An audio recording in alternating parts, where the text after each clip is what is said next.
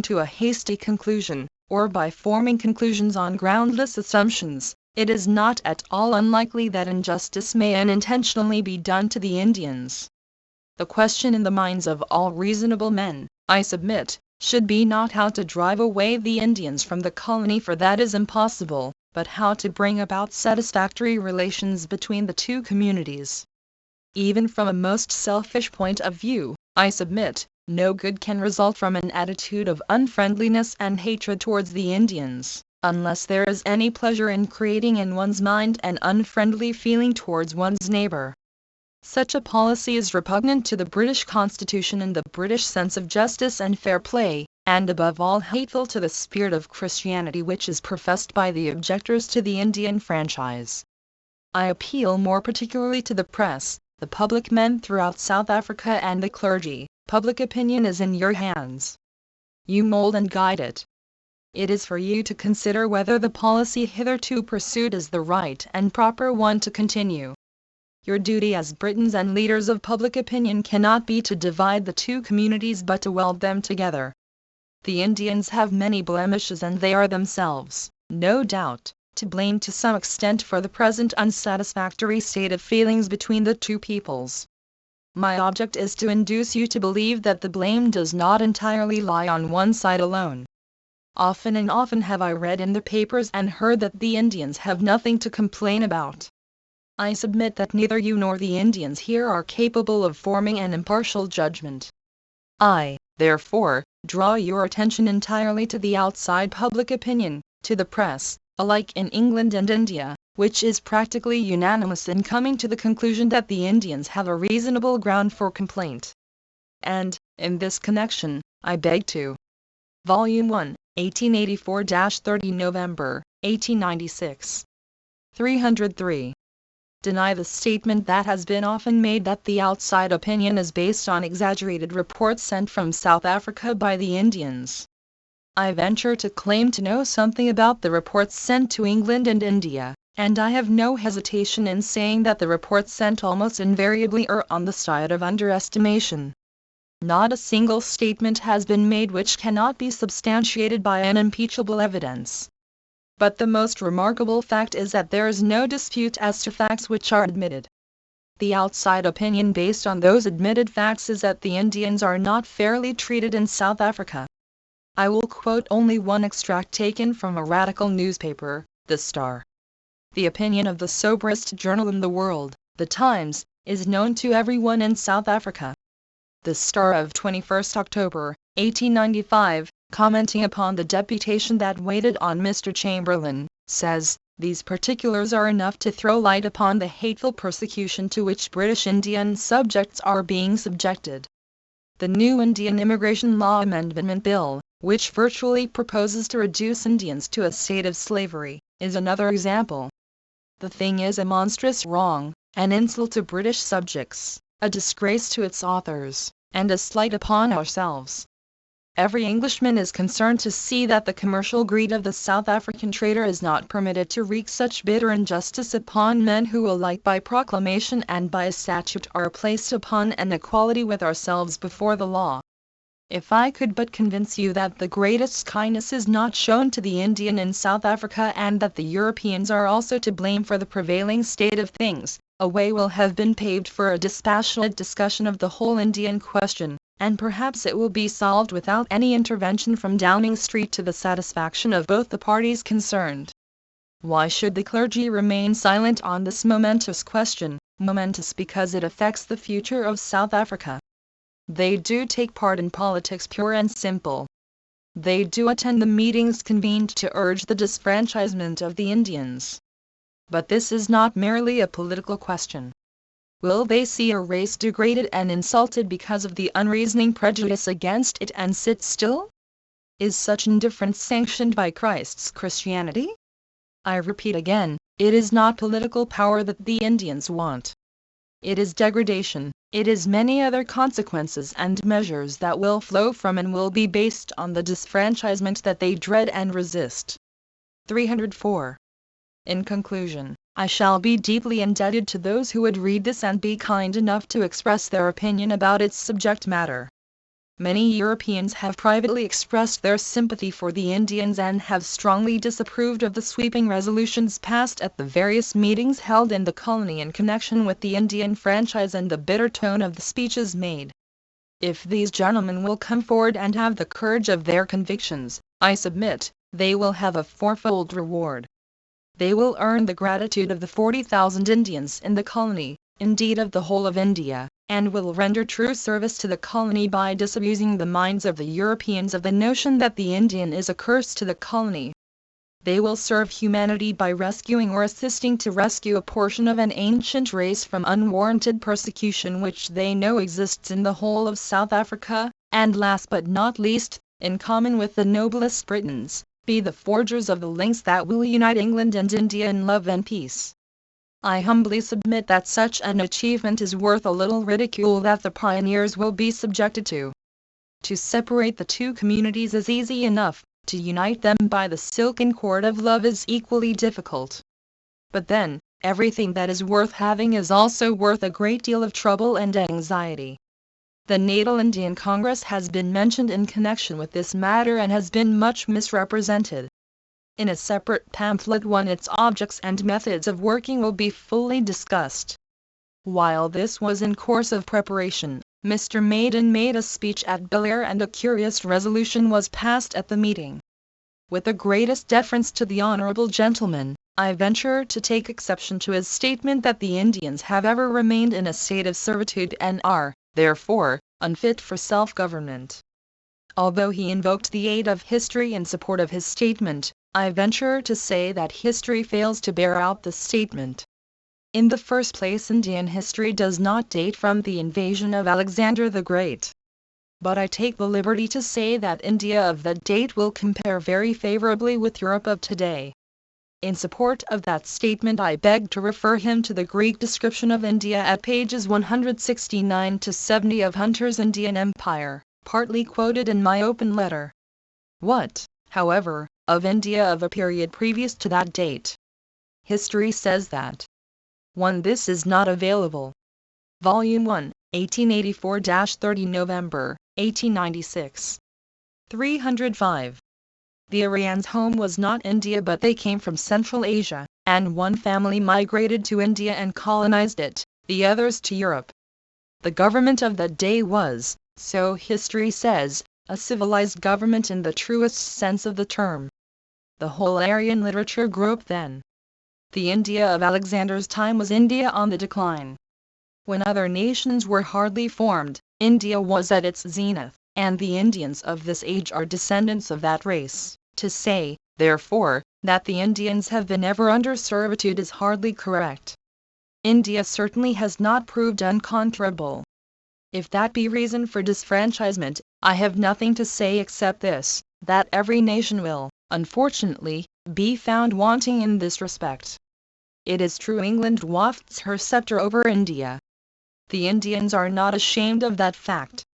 They are proud to be under the British crown, because they think that England will prove India's deliverer. The wonder of all wonders seems to be that the Indians, like the favored nation of the Bible, are irrepressible in spite of centuries of oppression and bondage. And many British writers think that India is under England with her consent. Professor Seeley says, the nation of India have been conquered by an army, of which, on the average, a fifth part was English. In the early battles of the company, by which its power was decisively established, at the siege of Arcot, at Plassey, at Buxar, there seems always to have been more sepoys than Europeans on the side of the company. And, let us observe further, that we do not hear of the sepoys fighting ill, of the English as bearing the whole brunt of the conflict. But if once it is admitted that the sepoys always outnumbered the English, and that they kept pace with the English in efficiency as soldiers, the whole theory, which attributes our success to an immeasurable natural superiority in valour, falls to the ground. Digby's India for the Indians and for England. The honourable gentleman one is also reported to have said, we the colonists were entrusted with responsible government in Natal under certain circumstances. These have now become absolutely changed, brought about by your refusal to sanction our bill. You have brought about a condition of things that is so fraught with danger that it is our clear duty to hand back to you the authority which you gave us. How contrary to facts is all this! It assumes that the home government are now trying to thrust the Indian franchise on the one. The reference is to Maiden. The Indian franchise, December 16, 1895. 306. Colony. While the fact is that the responsible government is trying to materially alter the circumstances which existed at the time it was granted, would not Downing Street be justified in saying, "We entrusted you with responsible government under certain circumstances. These have now become absolutely changed, brought about by your bill of last year. You have brought about a condition of things that is so fraught with danger to the whole British Constitution and British notion of justice that it is our clear duty not to allow you to trifle with the fundamental principles on which the British Constitution is based. The time when the responsible government was accepted was, I submit, the time when Mr. Maiden's objection might have been valid. Whether responsible government would ever have been granted, had the European colonists insisted upon disfranchisement of the Indians, is another question. One from a pamphlet printed by T. L. Cullingworth, printer, 40 Field Street, Durban, 1895-83. Vegetarianism in Natal. It is an uphill battle to fight in Natal, and, indeed, in South Africa. Yet there are few places where vegetarianism would be more conducive to health, or more economical or practicable. Of course, at present, it is hardly economical, and it certainly requires a great deal of self-denial to remain a vegetarian. To become one seems almost an impossibility. It is all very well in London, where there are scores of vegetarian restaurants, but how can you become or remain a vegetarian in South Africa, where you find very little nourishing vegetarian food? Has been the invariable reply to my inquiries, in the course of conversation on the matter with scores of men. One would have thought such a reply would be impossible in South Africa, seeing that it enjoys a semi-tropical climate, and its vegetable resources are inexhaustible. Nevertheless, the reply is entirely justifiable. In the best of hotels you find, as a rule, potatoes the only vegetable at lunchtime, and that badly cooked. At dinner time you find, perhaps, 2 vegetables, and the vegetable menu is hardly ever changed. It is little short of a scandal that in this garden colony of South Africa, where, at the proper time, you can get fruit for a song. 1. For press reactions to this pamphlet, vide the early phase, pages 592-6. Volume 1, 1884-30 November, 1896. 307. You find very little fruit at the hotels. Pulses are conspicuous by their absence. A gentleman wrote to me to ask if it was possible to buy pulses in Durban. He could not procure them in Charlestown and the neighboring townships. Nuts can only be bought at Christmas time. Such are the present circumstances. Vegetarian friends, therefore, need not wonder if I can report very little perceptible progress as a result of nearly 9 months' advertising and quiet persuasion. Nor are the above the only difficulties in the way of vegetarian propaganda. People here think of very little else than gold. The gold fever is so infectious in these regions that it has smitten the highest and the lowest, the spiritual teachers included. They find no time for higher pursuits of life. They find no time to think of the beyond. Copies of The Vegetarian are supplied regularly every week to most of the libraries. Occasional advertisements are inserted in the newspapers. Every opportunity is availed of to introduce the subject of vegetarianism. So far this has given rise to some sympathetic correspondence and enquiries. A few books have also been bought. Many more have been distributed. Correspondence and conversation have not been devoid of humor. A lady, who corresponded with me in connection with esoteric Christianity, became angry on finding that esoteric Christianity had anything to do with vegetarianism. She was so disgusted that she returned the books lent to her without reading them. One gentleman thought it disgraceful for a man to shoot or slaughter an animal. He would not do it for the life of him. But he had no compunction in eating the meat prepared for him. The possibilities of South Africa, and particularly of Natal, from a vegetarian standpoint, are too numerous to mention, only there are no vegetarian workers. The soil is so fertile that it would grow almost anything. Vast tracts of land await only a skillful hand to turn them into real mines of gold. If a few men could be induced to turn their attention from the Johannesburg gold to the quieter method of earning money by cultivation, and to get rid of their color prejudice, there is no doubt that every variety of vegetable and fruit could be grown in Natal. The climate of South Africa is such that the Europeans alone will never be able to work the soil as much as is possible. They have got the Indians to help them, but they simply would not make use of them owing to the color prejudice, which is so strong in South Africa. Even in Natal, where the prosperity of the colony admittedly depends upon the Indian labor, the prejudice is 308. Very strong. I have a letter from a gardener who, much as he would like to employ Indian labor, is handicapped owing to this prejudice. Vegetarians, therefore, have a scope for patriotic work.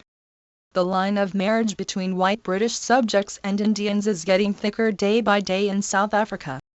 The best English and Indian statesmen are of opinion that Britain and India can be indissolubly united by the chain of love. The spiritualists anticipate good results from such a union. The South African white British subjects are doing their utmost to retard, and, if possible, to prevent such a union. It may be that some vegetarians may come forward to arrest such a catastrophe. I would venture to make one suggestion and then close this hurriedly written resume of the work in Natal. If some men of means, and well up in vegetarian literature, were to travel in different parts of the world, explore the resources of the different countries, report upon their possibilities from a vegetarian standpoint, and invite vegetarians to migrate to those countries which they may consider suitable for vegetarian propaganda, and, at the same time, worth settling in from a pecuniary point of view, much vegetarian work can be done, openings can be found for poor vegetarians, and real centers of vegetarianism can be established in various parts of the world. But then vegetarianism, in order to do this, should be a religion, and not merely a hygienic convenience. The platform will have to be shifted much higher. The Vegetarian, December 21, 1895. 84. Letter to the Natal Mercury, Durban, February 3, 1896. To the editor, the Natal Mercury SIR. As one interested in food reform, permit me to congratulate you on your leader in Saturday's issue on the new science of healing, which lays so much stress on the adoption of the natural food, that is, vegetarianism, but for the unfortunate characteristic of this self-indulgent age, in which nothing is more common than to hear men warmly supporting a theory in the abstract without any intention of submitting to it in practice. We should all be vegetarians. Volume 1, 1884-30 November, 1896. 309. 4. Why should it be otherwise when Sir Henry Thompson calls it a vulgar error to suppose that flesh foods are indispensable for our sustenance, and the most eminent physiologists declare that fruit is the natural food of man, and when we have the example of Buddha, Pythagoras, Plato, Porphyry, Ray, Daniel, Wesley, Howard, Shelley, Sir Isaac Pitman, Edison, Sir W. B. Richardson, and a host of other eminent men as vegetarians. The Christian vegetarian claimed that Jesus was also a vegetarian, and there does not seem to be anything to oppose that view, except the reference to his having eaten broiled fish after the resurrection. The most successful missionaries in South Africa, the Trappists, are vegetarians. Looked at from every point of view, vegetarianism has been demonstrated to be far superior to flesh-eating, the spiritualists hold, and the practice of the religious teachers of all the religions, except, perhaps, the generality of Protestant teachers shows that nothing is more detrimental to the spiritual faculty of man than the gross feeding on flesh. The most ardent vegetarians attribute the agnosticism, the materialism, and the religious indifference of the present age to too much flesh-eating and wine-drinking, and the consequent disappearance, partial or total, of the spiritual faculty in man. Vegetarian admirers of the intellectual in man point to the whole host of the most intellectual men of the world, who were invariably abstemious in their habits, especially at the time of writing their best works, to demonstrate the sufficiency, if not the superiority of the vegetarian diet from an intellectual standpoint. The columns of the vegetarian magazines and reviews afford a most decisive proof that where beef and its concoctions, with no end of physic thrown in, have lamentably failed, vegetarianism has triumphantly succeeded. Muscular vegetarians demonstrate the superiority of their diet by pointing out that the peasantry of the world are practically vegetarians, and that the strongest and most useful animal, the horse, is a vegetarian, while the most ferocious and practically useless animal, the lion, is a carnivore. Vegetarian moralists mourn over the fact that selfish men would, for the sake of gratifying their lustful and diseased appetite, force the butcher's trade on a portion of mankind, while they themselves would shrink with horror from such a calling. They moreover lovingly implore us to bear in mind that without the stimulants of flesh foods and wine it is difficult enough to restrain our passions and escape Satan's clutches, and not to add to those difficulties by resorting to meats and drinks which, as a rule, go hand in hand. 4. It is claimed that vegetarianism, in which juicy fruits find the foremost place, is the safest and surest cure for drunkenness, while meat-eating induces or increases the habit. They also argue that since meat-eating is not only unnecessary but harmful. 310. To the system, indulgence in it is immoral and sinful, because it involves the infliction of unnecessary pain on and cruelty towards harmless animals. Lastly, vegetarian economists, without fear of contradiction, assert that vegetarian foods are the cheapest diet, and their general adoption will go a long way towards mitigating, if not altogether suppressing, the rapidly growing pauperism side by side with the rapid march of the materialistic civilization and the accumulation of immense riches in the hands of a few. So far as I recollect, Dr. Lewis Kuhn urges the necessity of vegetarianism on physiological grounds only, and does not give any hints for beginners, who always find it difficult to select the right kinds from a variety of vegetarian foods and to cook them properly. I have a selection of vegetarian cookery books at from 1D to 1s, as also treatises on the subject dealing with its various aspects. The cheapest books are given away, and if any of your readers feel disposed, not merely to admire the new science of healing from a distance, but to put its tenets into practice, I shall be very glad to supply them with what pamphlets I possess on the subject, so far as it relates to vegetarianism. I submit the following for the consideration of those who believe in the Bible. Before the fall we were vegetarians. And God said, Behold, I have given you every herb bearing seed which is upon the face of all the earth, and every tree in which is fruit of a tree yielding seed. To you it shall be for meat. And to every beast of the earth, and to every fowl of the air, and to everything that creepeth upon the earth, wherein there is life, I have given every green herb for meat. And it was so. There may be some excuse for the unconverted partaking of meat, but for those who say they are born again, vegetarian Christians claim, there can be none.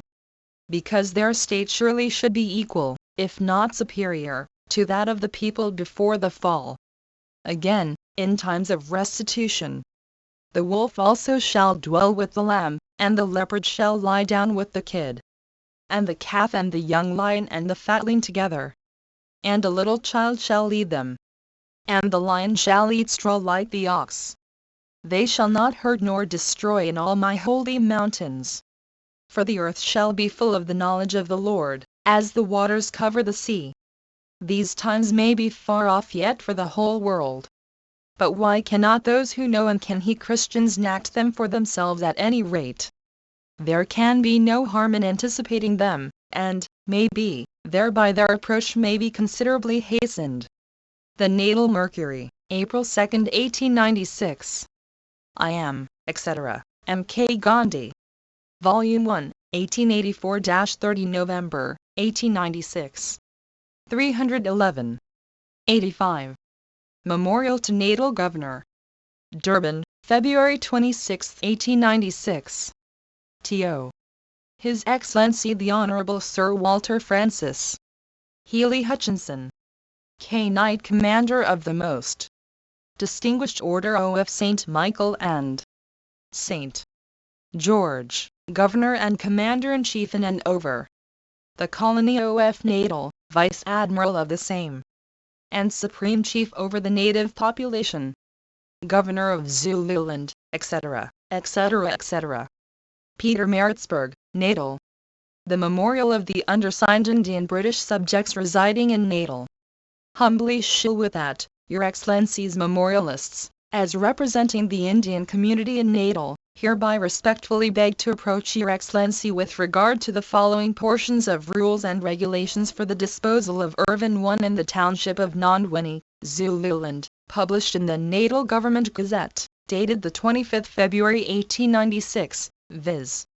Part of Section 4. Persons of European birth or descent intending to bid at any such sale must give notice in writing at least 20 days prior to the date fixed for the sale to the Secretary for Zululand, Peter Maritzburg, or to the Government Secretary at Eshal, Zululand, describing as far as practicable by numbers or otherwise the Irvin they are desirous of acquiring. Part of Section 18. Only persons of European birth or descent shall be approved of as occupiers of Irvin or sites. On failure of compliance with the condition, any such sites or Irvin shall revert to the government as in the preceding section hereof. Rule 20. It shall be a distinct condition subject to which the Irvin or sites are sold, and which condition shall be inserted in every freehold title applied for and issued in terms of sections 10, 11 and 13 of these regulations, that at no time shall the owner of sites or Irvin in the Nandwini township ought hereunder be at liberty either to sell or let such sites or Irvin or any portion thereof or to permit occupation of them or any portion thereof free of 1. Plots for buildings in South African townships. 312. Rent to any other persons except those of European birth and descent, and in the event of the holder of such title deed contravening such conditions and stipulations, any such sites or Irvin shall revert to the government in terms and manner stated in section 17 hereof. Your memorialists interpret the rules to mean exclusion of Her Majesty's Indian subjects from owning or acquiring property in the Nandwini township. Your memorialists beg respectfully but emphatically to protest against the invidious distinction thus drawn between European and Indian British subjects. Nor can your memorialists find any reason for such exclusion, unless it be another point among many yielded to the color prejudice in South Africa. Your memorialists humbly submit that such preference given to one portion of Her Majesty's subjects over another is not only contrary to the British policy and justice, but, in the case of the Indian community, violates the terms of the Proclamation of 1858 which entitles British Indians to equal treatment with the Europeans. Your memorialists venture further to submit that, in view of the efforts of Her Majesty's government on behalf of the Indians residing in the Transvaal, the distinction drawn by the rules under discussion with regard to property rights is somewhat strange and inconsistent. Your memorialists would crave leave to mention that many Indians own freehold property in other parts of Zululand. Your memorialists, therefore, humbly pray that, by virtue of the power reserved by Section 23 of the Regulations, Your Excellency will be pleased to order such alteration or amendment thereof as to do away with the above-mentioned distinction. And for this act of justice and mercy your memorialists, as in duty bound, shall forever pray, etc., etc. 1 Abdul Karim Haji and 39 others from a photostat of a handwritten copy, SN 755. 1. The memorial was rejected on February 27, on the ground that the regulations were identical with those of September 28, 1891, in operation in regard to the Eshal Township. Vide letter to C. Walsh, April 3, 1896.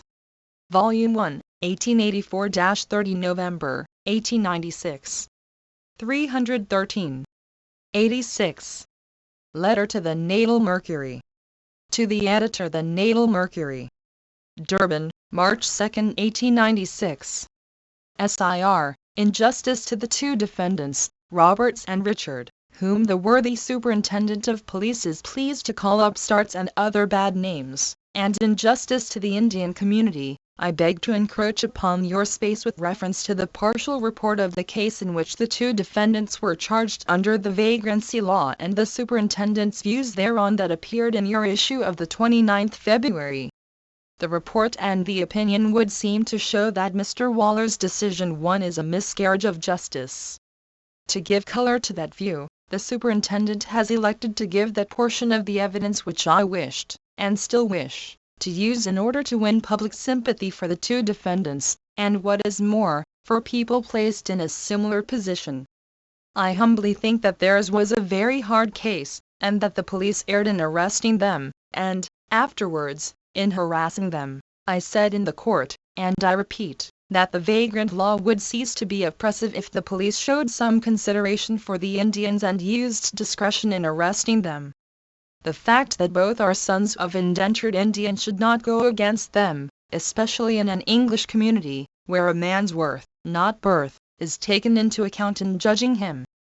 If that were not so, a butcher's son would not have been honored as the greatest poet.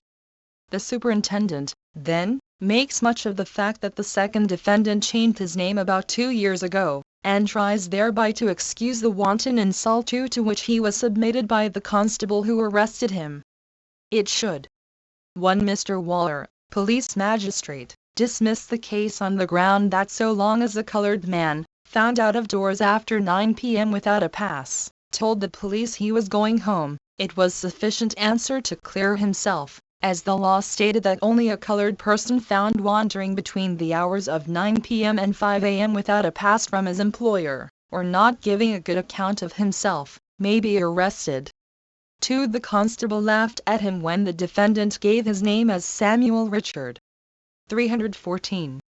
Be remembered that the constable in charge knew nothing whatever as to when the name was changed, and surely his very features were sufficient to betray his nationality had he attempted, as the superintendent supposes he did, to cover his nationality in order to escape the operation of the vagrant law. Nor did he seem to be ashamed of his name or birth, for the answers came almost simultaneously with the questions as to birth and name, and seemed so much to please the amiable superintendent as to extort the following expression from him: "Yes, my boy, if all were like you, the police would have no difficulty. There can be nothing absolutely wrong in changing one's name unless it is wrong to change one's religion. To compare small things with great, Mr. Quilliam has become Haji Abdullah because he has become a Mohammedan. Mr. Webb, the late Consul General of Manaka, also adopted a Mohammedan name, on adopting the Mohammedan faith. Not only the Christian name but the Christian dress also is an offense for an Indian, according to the view of the constables. And now, according to the superintendent's view, change of religion would render an Indian liable to suspicion. But why should this be so, assuming, of course, that the change is a result of honest belief and not a dodge to evade the law? In the present case I assume that both the defendants are honest Christians because I am told both are respected by Dr. Booth. 1. Of course, the superintendent will report, but how is a man to know whether a man is an honest Christian or a Satan in the Christian garb? This is a difficult question to answer. I submitted to the court that each case could be judged on its own merits, and that the benefit of the ordinary presumption should be given to the Indians, as it is given to other classes. I submitted that 2 men, wearing a respectable dress, walking quietly along the main street at 9:30 p.m., stopping when questioned, protesting that they were returning from the gardens and were on their way home, which was not 7 minutes' walk from the place where they were stopped, that one of them was a clerk and the other a teacher, as was the case with the 2 unfortunate boys, may be given the benefit of the ordinary presumption.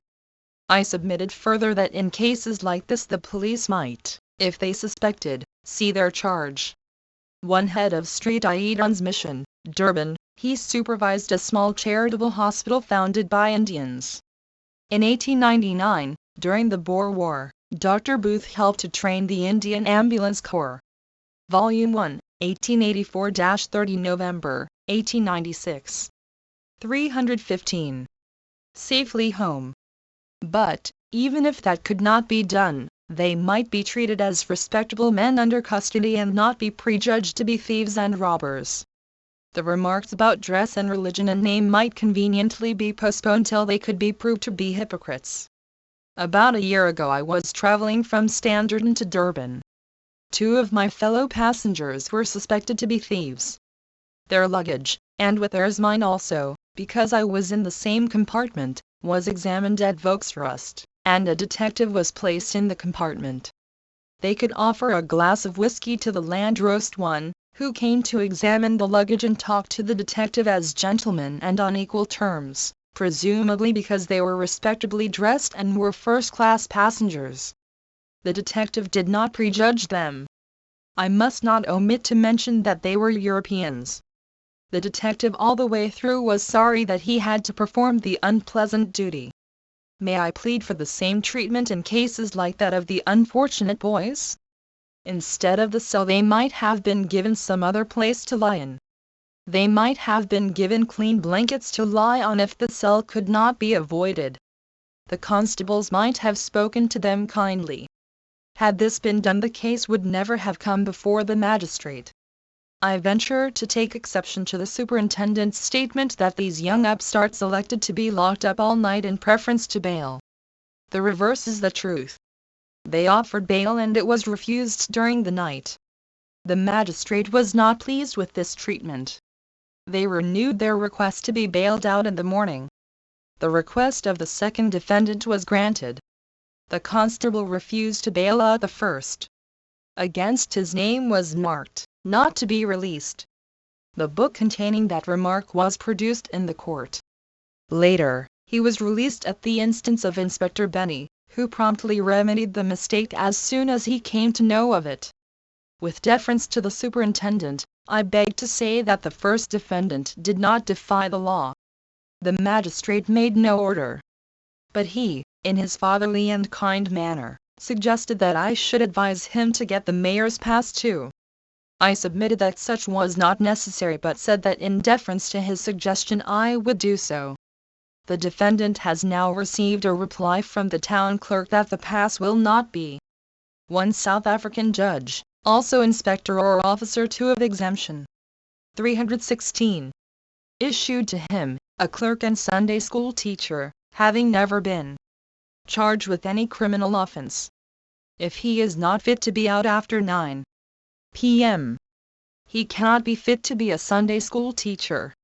One would think that it is less dangerous for him to be out after 9 than for him to be a Sunday school teacher who would mold the character of tender children. The superintendent says that his force has never interfered with the Arab merchants or other respectable colored men at night. Were not these 2 boys fit to be ranked among other respectable colored men? I appeal to him, and entreat him to consider well whether he himself would have arrested these 2 boys. I say in his own words, if his whole force were as considerate and amiable as himself there would be no difficulty. I think, in dealing with my open letter, you were kind enough to say that cases of real grievance will readily command your sympathy. Do you consider this case a real grievance? If you do, I ask your sympathy so that cases like the above may not occur again. I have found it difficult to ask respectable Indian youths who may care for my advice to take out passes from their masters. I have asked them to take out the mayor's pass of exemption. But since the first application has been refused, it has dampened the zeal of the others. If the public approve of such arrests the police may be induced to repeat them in spite of the magistrate's opinion to the contrary. The press, therefore, by its opinion can either make it easier for apparently respectable Indians to take out the mayor's pass of exemption, or else almost impossible for the police to repeat such arrests. There is the recourse to a suit against the corporation. But that is a recourse to be had in the last resort. I am, etc.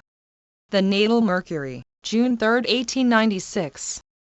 M. K. Gandhi. Volume 1, 1884-30 November, 1896. 317. 87. Letter to C. Walsh. C. Walsh, Esquire, Acting Secretary for Zululand Pietermaritzburg. Durban, March 4, 1896. Sir, I beg to acknowledge your letter dated 27th ultimo in reply to the memorial one about the Nandwini Township regulations, which I had the honor to forward to His Excellency the Governor of Zululand, conveying the information that the regulations are a copy of the Eschal Township regulations which were published during His Excellency's predecessor's time. Such being the case, I would, on behalf of the memorialists, venture to request His Excellency to order the alteration or amendment to the regulations with regard to both the townships, so as to do away with the color distinction. In any case, I take the liberty to submit that the existence of similar regulations for the Eschal Township is, in my humble opinion, no justification for the Nandwini Township regulations, regard being especially had to the events that are now happening concerning the position of the Indians as to property rights in other parts of South Africa. I believe there are no such regulations for the Melmoth Township too. I beg, etc. M.K. Gandhi. Colonial Office Records No. 427, Volume 24. 1 Vide Memorial to Natal Governor, February 26, 1896. 2 The request was turned down. Vide Letter to Dadabai Naroji, July 3, 1896. 318. 88. Letter to Secretary for Zululand. The Secretary for Zululand Peter Maritzburg. Central West Street, Durban, Natal, March 6, 1896. SIR, may I inquire what led to the color distinction being introduced in the Eschal Township regulations, seeing that none such exists with regard to the Melmoth Township regulations, and also the date when the Melmoth Township regulations were published? I remain, etc. M.K. Gandhi. Colonial Office Records No. 427, Volume 24. 89. Letter to Dadabai Naroji. The Honourable BLEMR, Dadabai Naroji National Liberal Club, London. Post Office Box 66, Central West Street, Durban, Natal, March 7, 1896. Sir, I venture to enclose here with the cutting containing the franchise bill that the Ministry proposed to introduce next session and a press copy of my letter to the Chairman of the British Committee 1. The Governor of Zululand has refused to grant the request of the memorialists regarding Nandwini. I am now preparing a memorial too for the Home Government on the subject. I beg to thank you for your letter about the Commando Memorial. From a photostat, SN 2254. I remain, your obedient servant, M.K. Gandhi. 1 Vide the following item. 2 Vide Memorial to J. Chamberlain, November 3, 1896. Volume 1, 1884-30 November, 1896. 319. 90. Letter to W. Wedderburn P.O. Box 66, Central West Street, Durban, Natal, March 7, 1896. SIR William Wedderburn, Baronet, MP, etc. Chairman of the British Committee of the Indian National Congress, London. Sir, I venture to enclose here with the cutting containing the franchise bill that the Government proposes to introduce during the next session of the Legislative Assembly of Natal in April. This bill replaces the Act of 1894 against which a Memorial 1 was sent to the Government. It is said that this bill has been approved of by Mr. Chamberlain. If so, it would place the Indian community in a very awkward position. The newspapers seem to think that India has representative institutions and that therefore the bill will not affect the Indians. At the same time, there can be no doubt that the bill is meant to affect the Indian community. It is our intention to oppose the bill. But in the meantime, a question in the House of Commons, in my humble opinion, may be very useful and give an insight into Mr. Chamberlain's views. The Indian community will soon have to encroach upon your time and attention on other matters of pressing importance. I beg to remain, sir, your obedient servant, M.K. Gandhi. From a photostat, SN 2280. 1 Vide Petition to Natal Legislative Assembly, June 28, 1894. 320. 91. Memorial to J. Chamberlain, Durban, Natal, March 11, 1896. To the Right Honourable B.L.E. Joseph Chamberlain, Her Majesty's Principal Secretary of State for the Colonies, London. The memorial of the undersigned Indians representing the Indian community in Natal humbly shill with that. Your memorialists hereby venture to approach Her Majesty's Government with regard to certain rules and regulations in connection with the township of Nandwini, Zululand, published in the Natal Government Gazette dated the 25th February, 1896, insofar as the said regulations affect the rights of Her Majesty's Indian subjects to own or acquire property in the township of Nandwini, as also with regard to similar regulations for the township of Eshau in Zululand. The portion of the regulations affecting the British Indians is as follows. Part of Section 4. Persons of European birth or descent intending to bid at any such sale, that is, sale of urban, must give notice in writing at least 20 days prior to the date fixed for the sale to the Secretary for Zululand, etc. Part of Section 18 NLY. Persons of European birth or descent shall be approved of as occupiers of urban or sites. On failure of compliance with this condition, any such sites or urban shall revert to the government as in the preceding section hereof. Part of Section 20T shall be a distinct condition subject to which the urban or sites are sold, and which condition shall be inserted in every freehold title applied for and issued in terms of Sections 10, 11 and 13 of the regulations, that at no time shall the owner of sites or urban in the Nandwini Township ought hereunder be at liberty either to sell or let such sites or urban or any portion thereof, or to permit occupation of them or any portion thereof free of rent, to any other persons except those of European birth and descent, and in the event of the holder of such title deed contravening such conditions and stipulations, any such sites or urban shall revert to the government in terms and manner stated in Section 17 hereof. Volume 1, 1884-30 November, 1896. 321. The next day after the publication of the Gazette containing the Nandwini regulations, your memorialists petition His Excellency the Governor of Zululand, praying that the regulations may be so altered or amended as to do away with the color distinction therein. In reply to the said memorial, one a copy whereof is annexed hereto, your memorialists were informed that the regulations were the same as the regulations in force for the Eshau Township proclaimed by His Excellency's predecessor on September 28, 1891.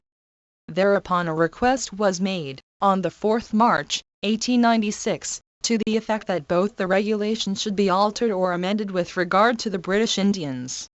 A reply thereto was received on March 5, 1896, to the effect that the Governor did not feel justified in acting on the suggestion. Your memorialists confidently trust that the wrong inflicted upon the Indian community is so manifest that it has only to be brought to the notice of Her Majesty's Government to be remedied. If such an invidious and, your memorialists respectfully submit, unnecessary distinction cannot be permitted in self-governing colonies, much less should it be permitted in a crown colony. Many of your memorialists own property in Zululand.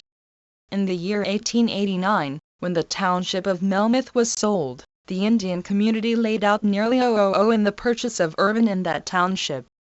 Your memorialists respectfully submit, it is absolutely necessary that the Indian community should be allowed to purchase land in Zululand freely, if only for the reason that they may be able to make their outlay of the $000 profitable.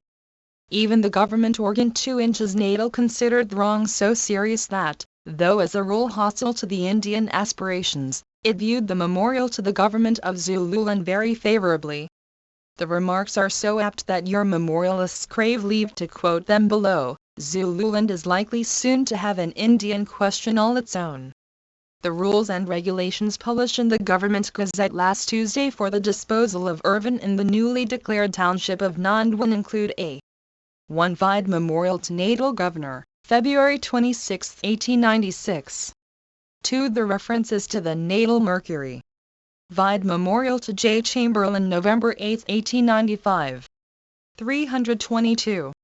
Number of sections which specially prevent all but persons of European birth or descent from purchasing property in the township, or even occupying any property in the township.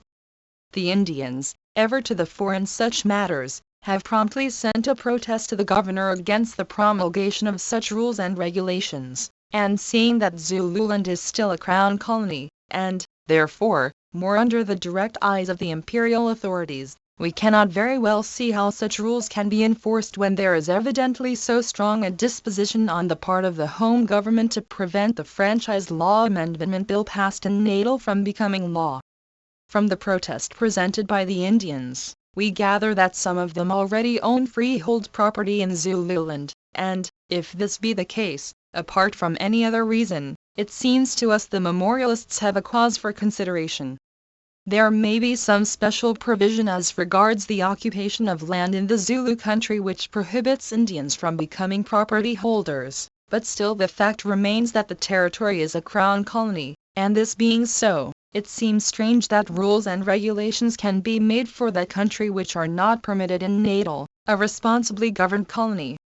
So frequently do the color distinctions creep into the rules and regulations, laws and bylaws published in various parts of South Africa, that it is impossible for the Indian community, consisting, as it does, chiefly of traders and artisans with knowledge sufficient only for the requirements of trade and, in many cases, even without it, to keep itself informed of all the legislation affecting its rights and bring it to the notice of Her Majesty's government. And things have come to such a pass that your memorialists cannot expect redress from the local authorities, even in cases where the wrong complained of is a result of an oversight of the fundamental principles of the British Constitution, as in the present instance. Your memorialists fear that, if a Crown colony can refuse property rights to a portion of Her Majesty's subjects, the governments of the South African Republic and the Orange Free State would in a greater measure be justified in doing likewise or even going further. Your memorialists submit that the existence of the color distinction in the regulations for Esau should not be a justification for similar regulations for Nandwini. If those for Esau are bad, rather, your memorialists submit, should both be altered and amended so as not to affect the just rights of the British Indian subjects. Volume 1, 1884-30 November, 1896. 323. Your memorialists further venture to draw your attention to the fact that constant class legislation affecting Her Majesty's Indian subjects not only causes a great deal of anxiety to the Indian community in South Africa, but the petitions that have to be frequently made to have such legislation altered cause a great deal of expense which the Indian community, by no means in an over-prosperous condition, can ill afford to incur, not to mention the fact that such a state of constant unrest and irritation seriously interferes with the business of the Indian community as a whole. Nothing short of an inquiry into the position and status of the British Indians in South Africa, and a notification calling upon the authorities in South Africa to ensure the equality of treatment of Her Majesty's Indian subjects with all the other British subjects will, in your memorialist humble opinion, prevent the social and civil extinction of Her Majesty's loyal and law-abiding Indian subjects. Your memorialists, therefore, humbly pray that Her Majesty's government will order alteration or amendment of the Esau and Nandwini Townships regulations so as to remove the disabilities that they, in their present form, entail on Her Majesty's Indian subjects, and further humbly suggest that orders may be issued forbidding future class legislation affecting them. And for this act of justice and mercy, your memorialists, as in duty bound, shall forever pray, etc., etc. 1 SD. Abdul Karim Haji Adam and others from a photostat, SN 36-2092. Letter to the Natal Witness, Durban, April 4, 1896. To the editor, the Natal Witness SIR, I would be much obliged if you could find space for the following by way of answer to GWW, who wrote to your under 1 on April 10, in reply to a question by Madhur G.M. Pwanagri, in the House of Commons. Chamberlain promised to look into this memorial on receiving it. The imperial government ultimately removed the prohibition. 324. Date 11th March last, and did me the honor to criticize my pamphlet 1 on the Indian franchise. While I thank GWW for the personal fairness he has shown me in his treatment of the pamphlet, I wish he had treated the subject matter of the appeal as fairly. If he had read it with an unbiased mind, I think he would not have found any cause to differ from the views therein expressed. I have endeavored to treat the subject from such a standpoint as would induce the European colonists to extend ungrudgingly the hand of fellowship to the Indians without being elbowed out of their present position in so doing. I still maintain that there is no cause whatever for alarm, and if the European colonists would only let the agitation die and consent to resume the status quo, they would find that their vote would not be swamped by the Indians. I further submit that, if ever such a contingency were to arise, it could be dealt with in anticipation, without the necessity of introducing color distinction directly or indirectly. A real and reasonable educational test would perhaps forever put a stop to the danger if ever there be any of the Indian vote swamping the European, and would, so far as possible, keep the roll clear of the most objectionable European voters also, if any. GWW takes exception to the arguments drawn from the relative strength of the true votes and calls attention to what the next year's roll may contain.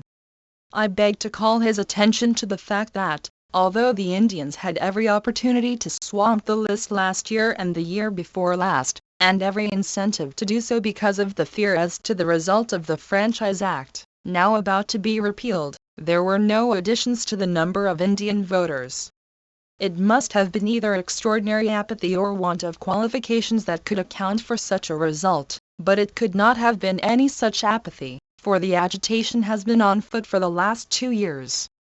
I, however, do not propose to examine GWW's letter in detail, for want of time and space, and will merely give the information he asks for, and apply it to the new bill to be introduced during the forthcoming session. Mr. Curzon, the then Under-Secretary of State for India, in moving the second reading of the India Councils Act 1861, Amendment Bill, said, among other things, 1. Vide the Indian Franchise, December 16, 1895.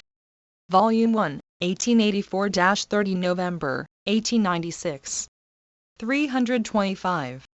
The object of the bill, which it is my duty to expound to the House, is to widen the basis and extend the function of the Government of India, to give further opportunity than at present exists to the non-official and the native element in Indian society to take part in the work of government, and in this way to lend official recognition to that remarkable development, both in political industry and political capacity, which has been visible among the higher classes of Indian society since the Government of India was taken over by the Crown in 1858. This bill is one to amend the Indian Councils Act of 1861. Legislative powers of some sort or other, but powers of a somewhat confused character and conflicting validity, have existed in India for a very long time. They existed with the rule of the old East India Company dating from the date of the charters of the Tudor and Stuart sovereigns. But the modern legislative system, under which India at present exists, owes its origin to the Viceroyalty of Lord Canning and to the Secretaryship of State of Sir C. Wood, who was afterwards elevated to the peerage. Sir C. Wood, in 1861, carried through the House the India Councils Act of the year. The Act of 1861 constituted 3 legislative councils in India: the Supreme Council of the Viceroy and the Provincial Councils of Madras and Bombay. The Supreme Legislative Council of the Viceroy consists of the Governor-General and his Executive Council, and is recruited by a minimum of 6 and a maximum of 12 additional members who are nominated by the Governor-General, of whom at least half must be non-official, whether they are drawn from the European or the native element. The Legislative Councils of Madras and Bombay are also recruited by a minimum of 4 and a maximum of 8 additional members, who are nominated by the Provincial Governor, of whom at least half must be non-official. Since the passing of that Act, legislative councils have also been called into existence in Bengal and the North-West provinces.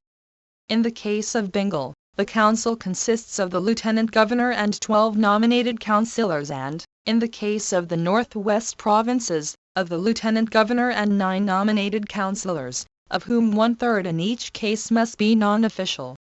A number of native gentlemen of intelligence and capacity and public spirit have been persuaded to come forward and to lend their services to the function of government, and undoubtedly the standard of merit of these legislative councils has stood high.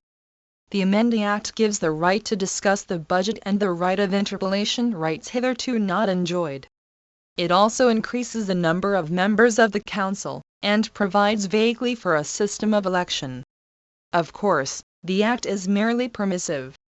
According to the regulations issued under the above Act, out of 18 seats for additional members for the Bombay Council, 8 seats are filled by election. And the Corporation of Bombay itself a 326 representative body. Such municipal corporations, or group or groups thereof, other than the Bombay Corporation, as the Governor and Council may from time to time prescribe, district local boards, or groups as above prescribed, the Sardars of the Deccan, or such other class of large landholders as above prescribed, associations of merchants, tradesmen or manufacturers, prescribed as above, and the Senate of the University of Bombay, have the power to elect those members by a majority of votes. Similar rules are published for the election by or nomination on the recommendation of the various representative bodies of the various provinces which have legislative councils. There is no class or color distinction as to the franchisee or the representatives elected. The member Indian for the Bombay Council and the Supreme Legislative Council having resigned, the candidates are Indians and a European. The result should be known by the next week's mail. I will only give one extract showing how this and municipal representation have been viewed by the most eminent men qualified to speak on such subjects with authority. Delivering a lecture before the Society of Arts, Sir William Wilson Hunter said on the 15th February, 1893, "The Indian municipalities, to which our chairman, Lord Ripon, gave so memorable an impulse, had under their administration in 1891 a population of 15,000,000 and of the 10,585 members who sat on their boards or councils, more than one half were elected by the ratepayers. The representative principle is now being cautiously extended under Lord Cross's Act of 1892 to the legislative councils both of the supreme and provincial governments." Portion of the proclamation of 1858 runs, "We hold ourselves bound to the natives of our Indian territories by the same obligations of duty which bind us to all our other subjects, and it is our further will that, so far as may be, our subjects, of whatever race or creed, be freely and impartially admitted to offices in our service, the duties of which they may be qualified by their education, ability, and integrity duly to discharge." Looking at the new franchise bill in the light of these facts, it is very difficult to understand it. The question before the colonists is very simple. Is it necessary to disfranchise the Indian community? If it is, I submit that the proof of the fact that they enjoy representative. Volume 1, 1884-30 November, 1896. 327. Institutions in India will not make it less so. One, if it is not, why harass Indians by ambiguous legislation? If the answer to the question whether or not the Indians enjoy representative institutions in India is to decide the franchise question, I submit that the materials of knowledge about the subject are by no means so slender that the colonists cannot decide the question now and forever, without the necessity of an act leaving it an open question to be decided hereafter in a court of law, involving a useless waste of money. I am, etc., M.K. Gandhi, the Natal Witness, April 17, 1896-93. Memorial to Natal Legislative Assembly, Durban, April 27, 1896. To the Honourable the Speaker and members of the Honourable the Legislative Assembly of Natal and Parliament assembled, Peter Maritzburg. The memorial of the undersigned Indians residing in this colony humbly shill with that, your memorialists as representing and on behalf of the Indian community in Natal respectfully approach this Honourable House with regard to the Franchise Law Amendment Bill now before you for consideration. Your memorialists assume that the bill is meant chiefly, if not solely, to affect the Indian community and that it repeals and replaces. 1. There was some discussion in the Natal Assembly on April 9 whether Indians had representative institutions. The Prime Minister's observation that they were not possessed of representative institutions founded on the franchise was considered inadequate. In draft bill, the words parliamentary institutions were substituted by elective representative institutions, words used in the Governor's address to the Assembly. The second reading of the bill, which was to have been on April 22, was postponed for a break in order that relevant correspondence between the colonial and home governments could be made available and assessed by them. Vide the early phase, pages 605-6. 328. The Act 25 of 1894, which was intended to disfranchise the Indians in the colony.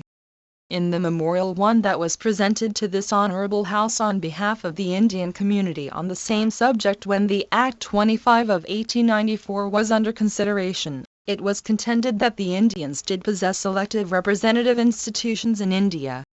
The present bill disfranchises natives of countries, not being of European origin, which have not possessed elective representative institutions in their own native land. The position of your memorialists, therefore, is painfully awkward in opposing the present bill.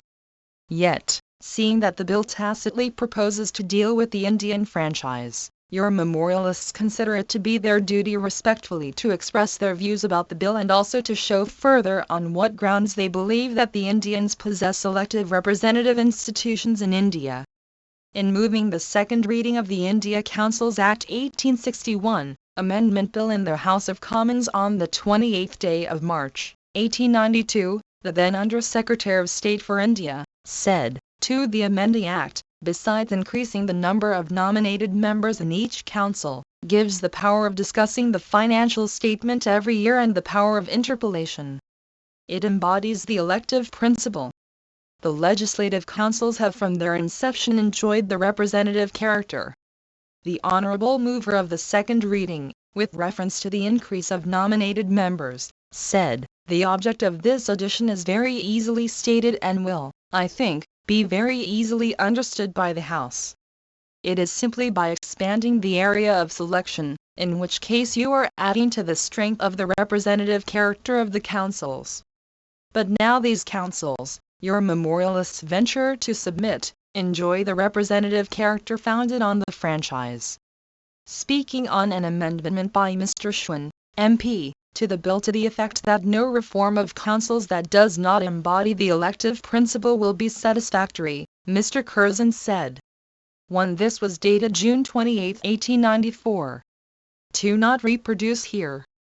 For the text of the speech, vide letter to the natal witness, April 4, 1896. Volume 1, 1884-30 November, 1896. 329.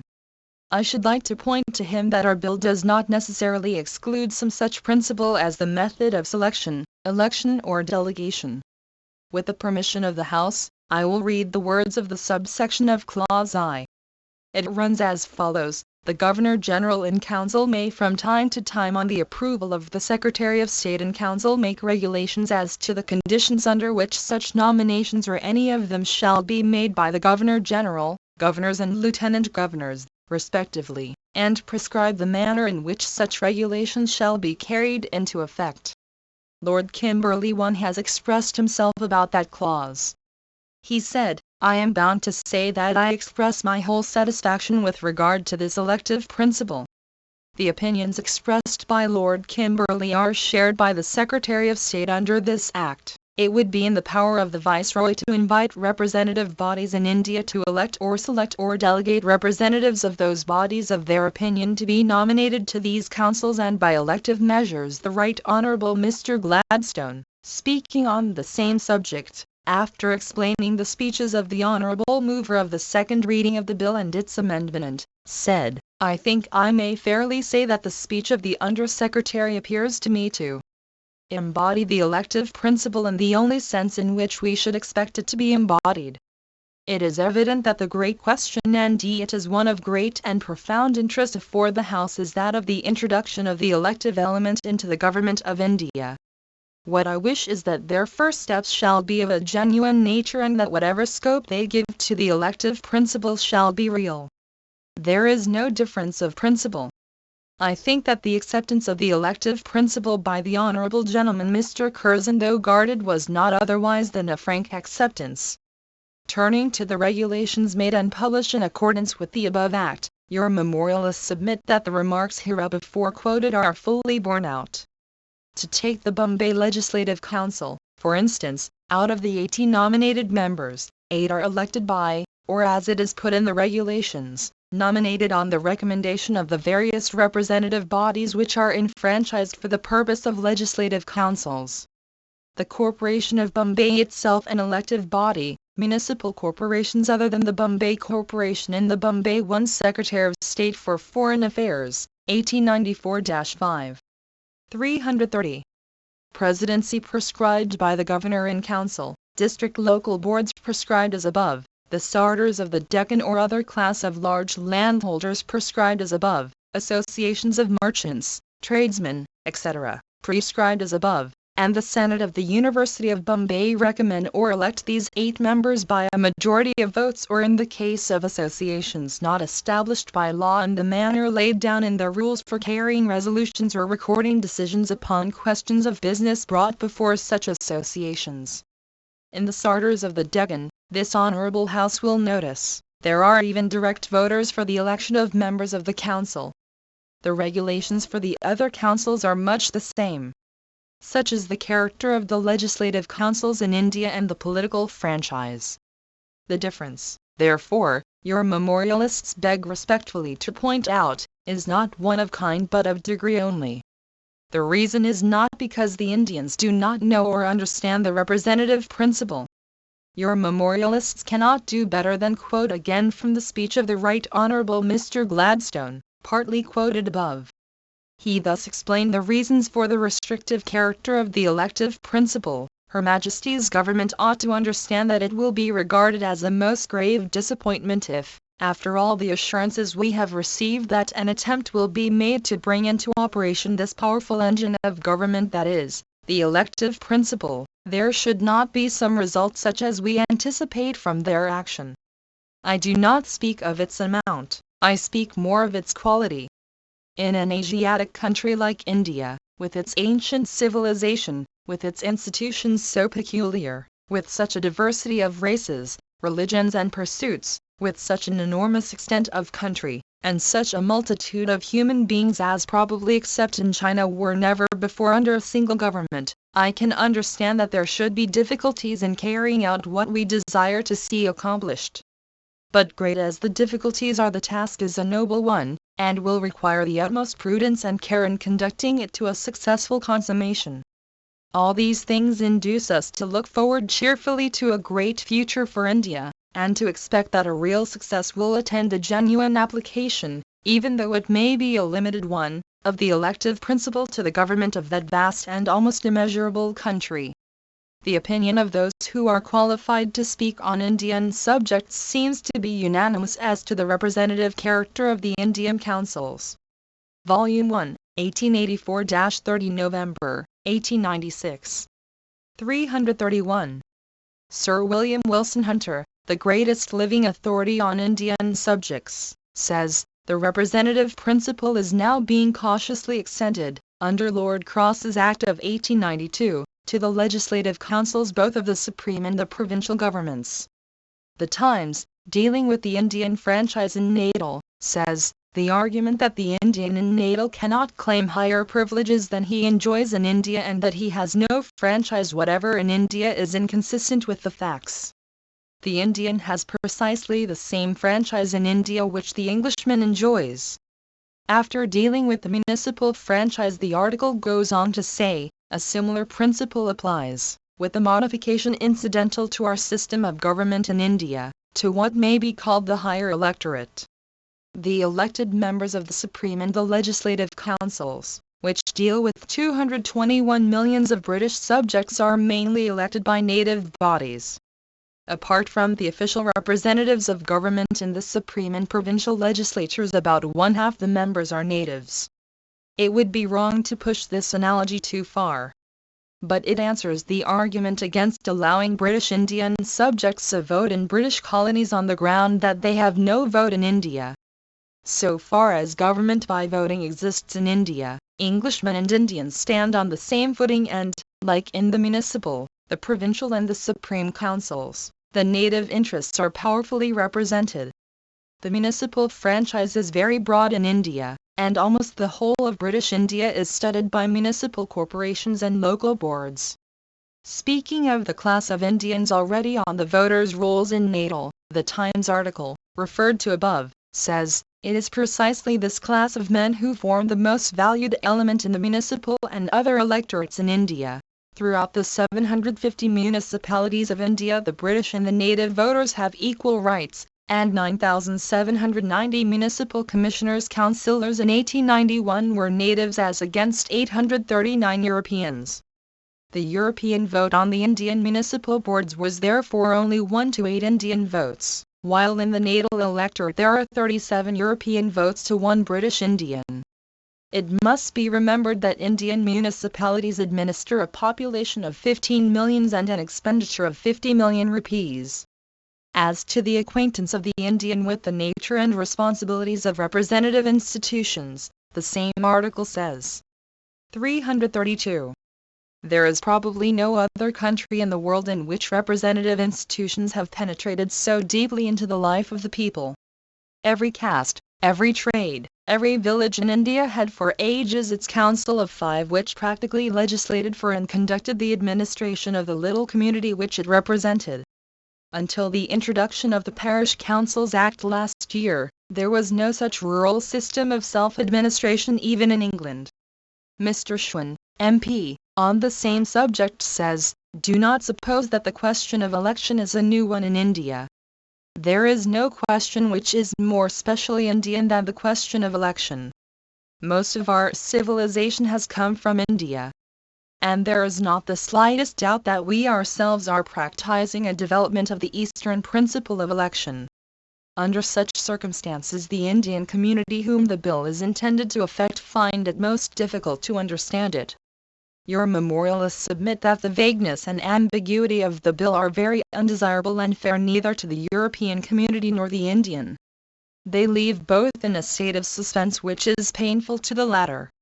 Your memorialists respectfully draw the attention of this honorable House to the fact that according to the present voters' roll, there is 1 Indian to every 38 Europeans, and that the Indian voters belong to the most respectable element in that community and are residents of long standing with large stakes in the colony. It is said, however, that the present list is no guide to what proportions the Indian vote may assume in future.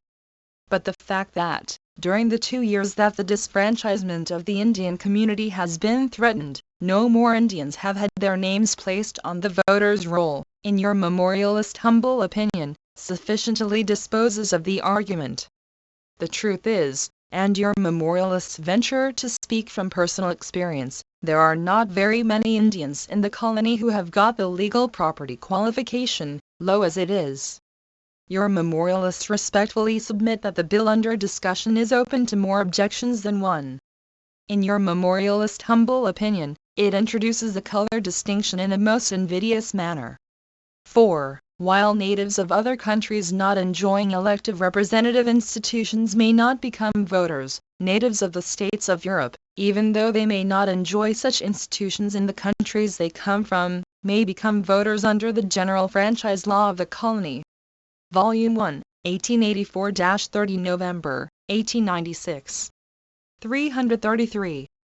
It would make the sons of non-European women of questionable reputation eligible as voters so long as the father is a European, while it would prevent the son of a European lady of noble birth, should she choose to marry a nobleman belonging to a non-European race, from becoming a voter under the general franchise law of the colony.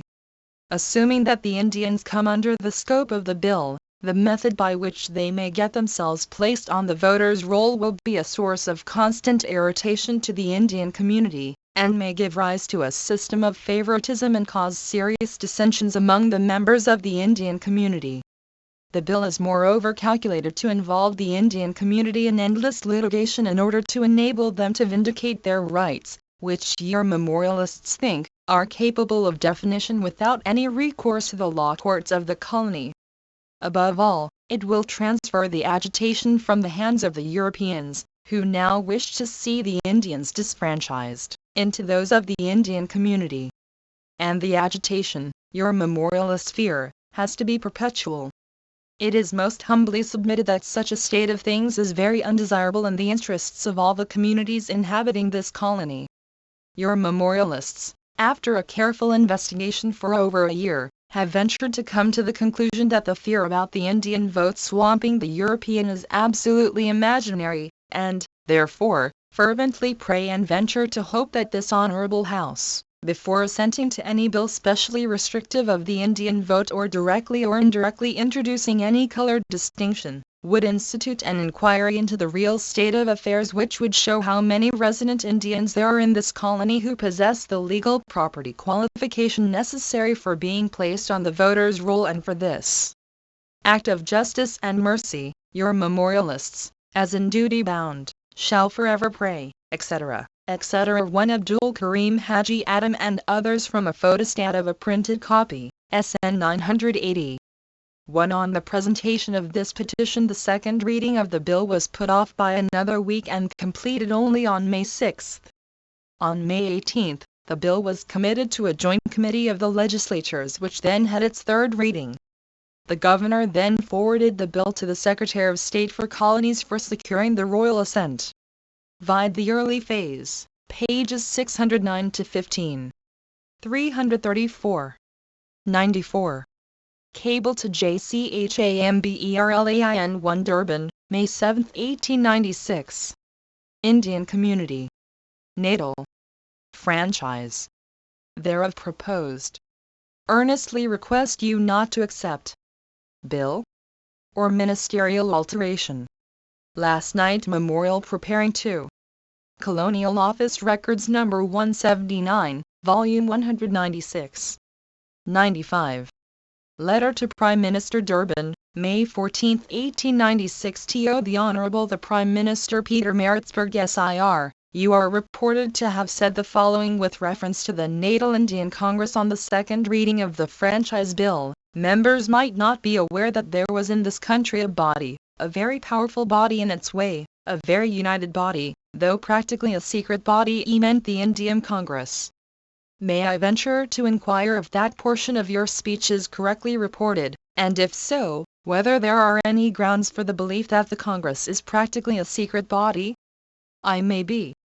1 Similar cables were sent to Wedderburn, Hunter and Dadabhai Naroji. Writing on May 13, Hunter acknowledged the cable and promised careful consideration on receipt of the memorial. Hunter had interviewed Chamberlain a fortnight earlier and the latter had expressed his sympathy but mentioned the difficulty of adding further elements of disturbance at the present moment to our complications in South Africa. Justice will be done, Hunter added, but somewhat slowly, as it was mixed up in English opinion with the monotone of complaint made by the Indian Congress Party. Hunter concluded with the advice, you have only to take up your position strongly in order to be successful. SN 948. He wrote again on May 22 that the Secretary of State for the Colonies had assured that the memorial of the Natal Indians would receive his full consideration. SN 985. 2 Acknowledging this cable, Dadabhai Naroji wrote on May 21 that Wedderburn had passed on the cable to him on behalf of the British Committee. Referring to his correspondence with Chamberlain on the subject, he observed, I am glad that your memorial will be considered and no action or decision will be taken before it is received or considered. SN 973. Volume 1, 1884-30 November, 1896. 335. Permitted to draw your attention to the fact that when the intention of forming such a body was made, it was announced in the papers, that when it was actually formed its formation was noticed by the witness, that the annual report and list of members and rules have been supplied to and commented upon by the press, and that these papers have also been supplied to the government by me in my capacity as Honorary Secretary to the Congress, when I have the honor to remain, Sir, your obedient servant, M. K. Gandhi, Honorary Secretary, Natal Indian Congress. From a copy, SN 981-96. Letter to C. Bird, Durban, May 18, 1896. C. Bird, Esquire, Principal Under Secretary, Colonial Office, Peter Maritzburg. Sir, I beg to acknowledge the receipt of your letter 2837/96, dated the 16th instant, in reply to my letter to the Honorable the Prime Minister with reference to the Natal Indian Congress. I beg to state with regard to the matter that the Congress meetings are held always with open doors, and they are open to the press and public. Certain European gentlemen who, the Congress members thought, might be interested in the meetings, were specially invited. One gentleman did accept the invitation and attended. 1 On May 16, C. Bird replied to this letter, in answer to your letter to the Prime Minister of the 14th instant, respecting certain words reported as having been made use of by him, on the second reading of the Franchise Bill, with reference to the Natal Indian Congress, I am desired by Sir John Robinson to state that speaking of that Congress as practically a secret body, he did so under the belief that meetings of the Congress are not open to the public and the press. If the Prime Minister has been misinformed on this point, I am to state that he will be glad to be corrected on the subject. SN 981. 336. Congress meetings. Uninvited European visitors also have attended the Congress meetings once or twice. One of the Congress rules provides that Europeans may be invited to become vice presidents. According thereto, 2 gentlemen were asked if they would accept the honor, but they were not disposed to do so. Minutes of the Congress proceedings are regularly kept. 1. From a copy, SN 983. I beg to remain, Sir, your obedient servant, M.K. Gandhi, Honorary Secretary, Natal Indian Congress. 97. Memorial to J. Chamberlain. Durban, May 22, 1896. T.O. The Right Honourable Joseph Chamberlain, Her Majesty's Principal Secretary of State for the Colonies, London. Memorial of the undersigned Indian British subjects residing in the colony of Natal. Humbly shill with that. Your memorialists hereby respectfully beg to lay before your Honour the following for your consideration with regard to the Franchise Law Amendment Bill introduced by the Natal Government in the Natal Legislative Assembly, which was read a third time on the 13th day of May, 1896, with certain amendments. The following is the text of the bill as it appeared in the Natal Government Gazette dated the 3rd March, 1896, to amend the law relating to the franchise. 1. Referring to this letter, Sir John Robinson said in Parliament that he had no explanation to offer and furnished a gist of the correspondence.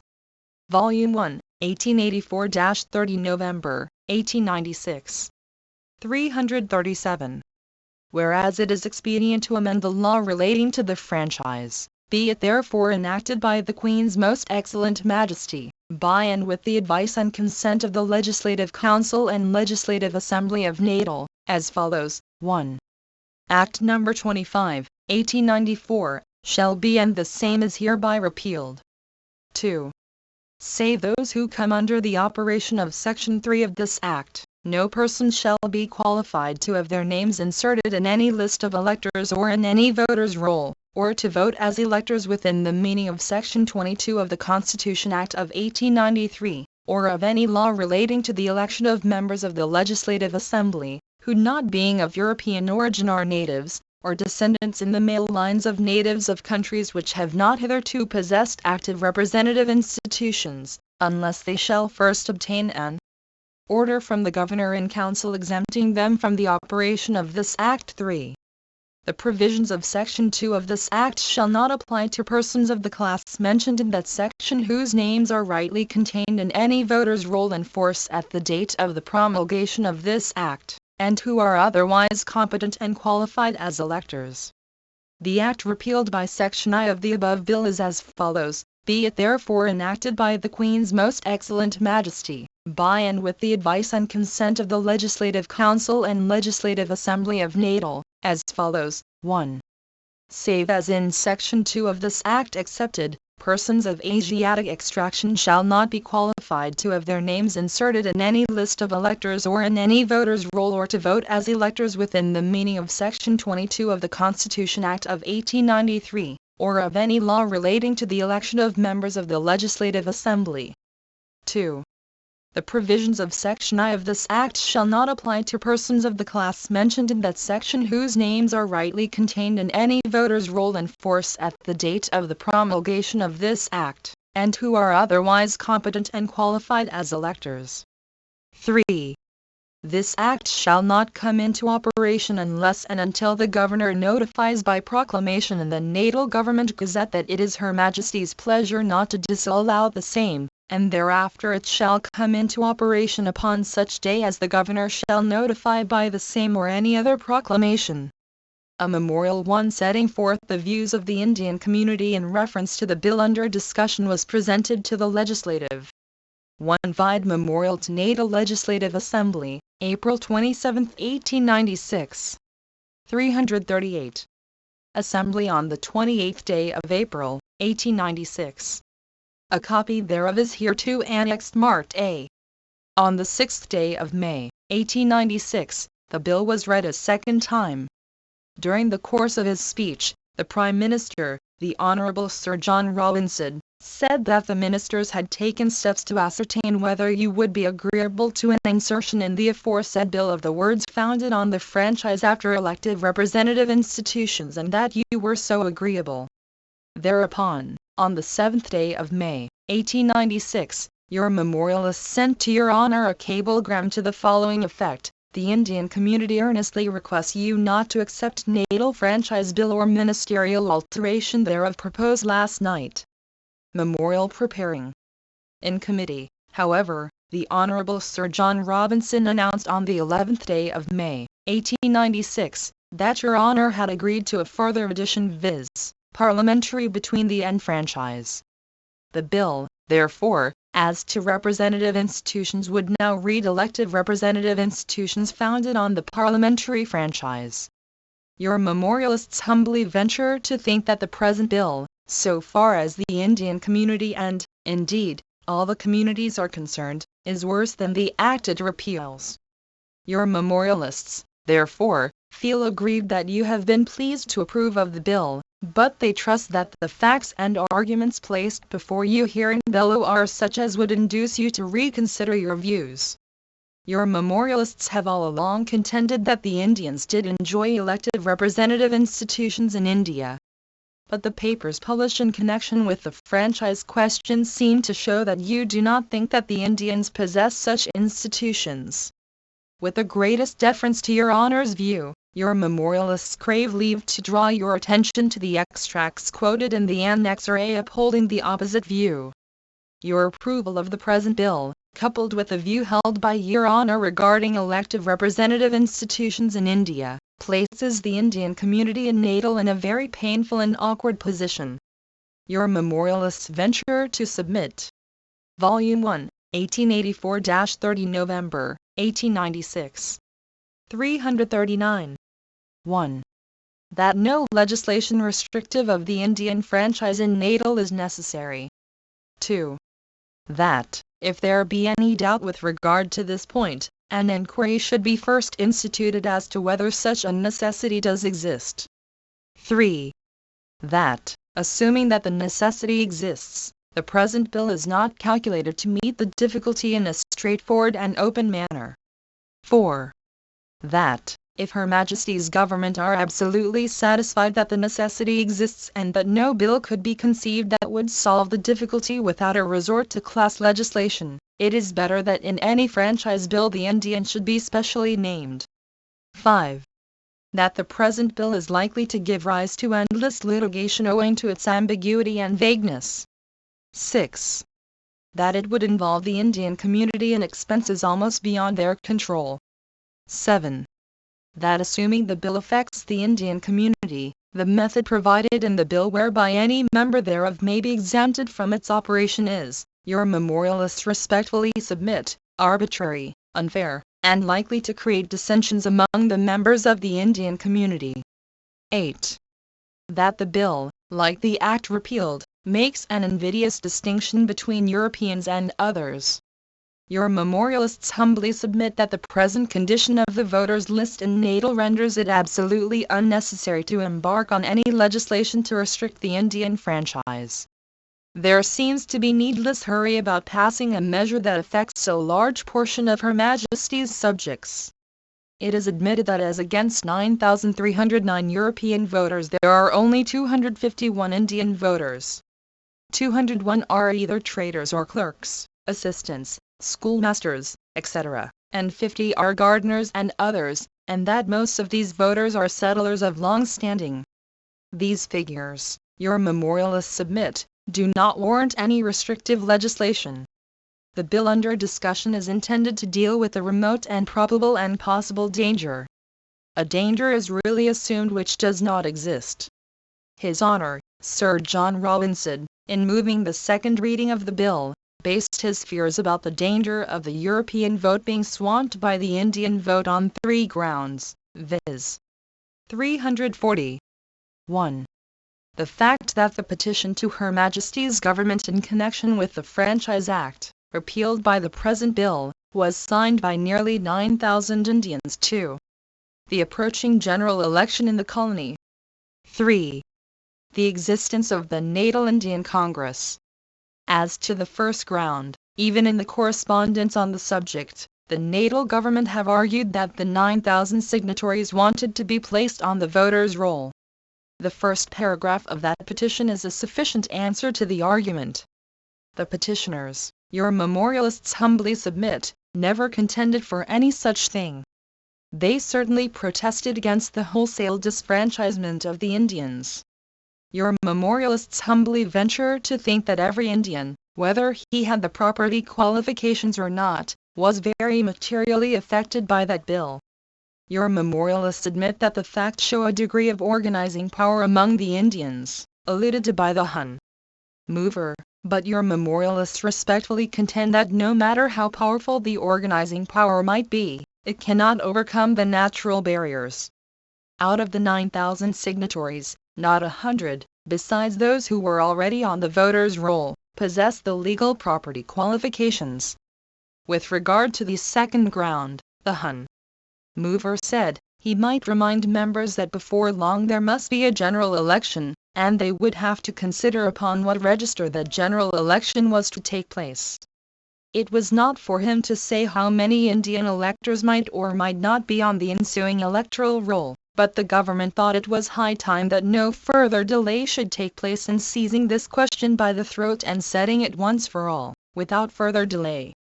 Your memorialists submit, with all due respect to the Hun mover, that all these fears have no foundation in fact. According to the report of the Protector of Immigrants for 1895, out of 46,343 Indians in the colony, only 30,303 are free Indians. To that may be added the trading Indian population of, say, 5,000. Thus there are only 35,000 Indians, as against over 45,000 Europeans, who can at all compete with the latter. The 16,000 indentured Indians, it is easy to see, never can vote, while they are under indenture.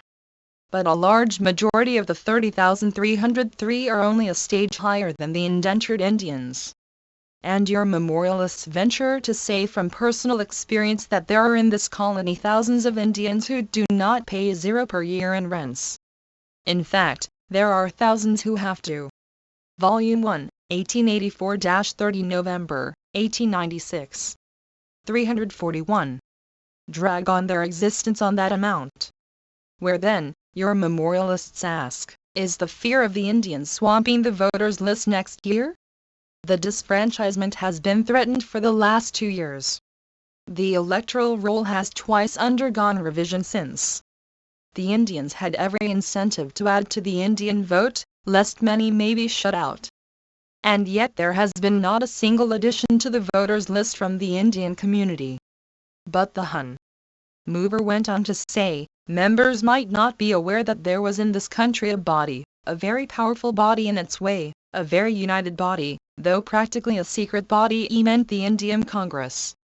That was a body which possessed large funds. It was a body presided over by very active and very able men, and it was a body the avowed object of which was to exercise strong political power in the affairs of the colony.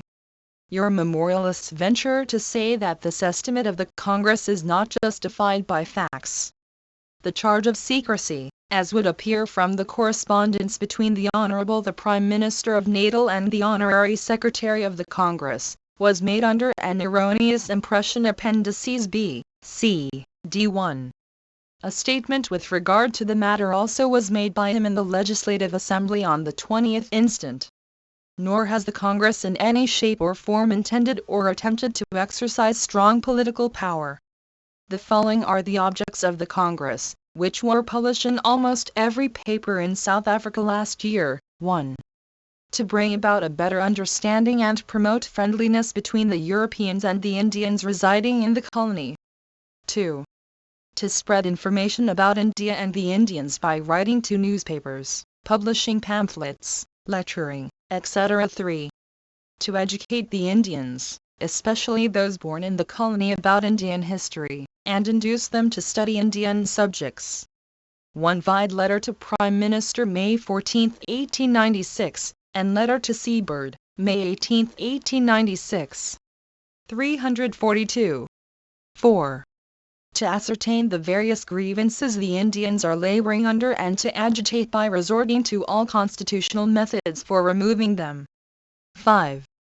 To inquire into the condition of the indentured Indians and to help them out of special hardships. 6. To help the poor and the needy in all reasonable ways. 7. And generally to do everything that would tend to put the Indians on a better footing morally, socially, intellectually, and politically. It would thus appear that the object of the Congress is to resist degradation, not to gain political power. As to funds, the Congress has a property worth 080 and a balance of 48-78D in the bank, at the time of writing this. These funds have to be used in charity, printing memorials and working expenses. In your memorialist humble opinion, they are hardly sufficient to fulfill the objects of the Congress. The educational work is greatly hampered owing to want of funds. Your memorialists, therefore, venture to submit that the danger which the present bill is intended to guard against does not exist at all. Your memorialists, however, do not request Her Majesty's government to accept the above facts as correct on their obstixit.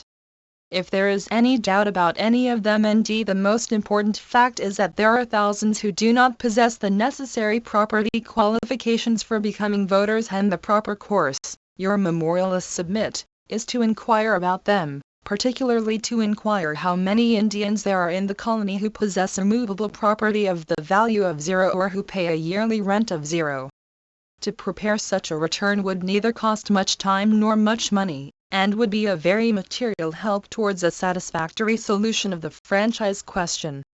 The hot haste to pass some measure is, in your memorialist's humble opinion, detrimental to the best interests of the colony as a whole. Your memorialists, so far as they, as representatives of the Indian community, are concerned and speaking authoritatively for the organization of which they have the honor to be members, hereby beg to assure Her Majesty's government that they have no intention to endeavor to place a single Indian voter on the voters' list for the general election next year. The government organ, dealing with the present bill in a presumably inspired article, supports the view that the danger is a chimerical one. It says, Volume 1, 1884-30 November, 1896. 343. Moreover, we feel sure that should the Asiatic vote ever endanger the stability of European rule in this colony, the imperial government will find ways and means out of such a difficulty. The new bill imposes certain limitations on the acquirement of the franchise by all who are not of European origin, and as now even with the franchise open to British subjects of all races and classes, except the natives under native law, there are only some 250 Indians on the voters' roll out of a total of 9,560 registered voters, or in the proportion of 1 Indian voter to every 38 Europeans in possession of the franchise. We think the new bill will fully meet the requirements of the case for very many long years at all events, if not for all time. In South Carolina, for instance, the Negroes over 21 years old number 132,949, while the whites over 21 only number 102,567, yet the whites have retained the dominant power, although in the minority. The fact of the matter is that apart from numbers altogether, the superior race will always hold the reins of government. We are inclined to the belief, therefore, that the danger of the Indian vote swamping the European is a chimerical one. From what we know of the matter, we are inclined to think that it will be held that India is a country possessing elective representative institutions.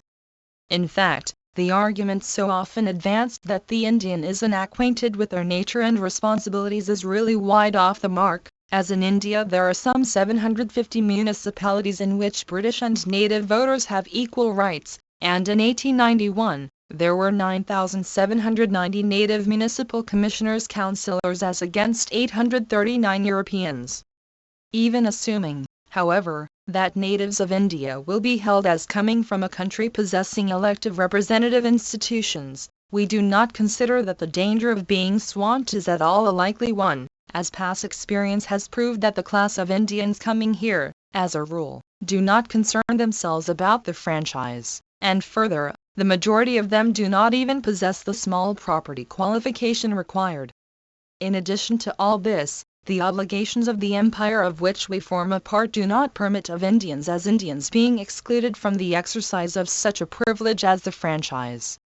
So far as we are concerned, therefore, such attitude is a non-possumus and may, therefore, be dropped. Should the restrictions of the new law not prevent the introduction of an undesirable element onto the voters' roll, there is nothing at all to prevent us raising the franchise qualification. At present it is very low. The property qualification could, therefore, be easily increased, even doubled, and an educational test imposed which, while it would not remove a single European from the voters' roll, would have a sweeping effect on Indian voters. The number of the later possessing immovable property of the value of say, or paying a rent of 0 per annum and able to read and write English must be exceedingly small, and should this fail, there would be nothing to hinder us from adopting the Mississippi Plan, or a modification of it to suit the circumstances. 5 March, 1896. 344. It is clear, therefore, that according to the government organ the present property qualifications are sufficiently high to prevent any undue influx of Indian voters on the roll, and that the only object of the present bill is to harass the Indian community or land them in expensive litigation. According to the Mauritius Almanac for 1895, the population of that island in 1894 was 259,224 Indians as against 106,995 persons under the heading General Population. The franchise qualification there is as follows: every male person shall be entitled to be registered in any year as a voter for any electoral district and, when registered, to vote at the election of a member of the council for such district who is qualified as follows, that is to say, 1. That he has attained the age of 21 years. 2. Is under no legal incapacity. 3. Is a British subject by birth or naturalization. 4. Has resided in the colony for 3 years at least previous to the date of registration and possesses some one of the following qualifications. A. Is on the first day of January in each year, and has, during the preceding 6 calendar months, been the owner of immovable property within such district of the annual value of Rs 300 or the monthly value of Rs 25 above all charges and encumbrances affecting the same. B. Is at the date of registration paying, and has for the 6 calendar months previous to the first day of January in such year paid rent in respect of immovable property situate within such district at the rate of at least Rs 25 per month. C. Has for 3 calendar months previous to the 1st of January in such year resided, or had his principal place of business or employment within such district, and is the owner of movable property within the colony of the value of at least Rs 3,000. D. Is the husband of a wife, or the eldest son of a widow, possessing any one of the above qualifications. C. Has for 3 calendar months previous to the 1st day of January in such year resided, or had his principal place of business or employment within such district, and is in receipt of a yearly salary of at least Rs 600, or a monthly salary of at least Rs 50. F. Has for 3 calendar months previous to the 1st of January in such year resided, or has his principal place of business or employment within such district, and pays license duty to the amount of at least Rs 50 per annum. Volume 1, 1884-30 November, 1896. 345. Provided 1.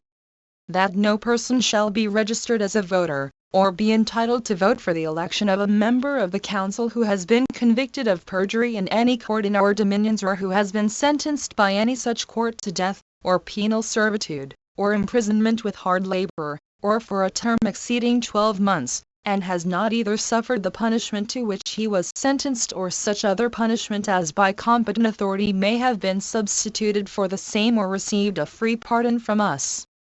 2. That no person shall be registered as a voter in any year who has, within 12 calendar months immediately preceding the first day of January in that year, received any relief from public or parochial funds. 3. That no person shall be registered as a voter in any year unless he shall, in the presence of the registering officer or of a magistrate, with his own hand subscribe his name to his claim to be registered and write thereon the date of such subscription and the qualification, in respect of which he claims to be registered. 4. That no person claiming to be registered in the district in which he resides in respect of any of the qualifications C, D, E and F, shall be registered in respect of the same qualification in the district in which he has his principal place of business or employment, or vice versa.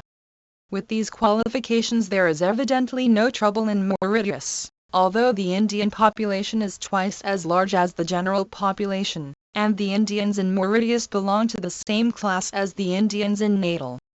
Only, there they are far more prosperous than their natal brethren.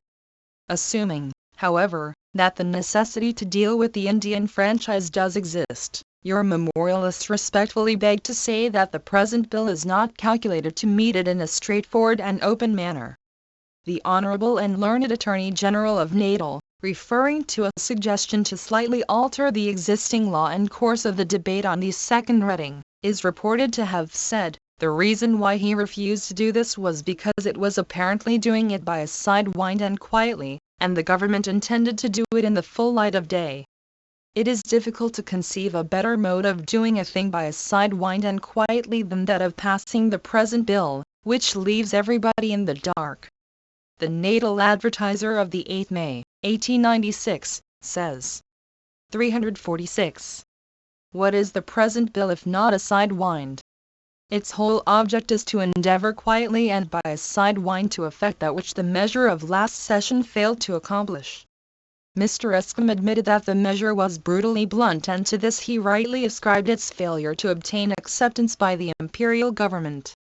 He further admitted that the present bill has precisely the same object in view as the brutal bill, only it does not state its object honestly and straightforwardly.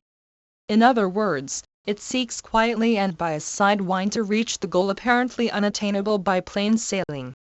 If Her Majesty's government are convinced that a real necessity exists for legislation restricting the Indian franchise in Natal, and if Her Majesty's government are satisfied that the question cannot be dealt with but by class legislation, and if Her Majesty's government further accept the colonial view that Indian British subjects, in spite of the gracious proclamation of 1858, may be treated on a different footing from that on which the European British subjects are treated, then, your memorialists submit that it would be infinitely better and more satisfactory to exclude the Indians by name from any rights and privileges that they, in the opinion of Her Majesty's government, should not be allowed to enjoy, than that by ambiguous legislation the door should be left open for litigation and trouble. That the bill, if assented to, would give rise to endless litigation owing to its ambiguity is an admitted fact. It is admittedly also of the first importance that the question of the Indian franchise should be settled once for all, to quote the words of the Honourable the Prime Minister of Natal. And yet, in the opinion of the majority of the leaders of opinion in Natal, the bill will not settle the question once for all. Mr. Binns, the leader of the opposition in the Natal Assembly, after quoting chapter and verse to show that the Indians in India did possess elective representative institutions, founded on the parliamentary franchise, is reported to have said this: he hoped he had shown clearly that on that ground this bill was wrong. There were representative institutions and the elective principle was acknowledged in India. They had a parliamentary franchise and there was an enormous municipal franchise which affected local government, and if this was the case, what was the use of their passing this bill? The facts he had stated to the Assembly were taken from the best authorities he could find, and they proved most conclusively that these institutions did exist. There was no doubt on one point, that if a bill of this kind passed into law it would lead them into endless litigation, difficulties, and trouble. The bill was not. Volume 1, 1884-30 November, 1896. 347. Sufficiently clear or definite. They wanted something more clear and definite. He wanted to see this question settled, and he would do all he could to assist at a settlement. But he thought this bill was framed on wrong lines, contained a fact that was not correct, and it would lead them into endless litigation, difficulty, and trouble. It would be impossible for him to vote for the second reading of this bill.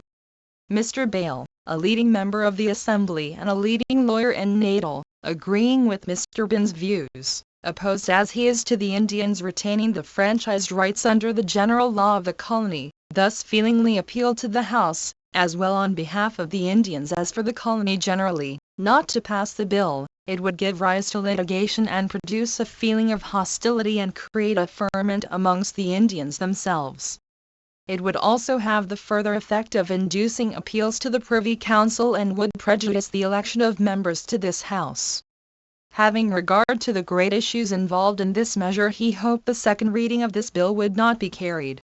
The Natal Witness of the 8th May thus sums up the situation: our warning that, if the bill passes into law as it stands, the colony will be involved in serious litigation, had the support of Mr. Binns and Mr. Bale, and Mr. Smythe's half-loaf, which is better than nothing, would be dearly purchased at that price. What leads us to think the bill has not been considered by the legal advisers of the Crown are the exceedingly delicate questions which it raises, and which will undoubtedly be fought out unless the wording be altered so as not to leave the possibility of a resort to law. Amongst these questions are the following: can a colony make laws which contravene the naturalization law of England? Are British Indians British subjects or not? In other words, the bill raises the whole question of the position of the British Indians in the Empire. Can special laws be passed in Natal, since the issue of the Proclamation of 1858, to take away any part of the privileges conferred by that document? After deploring the ambiguity and vagueness of the bill, the Natal Advertiser, in its leader of the 8th May, says, "The truth of the position is that each line of the present bill is an ambuscade of disputes, which will all come out in the open some day, to perpetuate for years, and probably with increased bitterness, the struggle between the Indians and the Europeans in this colony with regard to the vote. Your memorialists appeal to Her Majesty's government to save the Indian community, if not the whole colony, from such a dismal 348. Outlook on perpetual agitation, and all this to avoid a danger that does not exist. That the expenses of such a struggle to the Indian community must be beyond their control needs no argument to prove. The whole struggle is unequal. Now, assuming further, that the highest legal tribunal has recorded its opinion that the Indians do not possess elective representative institutions founded on the parliamentary franchise, the method provided in the bill whereby the Indians may be placed on the voters' roll is, in your memorialist humble opinion, in every way unsatisfactory. The disapproval of that portion of the bill which confers the power on the governor is very emphatic on the part of the Europeans also. The Natal Witness, in dealing with that branch of the subject, says, it attacks great constitutional principles, and further introduces into the working of representative institutions in Natal what may be termed an unknown quantity, that is to say, the effect which the third clause, providing for an electorate of 6 to choose fit and proper Asiatics for the voters' roll, will have upon them. The ministry appeared to have caught on to the idea, that is, of indirect election, but in making themselves and the governor an indirect electorate, they are not only doing what is decidedly preposterous but highly improper. Reverting to the same question again, it says, the Assembly has not gained in public estimation by passing a bill which most of the leading members are distrustful of, which they can see is a compromise, and a compromise which may prove quite ineffectual, and which, as we pointed out when it was first published, is a most dangerous invasion of the privileges of the Assembly as well as an attack upon constitutional principles which it might have been assumed that every member would have held himself to be under a solemn obligation to maintain unimpaired. There was no need to remind some of the members of the last objection. Mr. Bale said that the franchise ought to be vested in the people alone, to be exercised of course by their representatives. But what the press is concerned about is not the present Parliament but all future ones. When a great constitutional principle is once broken through, however slightly it may be, there is the imminent risk of the breach being widened by a government greedy of power. That is the objection from the European point of view. Your memorialists, while agreeing with that view, have a yet more. Volume 1, 1884-30 November, 1896. 349. Formidable objection to the principle of the clause. It is not so much the number of Indian voters that the Indian community wished to see on the voters' roll as the vindication of their rights and privileges as British subjects and the equal status with European British subjects that is assured to the British Indians by Her Most Gracious Majesty the Queen Empress on more occasions than one, and that has been specially assured to the Indian community in natal by Her Majesty's Government in a special dispatch by the Right Honourable the late Principal Secretary of State for the Colonies. If other British subjects having certain qualifications can claim the franchise as of right, why, your memorialists humbly ask, should not the Indian British subjects? The method is cumbrous and will tend to keep up the franchise agitation forever. It would, moreover, transfer the agitation from the Europeans to the Indians. The speeches in the Assembly on the second reading show that the power will be exercised very sparingly, if at all, by the Governor in Council. It is calculated to create dissensions among the Indian community, for the applicant who is rejected may resent the favor granted to a brother applicant if the one considers himself as good as the other. Education, intelligence, and stake are mentioned in your Honour's dispatch relating to the franchise question as entitling the Indians to the franchise. Your memorialists submit that if a certain amount of education, intelligence or stake is to be sufficient to qualify an Indian to become a voter in the colony, then such a test could be introduced instead of leaving the power in the hands of the Governor in Council. Hereon, your memorialists beg to draw your attention to a portion of the leading article in the Natal Mercury hereinbefore quoted. If the necessary qualifications for those coming under the operation of that bill were stated, it would do away with the contentious character of that part of the bill, and those coming under its operation will then know exactly what qualifications would entitle them to a vote. The position is well summed up in the Natal Advertiser of the 8th May. A still further proof of the duplicity of the present bill lies in its provision that the Governor in Council shall have the power to place certain Indians on the voters' roll. This clause is obviously inserted with the idea of leading the imperial government to suppose that this power of exemption would 350. Occasionally be used sparingly perhaps, but still used. Yet the Attorney General declared that the power of inclusion given in such circumstances under the present bill could not, however, he wished to point out, be attained, except through the Governor in Council. Every section of the community had begun to realize what the true meaning was of the responsibility of ministers and knew quite well that no ministers could hold office for 14 days if they took upon themselves the responsibility of watering the constituencies by the introduction of Indian electors. Further on he said, there would be no other voice throughout South Africa than that the electoral rolls of the country should be absolutely confined to persons of the European race. That was the starting point from which they began and the goal they had in view all along. If these ministerial declarations mean anything, it is that this government have no intention to exercise their right of exemption. Then why is it placed on the bill? Is there not at least an appearance of dissembling, or utilizing a sidewind, if the phrase is more expressive, in inserting a provision in a measure, which its framers declare in submitting it for adoption, they mean to treat as a dead letter? It would be hardly pleasant for a wealthy Indian merchant to have to apply for a permit to be exempted from the operation of the bill and also to risk the rejection of his application. It is difficult to understand why Europeans, not coming from countries which have not hitherto possessed elective representative institutions founded on the parliamentary franchise, should exercise the right of voting, while the non-European similarly placed cannot under the general law of the colony. The present bill, according to the view of the government, is an experimental measure.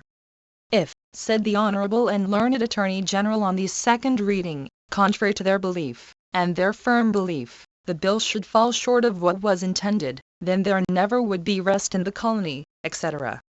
The bill, therefore, is not finite. Under such circumstances, your memorialists submit that unless all the resources, without resort to class legislation, are tried and have failed, that is, assuming that there is a danger of the Indian vote swamping the European, a bill like the present one should not be passed. Your memorialists venture to submit that this is not a question that affects a mere handful of Her Majesty's subjects, but it affects 300 million of Her Majesty's loyal subjects. The question is not how many or what Indians shall have the vote, but the question, your memorialists humbly submit, is what status the British Indians shall occupy outside India and in the colonies and allied states. May a respectable Indian venture out of India in pursuit of trade or other? Volume 1, 1884-30 November, 1896. 351. Enterprise and hope to have any status? The Indian community do not want to shape the political destiny of South Africa, but they may be allowed to carry on their peaceful avocations quietly without any degrading conditions being imposed upon them. Your memorialists, therefore, submit that if there is the slightest danger of the Indian vote preponderating, a simple educational test may be imposed on all alike, either with or without an increase in property qualifications. That would, in the opinion of the government organ also, effectually remove all fear, and if such a test failed, a more severe test may be imposed, which would tell against the Indians without materially affecting the European vote. If nothing short of a total exclusion of the Indians from the franchise would be acceptable to the natal government, and if Her Majesty's government are inclined to favor such a demand, then your memorialists submit that nothing short of specific exclusion of the Indians by name would satisfactorily meet the difficulty. Your memorialists, however, beg to draw your attention to the fact that the European colonists as a body make no such demand. They seem to be absolutely indifferent. The natal advertiser thus rebukes the indifference. Perhaps the manner in which this all-important subject has been treated by Parliament also brings out a fourth point: the indifference of the colony to its own politics. It would be highly interesting to discover, if such could be done, how many of the colonists have taken the trouble even to read the bill in question. Perhaps the proportion who have not read it would be a striking one. The general unconcern of colonists in this matter is demonstrated by the fact that meetings have not been held in every centre, ought to say every nook and corner of the colony, for its ventilation, and to formulate a demand that Parliament should only pass such a bill as would render abortive all further controversy over the subject. Had the colony been fully alive to the real gravity of the issue, the columns of the newspaper would also have teemed with a serious and intelligent correspondence on the question. Neither of these things, however, has happened. As a consequence, the government have been able to get through a measure supposed to effectually deal with the matter, but which in reality puts it in a far worse and dangerous position than ever it was before. It would appear from the extracts quoted above that the present bill satisfies neither party. With the utmost deference to the natal ministry and to both the legislative bodies here, your memorialists submit that the fact that the bill has been accepted by them does not 352 signify much. The very members who refrain from any active opposition to the measure are, as the natal witness puts it, distrustful of it. Your memorialists hope that they have shown to your satisfaction that the danger referred to above is imaginary, and that the present bill is unsatisfactory from the point of view of those who wish to see the Indians disenfranchised, as also from that of the Indians themselves. In any case, however, your memorialists claim that sufficient facts and arguments have been brought out to show that the question should not be hastily disposed of, and that there is no necessity for so doing. The natal witness thinks that no explanation, at least no satisfactory one, has been given for the anxiety to rush the bill through. The Natal Advertiser opines that this Indian franchise question is a most vital one and there should be no haste in settling it forever. Indeed, the best course would be to postpone the proposed bill and have the whole matter for the consideration of the constituencies when they have accurate information before them. March 28, 1896. The feelings of the Indian community may be well expressed in the words of the London Times. The Times Weekly Edition, 20th March, 1896, says, if the Indians are allowed to carry with them their status as British subjects to foreign countries and British colonies whither they go in quest of work, the opening up of Africa holds out new possibilities to Indian labor. The Indian government and the Indians themselves believe that it is in South Africa that this question of their status must be determined. If they secure the position of British subjects in South Africa, it will be almost impossible to deny it to them elsewhere. If they fail to secure that position in South Africa, it will be extremely difficult for them to attain it elsewhere. They readily acknowledge that Indian laborers who accept a contract of service for a period of years, as the price of aided immigration, must fulfill the conditions of their contract, however it may curtail their rights. But they hold that after the period of contracted labor has expired, they are entitled to the status of British subjects in whatever colony or country they have fixed their abodes. The Indian government may reasonably ask that after Indian laborers have given their best years to South Africa, they should not be forced back upon India by denying to them the status of British subjects in their adopted homes. Whatever the decision may be, it will seriously affect the future development of emigration in India. Volume 1, 1884-30 November, 1896. 353. Dealing particularly with this question of franchise and the figures compiled from the Natal Government Gazette and now accepted as correct, the same paper says, under date 31st January, 1896 weekly edition, according to this return, there are in the colony 9,309 European registered voters against 251 registered voters of British Indian origin. Nor, if Mr. Gandhi's statements are correct, does it seem possible that the Indian vote can swamp the European at any period within the range of practical politics. Not only are all Indian immigrants under labor contracts excluded, but also all British Indians whatsoever, except an extremely small class, who, by intelligence and industry, have raised themselves to the position of well-to-do citizens. The returns show that even under the existing law it takes a long time for a British Indian to attain the franchise in Natal. With the exception of 63 British Indians, many of whom started with capital, and whose residence in the colony is under 10 years, the rest of the 251 voters seem to have resided during more than 10 years and the majority over 14. An analysis of the British Indian voters list according to occupation yields equally encouraging results to those who wish to see this question settled. It is precisely this class of men who form the most valued element in the municipal and other electorates in India. The argument that the Indian in Natal cannot claim higher privileges than he enjoys in India and that he has no franchise whatever in India is inconsistent with the facts. So far as government by voting exists in India, Englishmen and Indians stand on the same footing, and alike in the municipal, the provincial, and the supreme councils the native interests are powerfully represented. Nor does the plea that the British Indian is unacquainted with the nature and responsibilities of representative government beat inspection. There is probably no other country in the world in which representative institutions have penetrated so deeply into the life of the people. The question now before Mr. Chamberlain is not an academic one. It is not a question of argument but of rasa feeling. The Queen's proclamation of 1858 gave the full rights of British subjects to the Indians, and they vote in England and sit in the British Parliament on the same terms as Englishmen.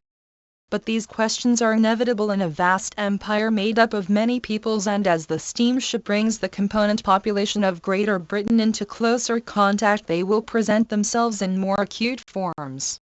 Two things are clear. Such questions will not settle themselves by being ignored, and a strong government at home affords the best court of appeal to adjudicate upon them. We cannot afford a war of races among our own subjects. It would be as wrong for the government of India to suddenly arrest the development of Natal by shutting off the supply of immigrants as it would be for Natal to 354.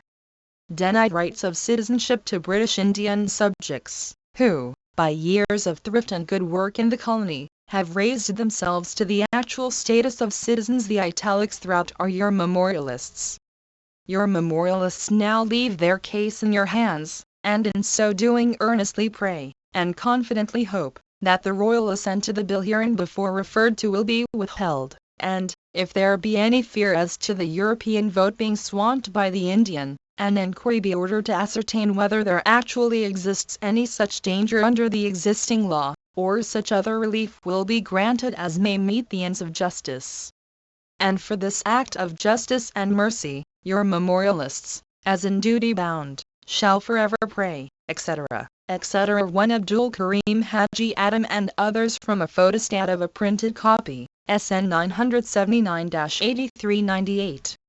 Speech at Indians Meeting 2 June 4, 1896. After the presentation of an address, Mr. Gandhi, in acknowledging the kindness, said the occasion showed that whatever castes the Indians in Natal represented, they were all in favor of being cemented in closer union.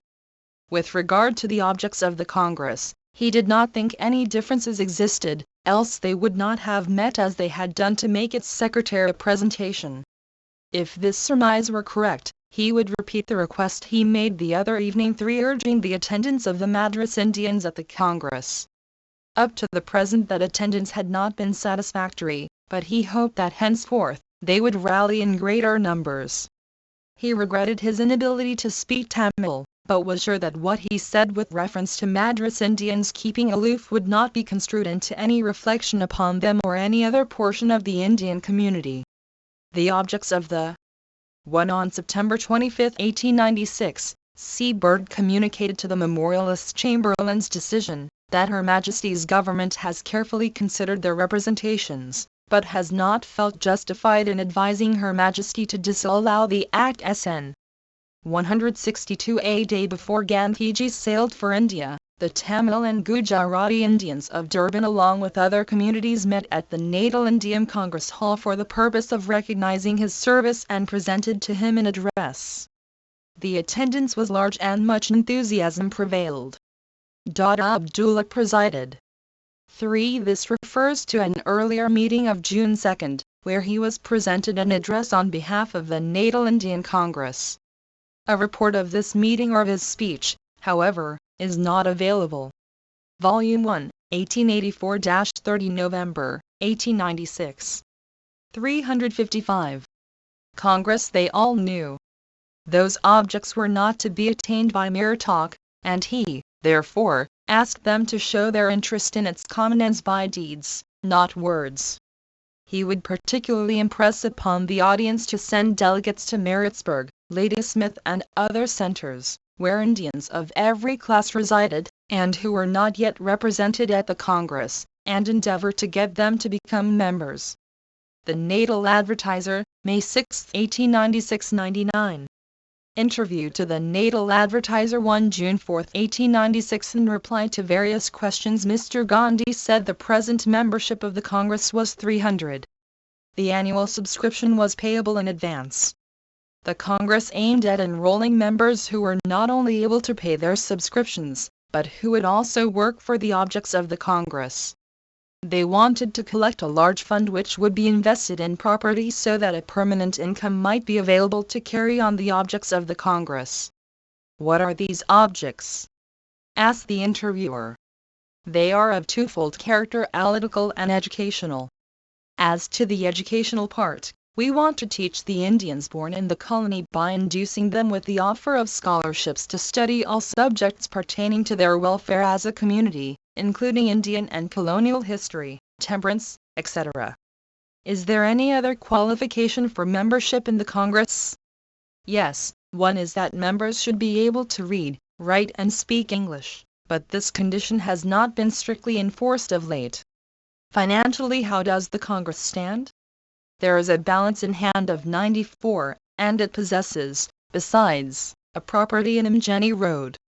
I want the members to raise this balance to 100, during my absence, and see no reason why it should not be done. This would do much to make it a permanent institution. What is the attitude of the Congress politically? It does not want to exercise any strong political influence, the present object being to ensure that the promises made in the one on the eve of Gandhiji's departure for India, a reporter of the Natal Advertiser called upon him to ascertain his view on the state of Indian affairs then prevailing in the colony generally. 356. Proclamation of 1858 are fulfilled. When the Indians enjoy the same status in the colony as they do in India, the Congress will have attained its end politically. It has no intention to become a political force to swamp any other party. What is the number of Indian voters in the colony? There are only 251 on the voters' roll, as against 9,309 Europeans. Of the former 143 are in Durban, and the Congress could not put forward more than 200 more in its best efforts. The end of its ambition, as I said, is an equal status with the Europeans, and we don't object to any qualification that may be required. We are even willing that the property qualification should be increased so long as it applies equally. What will your future program be? What it has always been. The Congress will continue to ventilate the grievances of the Indian community by the publication of literature throughout the colony, in India and England, and to write to the newspapers on any Indian questions as they come prominently before the public, and to collect funds for its propaganda.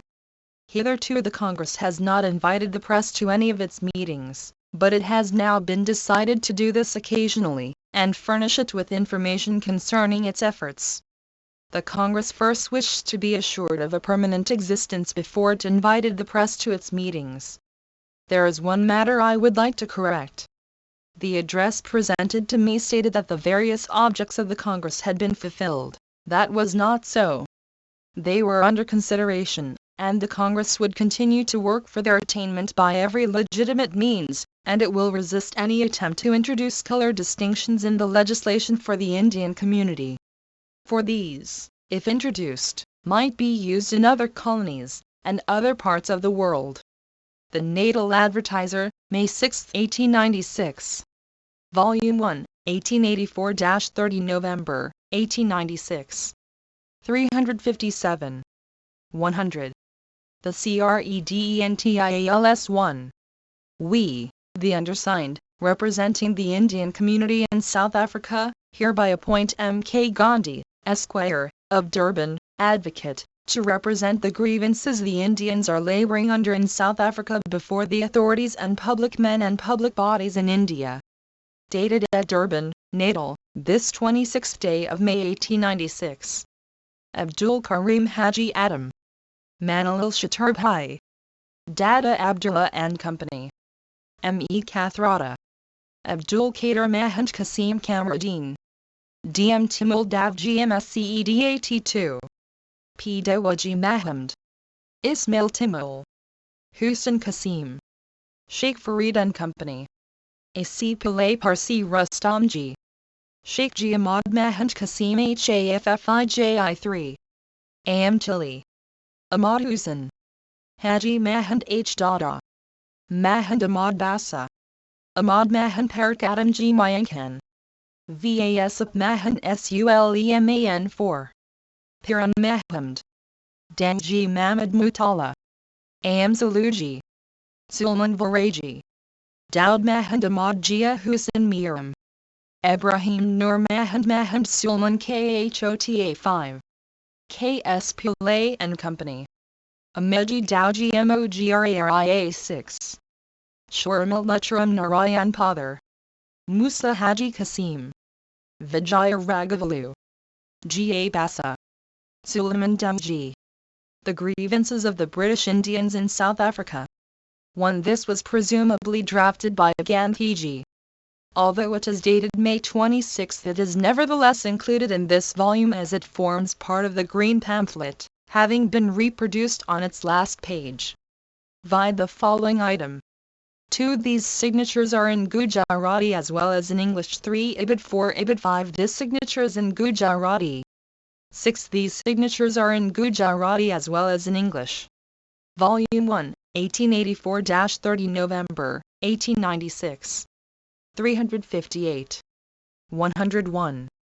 The Grievances of the British Indians in South Africa, An Appeal to the Indian Public 1 Rycott, Kathiawar, August 14, 1896. This is an appeal to the Indian public on behalf of the 100,000 Indians in South Africa. I have been commissioned by the leading members representing that community in South Africa to lay before the public in India the grievances that Her Majesty's Indian subjects are laboring under in that country.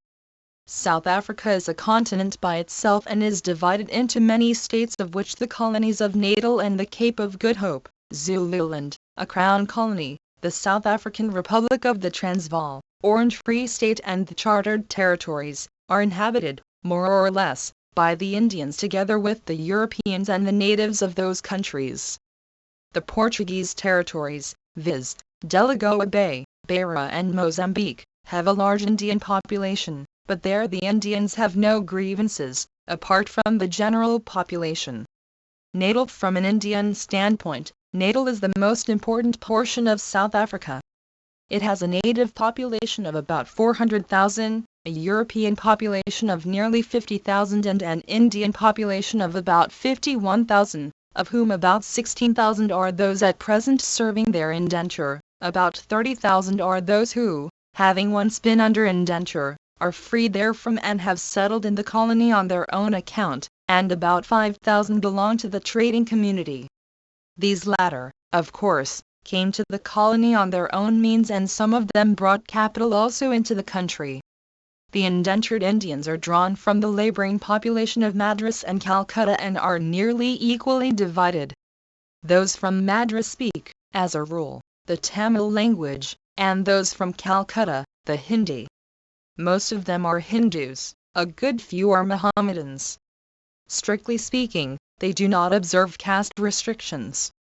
After becoming free, they either take to gardening or hawking vegetables and earn from 2 to 3 pounds one. This was brought out as a pamphlet which later became known as the Green Pamphlet on account of the color of its cover. Volume 1, 1884-30 November, 1896. 359. Sterling per month. A few become petty storekeepers. That business, however, is practically in the hands of the 5,000 Indians, who are drawn chiefly from the Mohammedan community in the Bombay Presidency. Some of these latter are doing well. Many are large landowners, 2 are now ship owners also. One of them has a small oil machine worked by steam. They come either from Surat, or districts surrounding Bombay, or Porbandar. Many merchants from Surat have settled in Durban with their families. Most of them, including the assisted immigrants, can read and write their own language to a greater extent than one would think they do.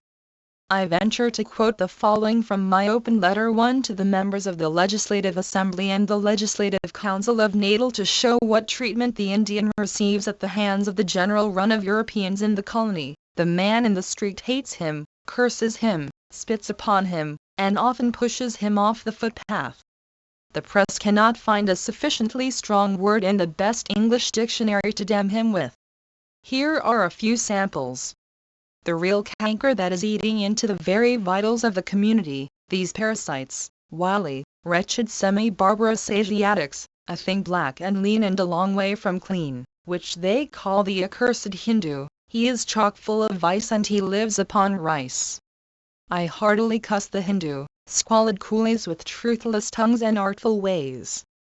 The press almost unanimously refuses to call the Indian by his proper name. He is Ramasamy. He is Mr. Samey.2. He is Mr. Coolie. He is the black man. And these offensive epithets have become so common that they, at any rate, one of them, coolie, are used even in the sacred precincts of the courts, as if the coolie were the legal and proper name to give to any and every Indian. The public men, too, seem to use the word freely. I have often heard the painful expression coolie clerk from the mouths of men who ought to know better. 3. The tramcars are not for the Indians. The railway officials may treat the Indians as beasts, no matter how clean. His very sight is such an offense to every white man in the colony that he would object to sit, even for a short time, in the same compartment with the Indian. The hotels shut their doors against them, for even the public baths are not for the Indians, no matter who they are. The vagrant law is needlessly oppressive and often puts respectable Indians in a very awkward position. 1. For the full text of this wide open letter, December 19, 1894 to the original has Ramsmi and Sammy. 3. 2 sentences following this, in the original, have been omitted in the green pamphlet. Wide open letter, December 19, 1894 4. A sentence following this has been omitted. Wide open letter, December 19, 1894. 360. I have quoted this because the statement has been before the South African public for nearly 1 year and a half, has been commented upon freely by almost every newspaper in South Africa and remains practically uncontradicted. Indeed, it has even been endorsed by one newspaper with approval, and because, during the interval that has elapsed, I have seen nothing to change that view. The Right Honourable Mr. Chamberlain 1, however, while in full sympathy with its object, in his reply to the deputation headed by the Honourable Mr. Dadabhai 2 is said to have stated that our grievances were more sentimental than material and real, and that, if he could be shown any instances of real grievance, he should deal with them effectively. The Times of India, which has done us much service and has laid us under a deep obligation to it by its persistent advocacy on our behalf, rebuked Mr. Chamberlain for calling our grievances sentimental. To give, however, proof of real grievances and to strengthen the position of the advocates of our cause in India, I shall beg leave to cite my own testimony and that of those who have undergone grievances personally. Every word of every statement to be made immediately can be established beyond the shadow of a doubt. In Dundee last year, during the Christmas time, a gang of white men set fire to the Indian stores without the slightest provocation, in order to enjoy themselves.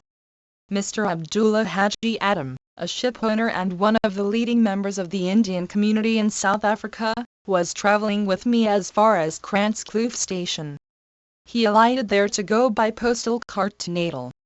No one there would sell him even bread. The hotel keeper would not allow him a room in his hotel, and he had to sleep in the coach, shivering the whole night with cold. And the winter in that part of Africa is no joke. Mr. Haji Mohammed Haji Dada, another leading Indian gentleman, was travelling in a coach some time ago from Pretoria to Charlestown.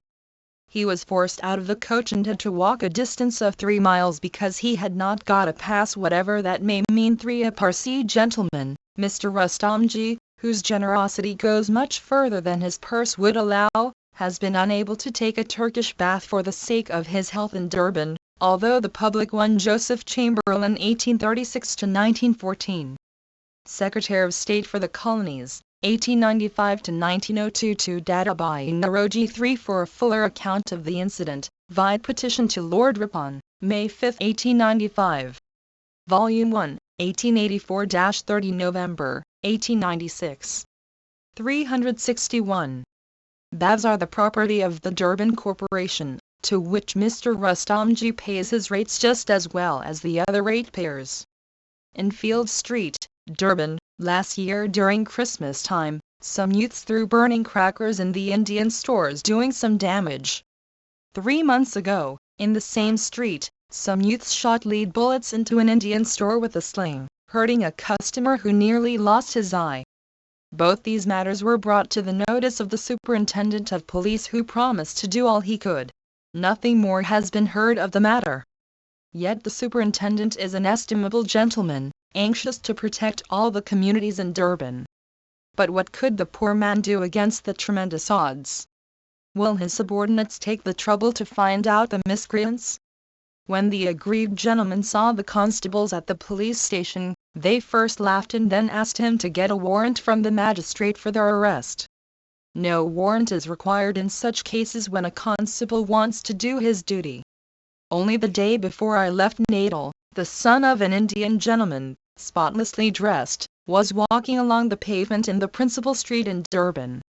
Some Europeans pushed him off the pavement without any reason but to amuse themselves. Last year, the magistrate at S Court, a village in Natal, had an Indian who was a prisoner in the dock forced out of it. His cap was forcibly removed and he was brought back bareheaded, in spite of the protest from the man that the removal of the cap was contrary to Indian custom and it offended his religious feeling also. A civil action was brought against the magistrate, and the judges held that the magistrate was not civilly liable for acts done by him in his capacity as such. When we went to law, we knew that such would be the decision. Our object was to have the matter thoroughly thrashed out. This question at one time was a very great question in the colony. An Indian official, whenever he accompanies his superior during his periodical tours, is unable to secure accommodation in the hotels. He is obliged to sojourn in huts.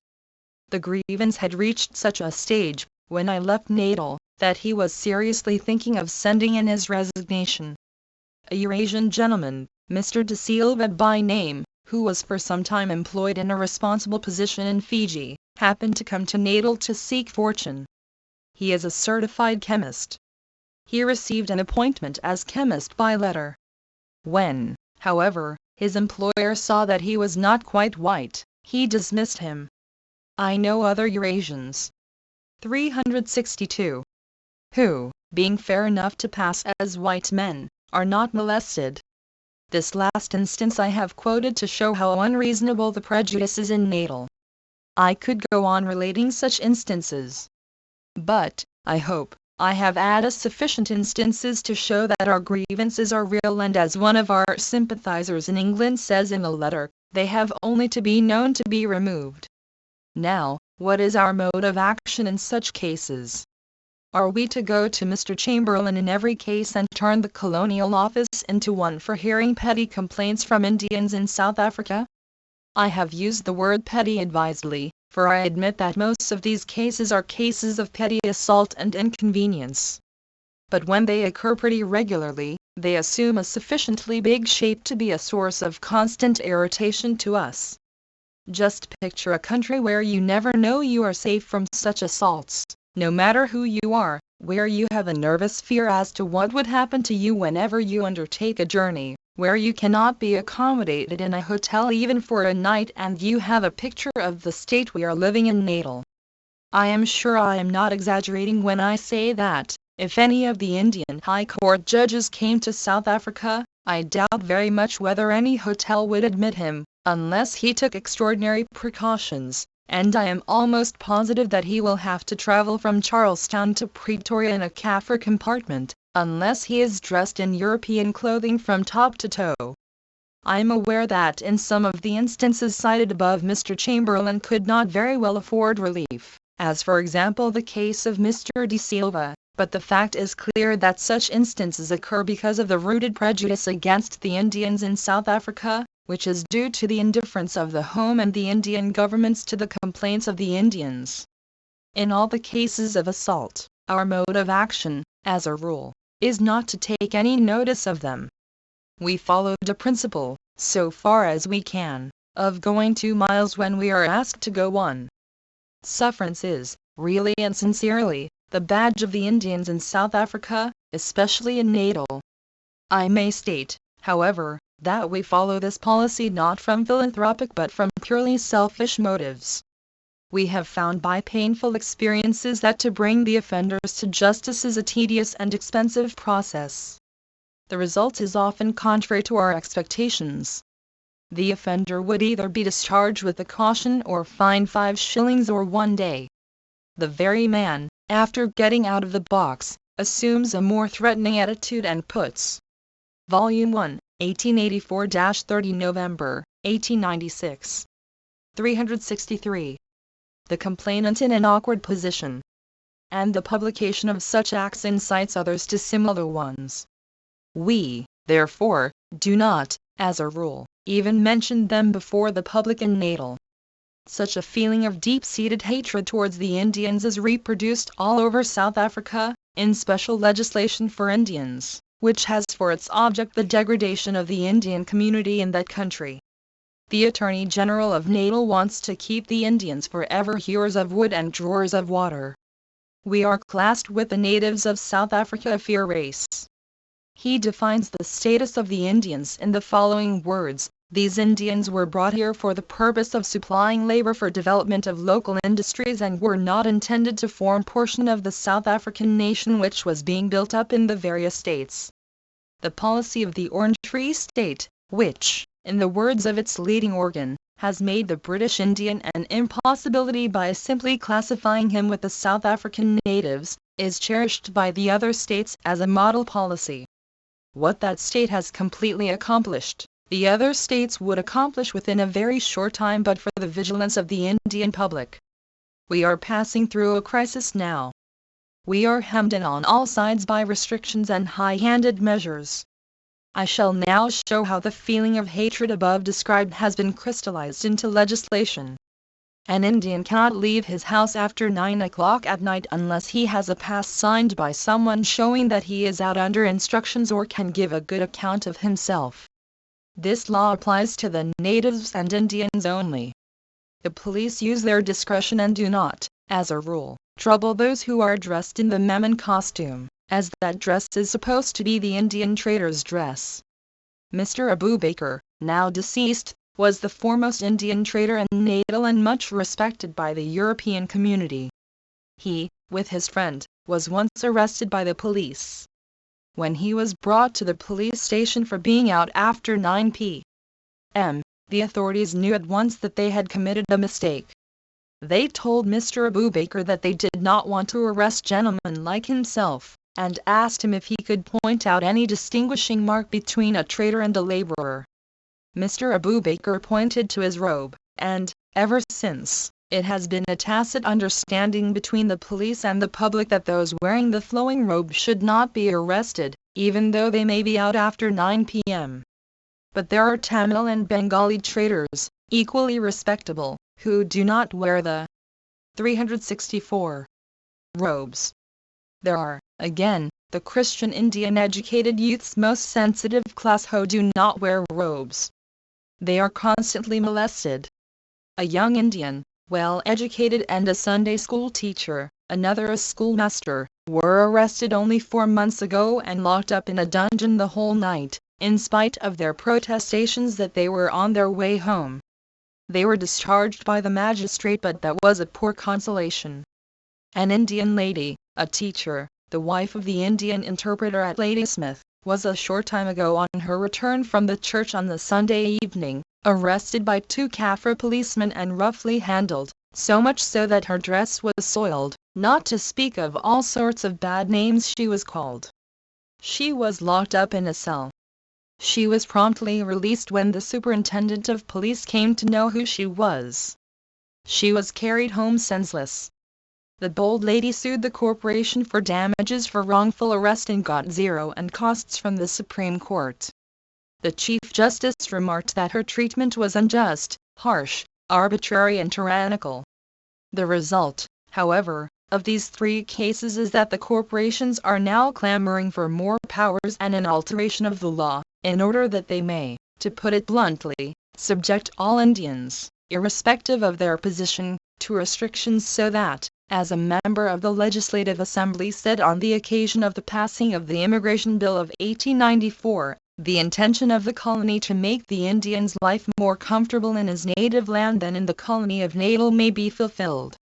In any other country, such instances would have excited the sympathy of all right-minded people and the decision quoted above would have been hailed with joy. Some 8 months ago, about 20 Indians, pure laborers on their way to the Durban market with vegetable baskets on their heads, a sufficient indication that they were not vagrants, were arrested at 4 o'clock in the morning under the same law. The police prosecuted the case vigorously.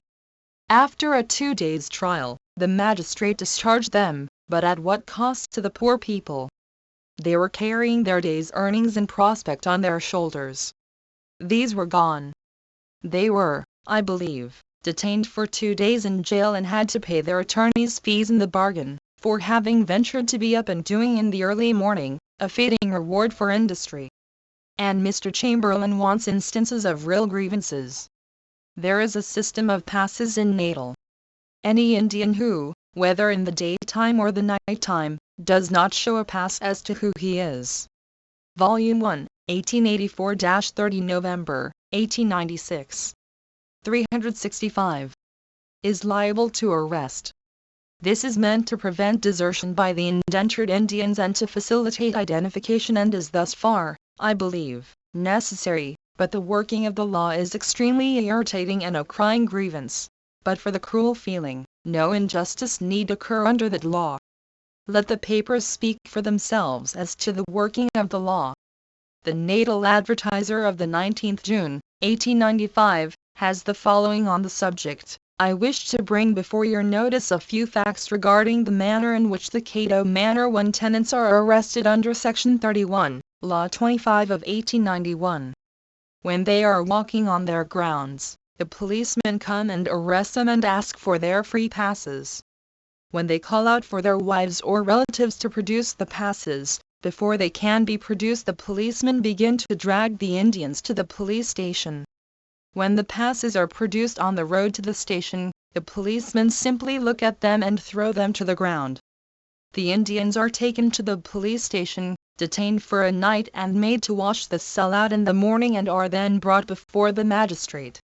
The magistrate, without taking their pleas, fines them. When they reported this to the Protector too, he told them to go to the magistrate, yet adds the correspondent he is appointed to protect the Indian immigrants. If such things exist in the colony, continues the writer, to whom are they to appeal? The statement that the magistrate does not take pleas must, I think, be a mistake. The Natal Mercury, the government organ in Natal, of 13th April, 1895, has the following from the editor, a point of considerable importance to respectable Indians and which causes much heartburning, is their liability to arrest. Let me give a case in point. A well-known Durban Indian who has property in various parts of the town, a well-educated and exceedingly intelligent man, was the other night, with his mother, visiting Sydenham, where also he has property. Met by two native constables, the young man and his mother were taken into custody and marched off to the police station, though it is only fair to say the native police conducted themselves admirably. The young Indian referred to explained who he was and gave references, and the trooper at length bade him be gone, warning him, however, that if he did not have a pass next time he would be detained and prosecuted. Being a British subject in a British colony, he objects to being treated in this way, though, of course, he recognizes the necessity of watchfulness in general. He makes a very strong point, however, and one which the authorities should certainly consider. 1. A suburb of Durban. 2. Protector of Indian immigrants. 366. It will be only fair to state what the authorities have to say. They admit the grievance but ask how they are to distinguish between an indentured Indian and a free Indian. We, on the other hand, submit that nothing can be easier. The indentured Indian never is dressed in a fashionable dress.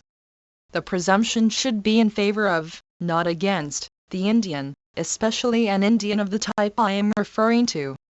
There is no more reason to presume a man to be a thief than to presume an Indian to be a deserter.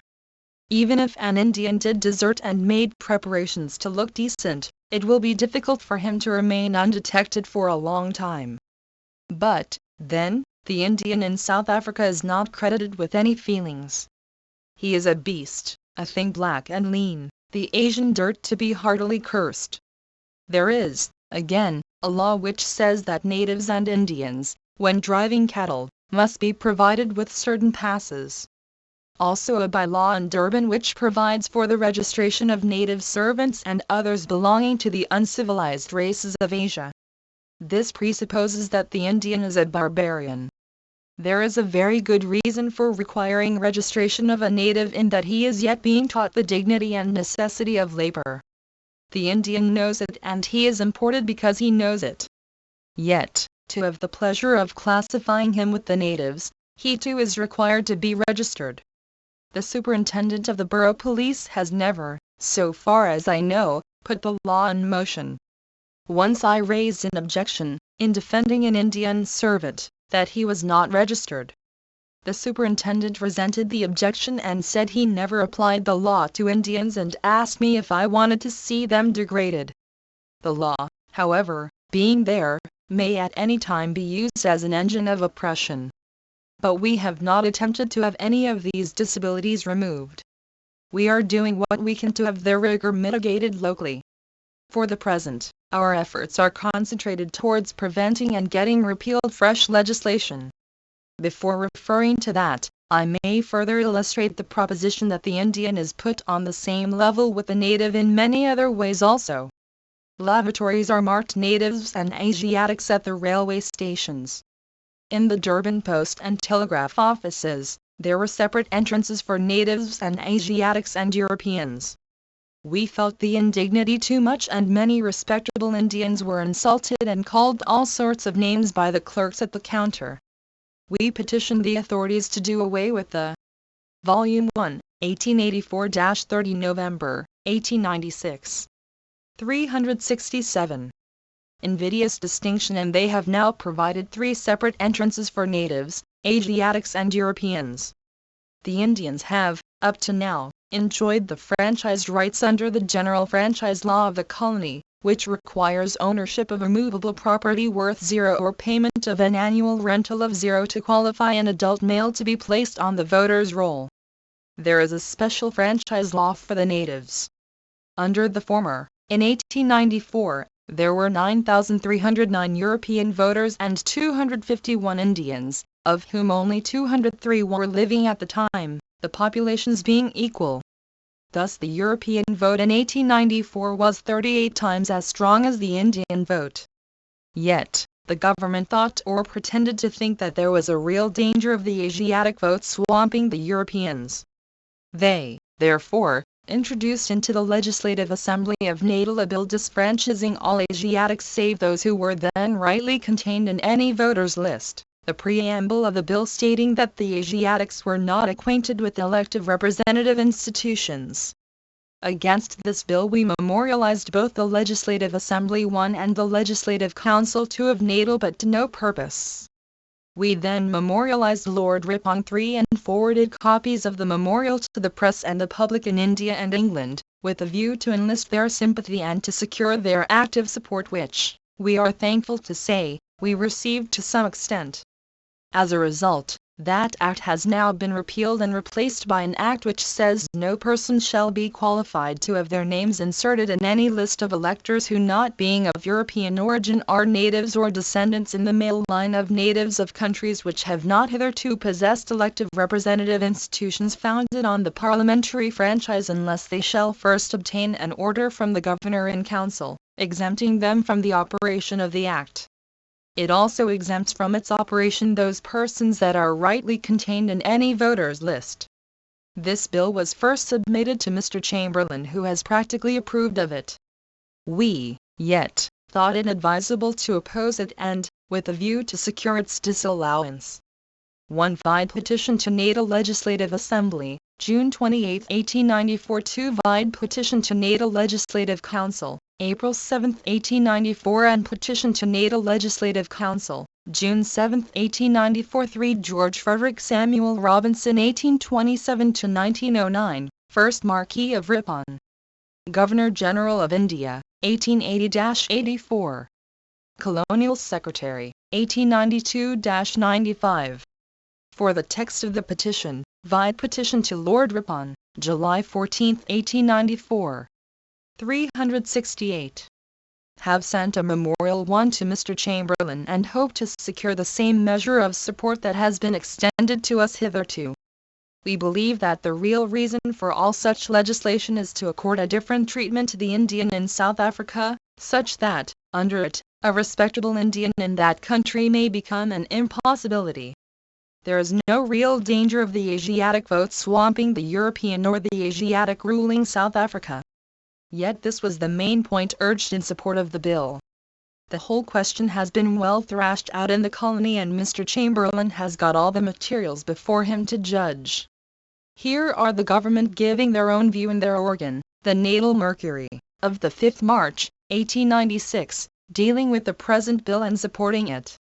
After quoting the figures from the voters' list, it says, "The fact of the matter is that apart from numbers altogether the superior race will always hold the reins of government. We are inclined to the belief therefore that the danger of the Indian vote swamping the European is a chimerical one.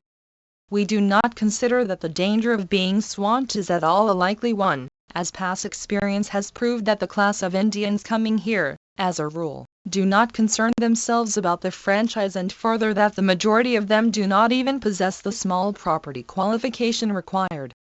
This admission has been reluctantly made. The Mercury supposes, and we believe, that the bill will fail in its purpose if it is to debar the Asiatic from the franchise, and says that it would not matter if it does. What, then, is the object if it be not to harass the Indian community? The real reason why the bill has been introduced is thus guardedly but frankly stated by the Mercury of the 23rd April, 1896, rightly or wrongly, justly or unjustly. A strong feeling exists among the Europeans in South Africa, and especially in the two republics, against Indians or any other Asiatics being allowed unrestricted right to the franchise. The Indian argument, or course, is that there is only one Indian to every 38 European voters on the roll at present with the open franchise, and that the danger anticipated is imaginary. Perhaps it is, but we have to deal with it as if it were a real danger, not altogether, as we have explained, because of our views, but because of the views we know to be strongly held by the rest of the Europeans in the country. We do not want isolation again under the far greater and more fatal ban of being a semi-Asiatic country out of touch and out of harmony with the other European governments of the country. 1 Vide Memorial to J. Chamberlain, May 22, 1896. Volume 1, 1884-30 November, 1896. 369. This, then, is the naked truth. In obedience to the popular outcry, justly or unjustly, the Asiatic must be put down. This bill has been passed after a secret meeting was held by the government at which they explained the real reasons for passing the bill. It has been condemned by the colonists and the other newspapers as inadequate from their point of view and by the very members who voted for it. They hold that the bill will not apply to the Indians because they possess in India elective representative institutions founded on the parliamentary franchise, and that it will involve the colony in endless litigation and agitation. We, too, have taken up the same ground.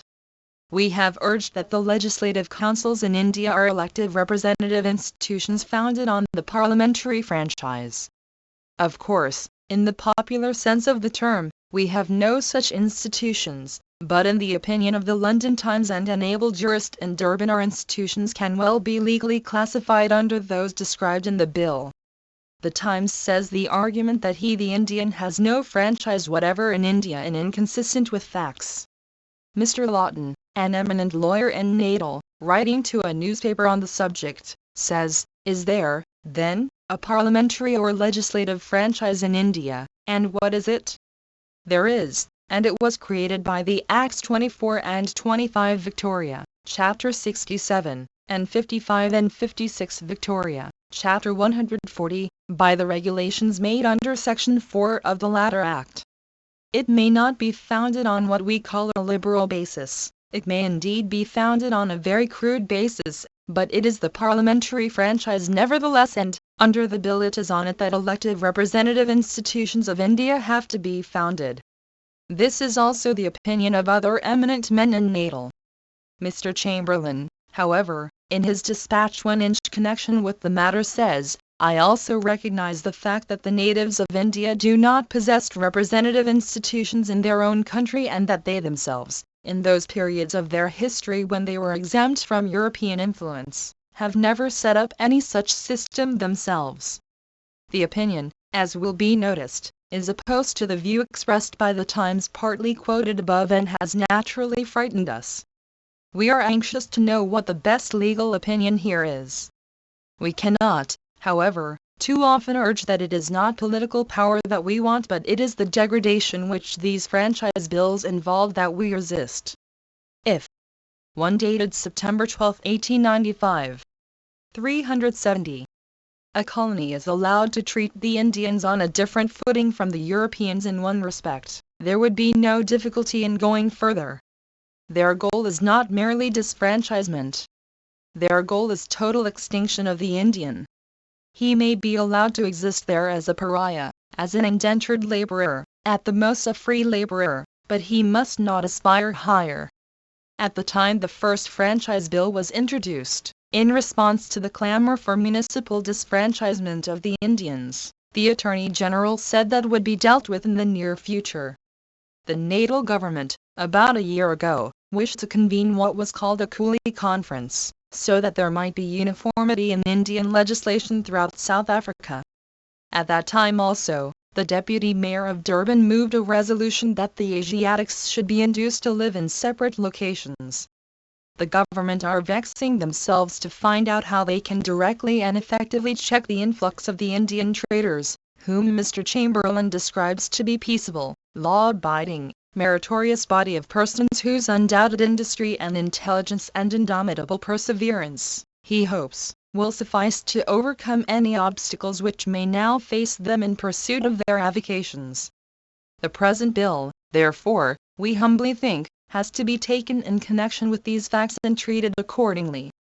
The London Times has put the franchise question in this form: the question now before Mr. Chamberlain is not an academic one.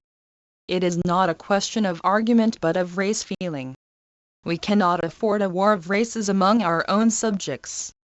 It would be as wrong for the government of India to suddenly arrest the development of Natal by shutting off the supply of immigrants as it would be for Natal to deny the rights of citizenship to British Indian subjects who, by years of thrift and good work in the colony, have raised themselves to the actual status of citizens. The second bill that has been passed by the Natal legislature proposes to keep the indentured Indians always under indenture, or if they do not relish it, to send them back to India at the end of the first indenture of 5 years, or if they would not go back, then to compel them to pay an annual tax of 3.1 how, in a British colony, such a measure could even be thought of passes our comprehension. Almost all the public men in Natal are agreed that the prosperity of the colony depends upon the Indian labor. In the words of a present one vide petition to Natal Legislative Council and memorial to J. Chamberlain. Volume 1, 1884-30 November, 1896. 371. Member of the Legislative Assembly, at the time the Indian immigration was decided upon, the progress and almost the existence of the colony hung in the balance. But in the words of another eminent Natalian, Indian immigration brought prosperity, prices rose, people were no longer content to grow or sell produce for a song, they could do better. If we look to 1859, we shall find that the assured promise of Indian labor resulted in an immediate rise of revenue which increased fourfold within a few years. Mechanics who could not get a wage and were earning 5 shillings a day and less found their wages more than doubled, and progress gave encouragement to everyone from the berg to the sea. Yet they want to tax these industrious and indispensable people who, in the words of the present Chief Justice of Natal, have turned out to be trustworthy and useful domestic servants, after having taken the very lifeblood out of them. The following opinion was held by the present Attorney General 10 years ago. He is now the framer of this bill, which a radical newspaper in London says is a monstrous wrong, an insult to British subjects, a disgrace to its authors and a slight upon ourselves. With reference to the time-expired Indians, I do not think that it ought to be compulsory on any man to go to any part of the world save for a crime for which he is transported. I hear a great deal of this question. I have been asked again and again to take a different view, but I have not been able to do it. A man is brought here, in theory with his own consent, in practice very often without. He gives the best 5 years of his life, he forms new ties, forgets the old ones perhaps, establishes a home here, and he cannot, according to my view of right and wrong, be sent back. Better by far to stop the further introduction of Indians altogether than to take what work you can out of them and order them away. But now that which was meritorious 10 years ago in the Indian, namely, his service to the colony for 5 years for a paltry wage, has become a crime for which he would deserve transportation to India, if the Natal Attorney General be allowed to do so by the Indian and the Home governments.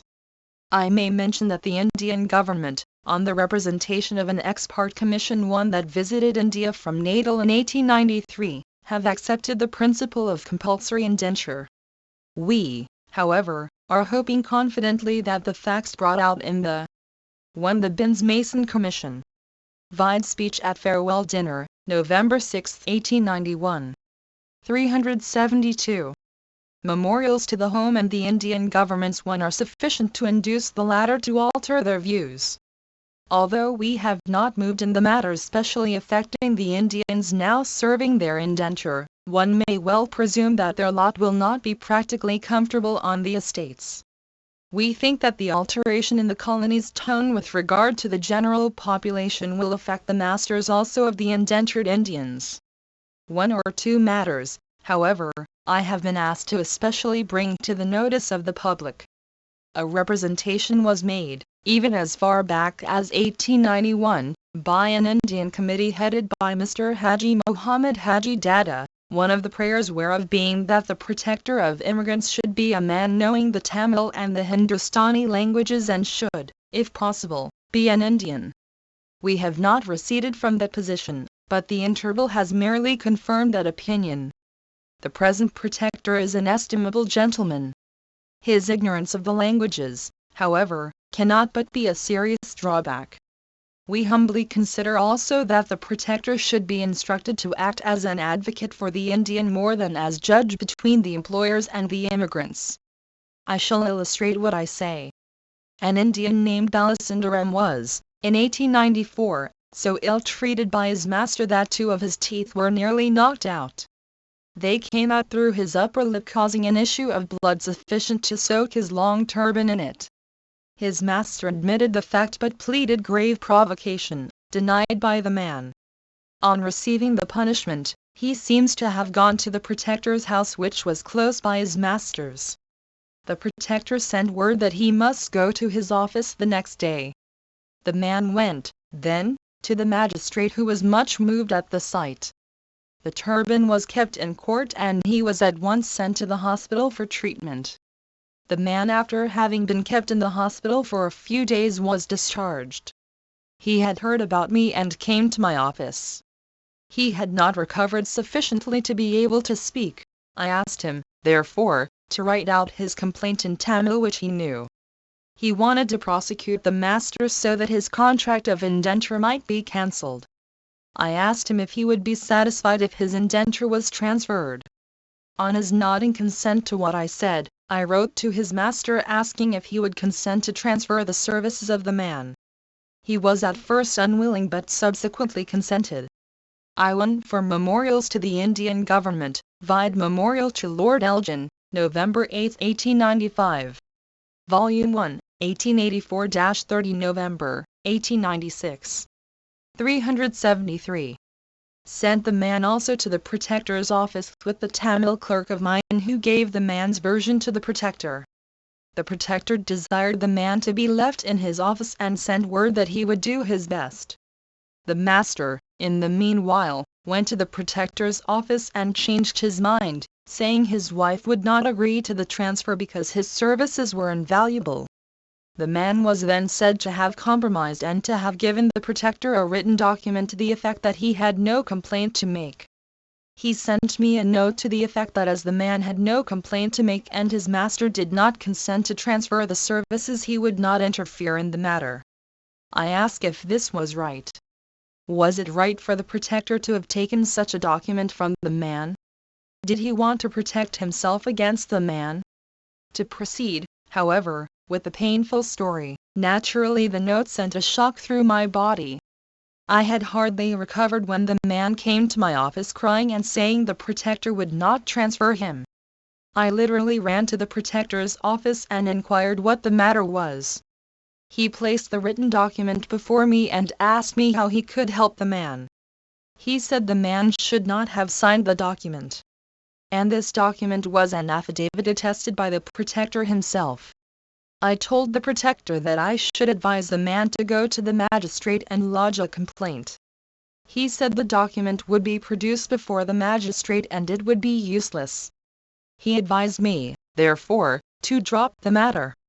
I returned to my office and wrote a letter to his master imploring him to consent to the transfer. The master would do nothing of the kind. The magistrate treated us quite differently. He had seen the man while the blood was yet dripping from his lips. The deposition was duly made. On the day of hearing, I explained the whole circumstances and again appealed to the master in open court and offered to withdraw the complaint if he consented to the transfer. The magistrate then gave the master to understand that, unless he considered my offer more favorably than he seemed to do at the time, consequences might be serious for him. He went on to say that he thought the man was brutally treated. The master said he gave provocation. The magistrate retorted, "You had no business to take the law in your own hands and beat the man as if he were a beast." He adjourned the case for one day in order to enable the master to consider the offer made by me. The master, of course, came down and consented. The protector then wrote to me that he would not agree to transfer unless I submitted a European name he could approve of. 374. Happily, the colony is not quite devoid of benevolent men.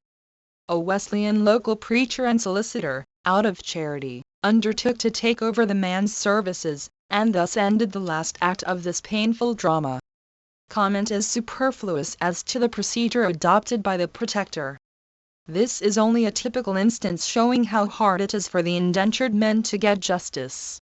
We submit that no matter who he is, his duties should be clearly defined as are those of judges, advocates, solicitors and others. Certain things, for the sake of avoiding temptations, he should not be able to do in spite of himself.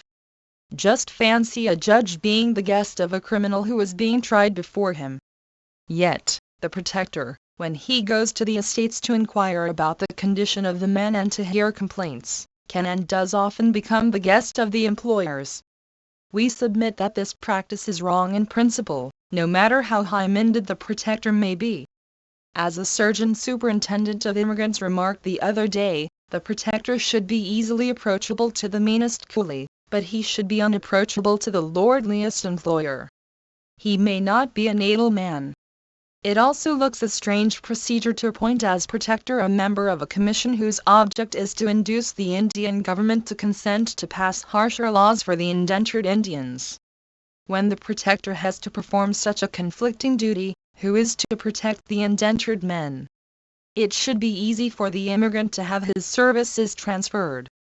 There are in the jail some Indians who have been there for years because they refuse to go to their employers. They say they have complaints which, owing to the peculiar circumstances in which they are placed, they cannot substantiate. A magistrate was so much disgusted with the business that he wished he had not to try such cases.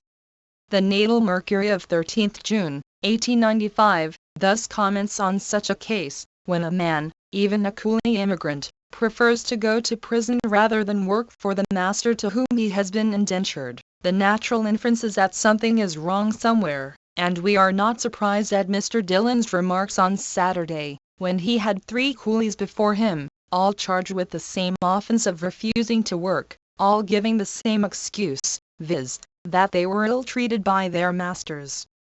Of course, it is just possible that these particular coolies prefer jail work to plantation work. On the other hand, it is just possible that the coolies have some ground for their complaint as to their treatment, and the matter is one that ought to be investigated, and at Volume 1, 1884-30 November, 1896. 375.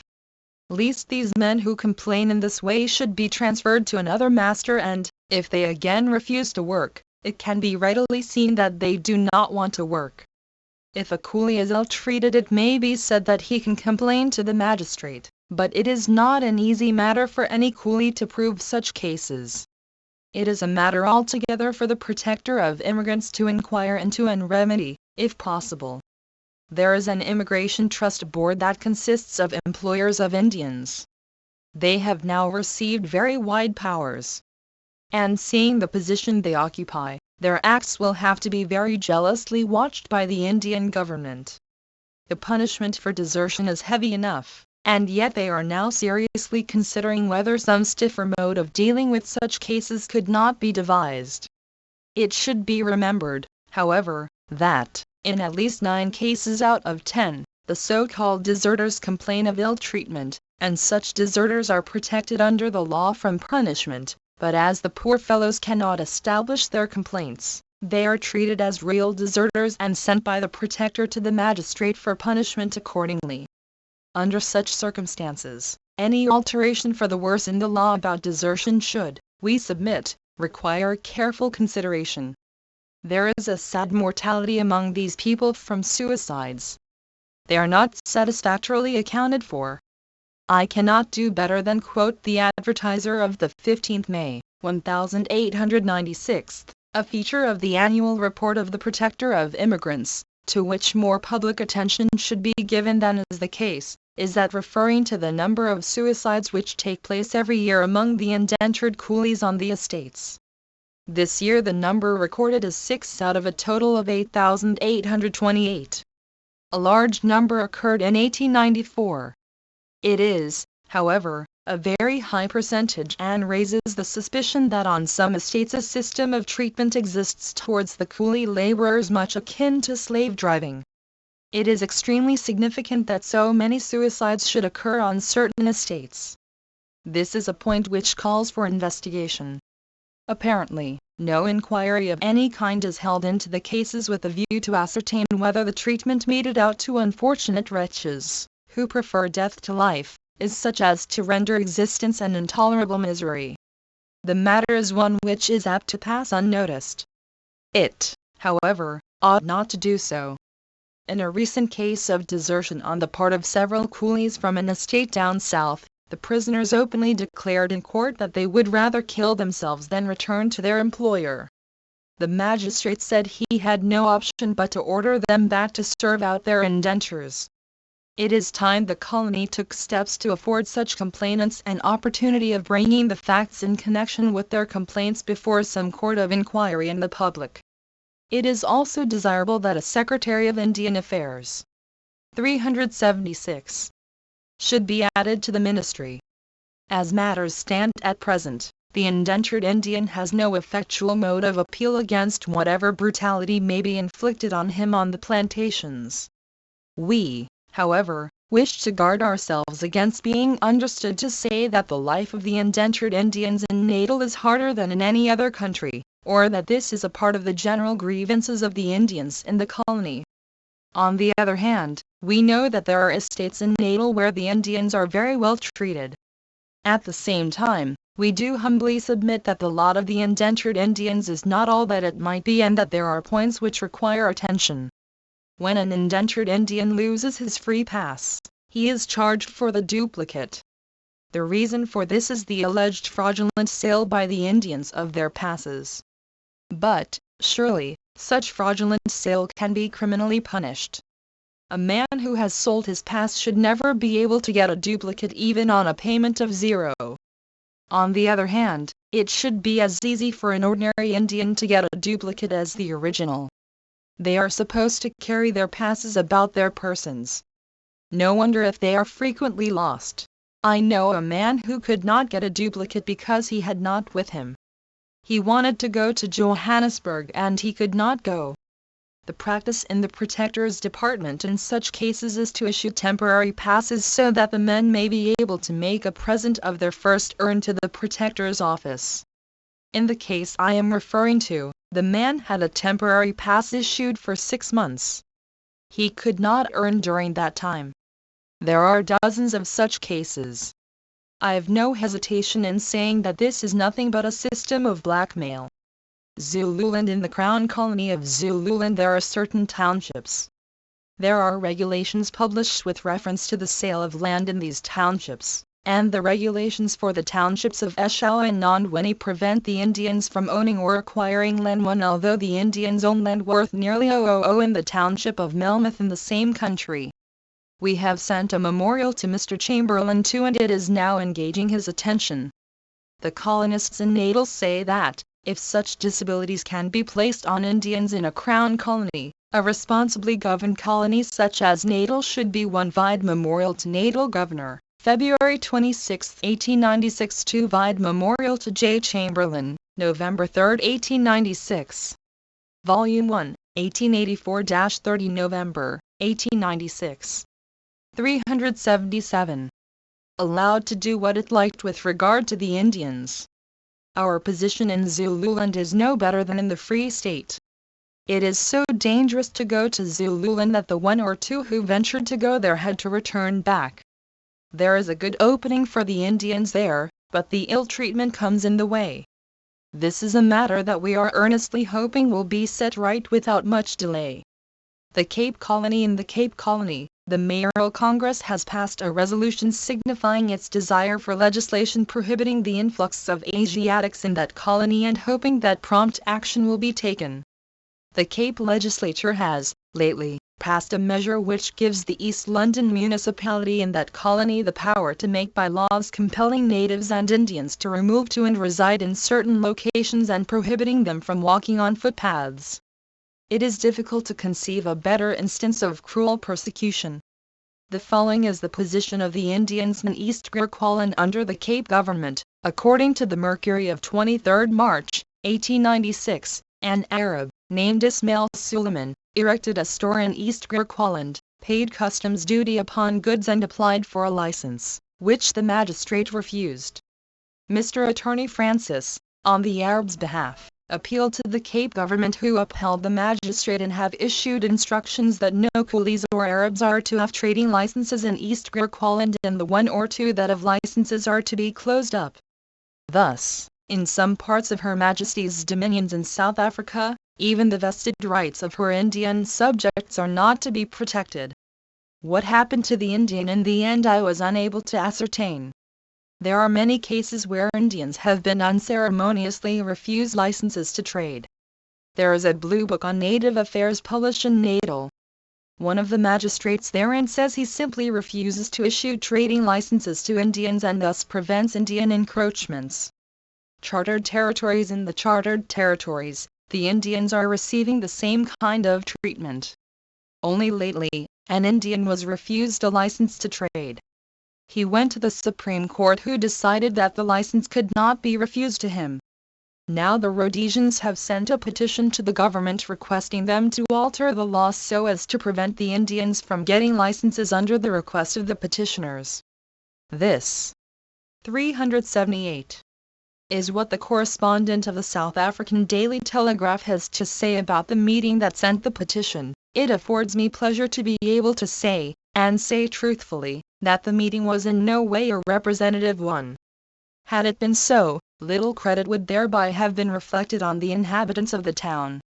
Some half a dozen leading storekeepers, the editor of a paper, a sprinkling of minor government officials, and a fairly large collection of prospectors, mechanics and artisans made up the assembly which those under whose direction it was held would have us believe represented the voice of the police of Salisbury.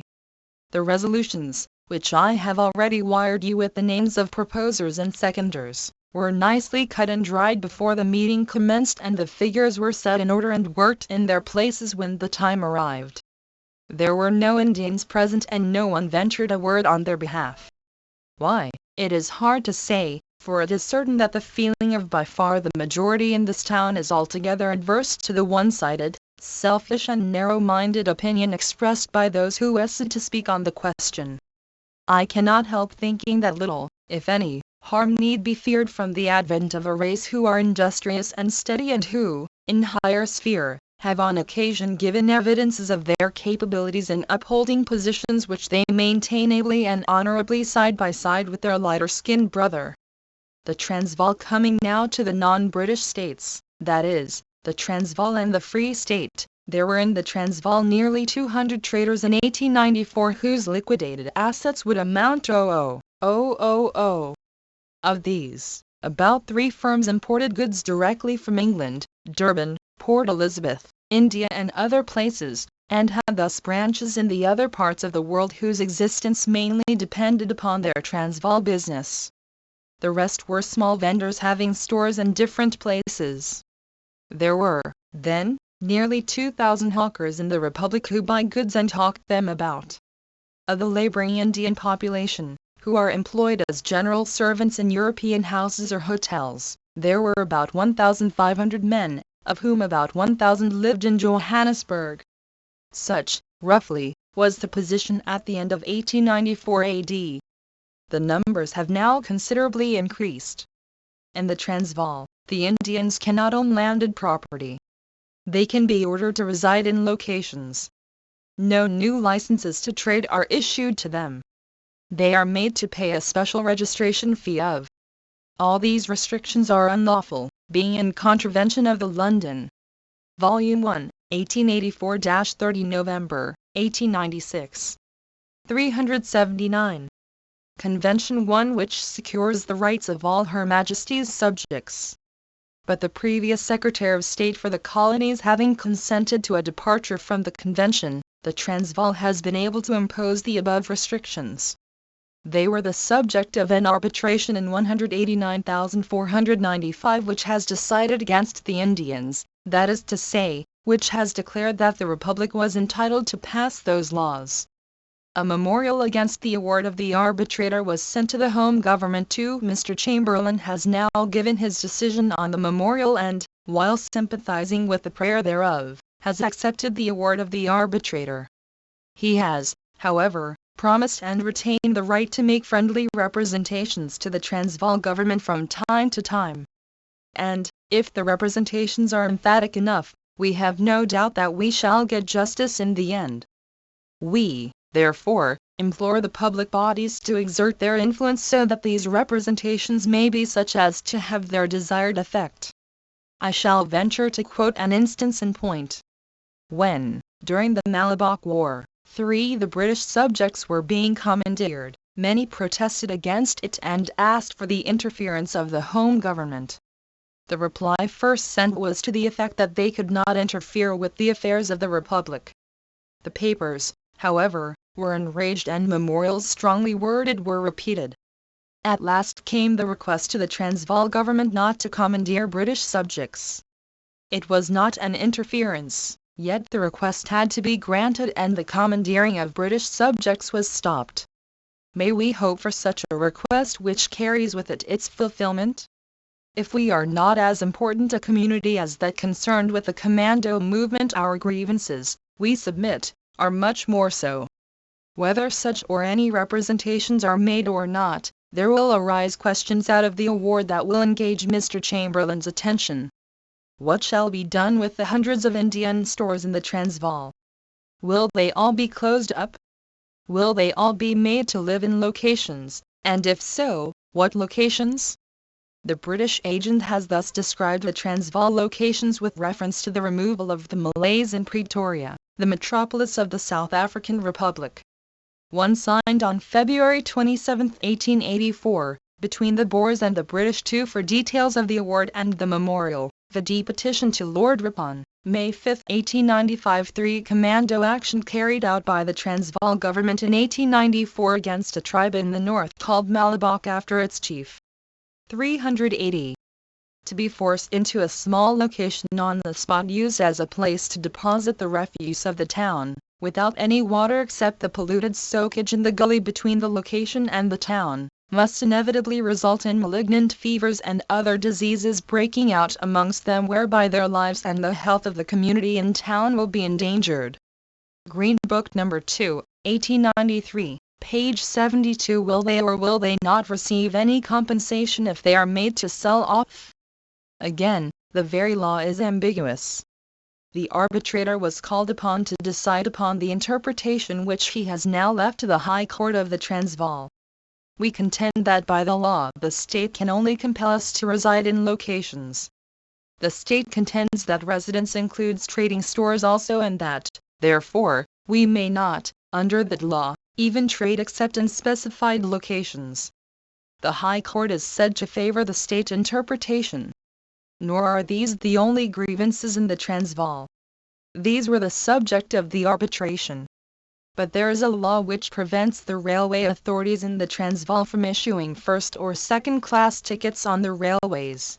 there is a tin compartment reserved for natives and other colored people in which we are literally packed like sheep, without regard to our dress, our behavior or our position. In Natal, there is no such law, but the petty officials give trouble. The hardship is not insignificant. In Delagoa Bay, the authorities so respect the Indian that they would not allow him to travel third class, so much so that, if a poor Indian could not afford the second-class fare, he is allowed to travel second class under a third-class ticket. The same Indian, as soon as he reaches the Transvaal border, is compelled to put his dignity into his pocket, asked to produce a pass, and then unceremoniously thrust into the third-class compartment, no matter whether he has a first-class or a second-class ticket. The journey is long enough to be felt like a month's journey in those uncomfortable quarters. The same thing happens on the Natal side. 4 months ago, an Indian gentleman got a second-class ticket for Pretoria at Durban.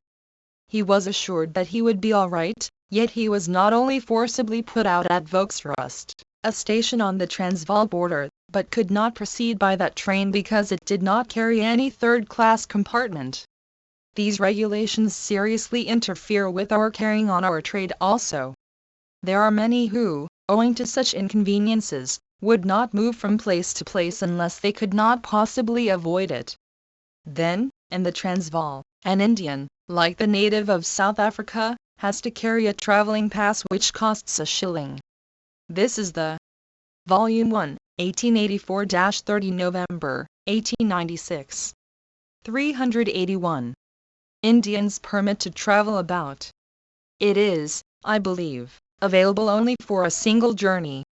Thus, Mr. Haji Mahand Haji Dada was put out of his post-cart and had to walk a distance of 3 miles, at the point of the policeman's steenbok, which serves the purpose of the bayonet, in order to get the pass.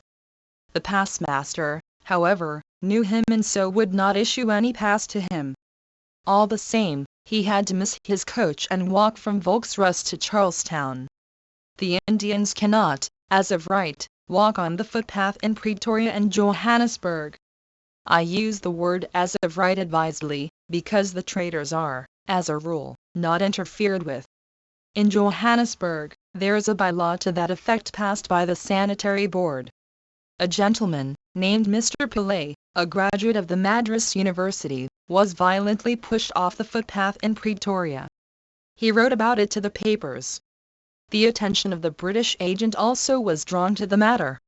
But, sympathetic as he was towards the Indians, he declined to interfere.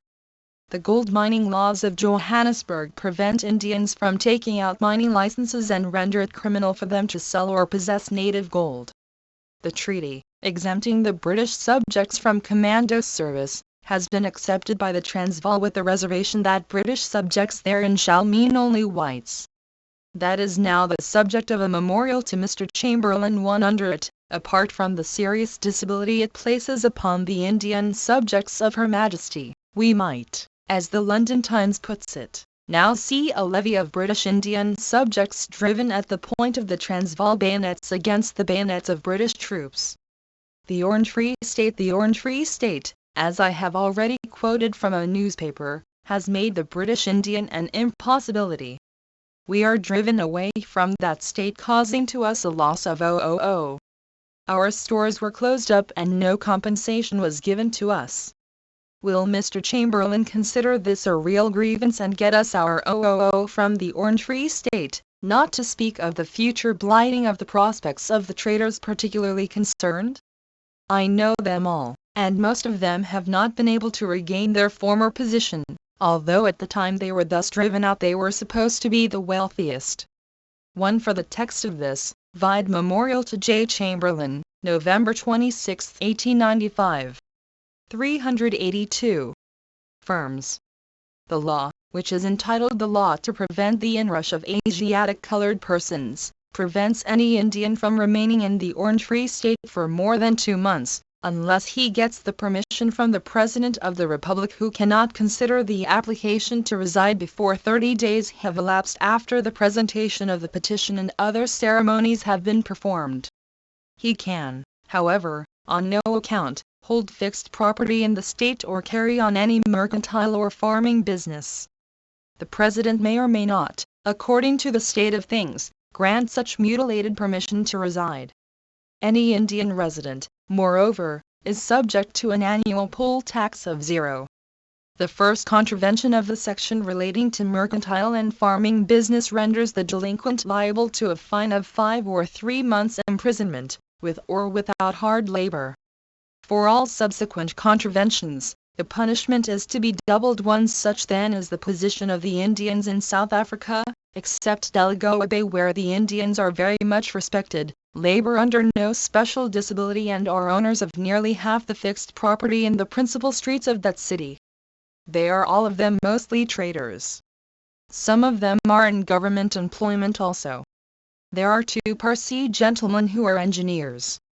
And there is another Parsee gentleman whom, perhaps, even a child in Delagoa Bay knows by the name of Sender Edel. The trading class, however, chiefly consists of Mohammedans and Banias, mostly from Portuguese India. It yet remains for me to examine the cause of this deplorable state of things, as also the remedy. The Europeans say that the habits of the Indians are insanitary, they spend nothing, and that they are untruthful and immoral. These are the objections according to the most moderate journals. Others, of course, simply abuse us. The charge as to insanitary habits and untruthfulness is partially true, that is to say, the sanitary habits of the Indian community as a whole, in South Africa, are not as good as they might be from the highest point of view. The charge as laid against us by the European community and used in the way it has been, we totally deny, and we have quoted the opinions of doctors in South Africa to show that Class 1 in the second edition of the Green Pamphlet, brought out in November. Gandhiji has inserted here an extract from his Madras speech delivered on October 26. This answered the Natal Agent General's refutation of Gandhiji's charges. The extract from the speech begins "But, gentlemen," and ends "in spite of the persecution." Volume 1, 1884-30 November, 1896. 383. Considered, the lowest class Indian lives better and in better habitation and with more regard to sanitary measures than the lowest class white. Dr. Veal, B.A., M.B.B.S. Cantab.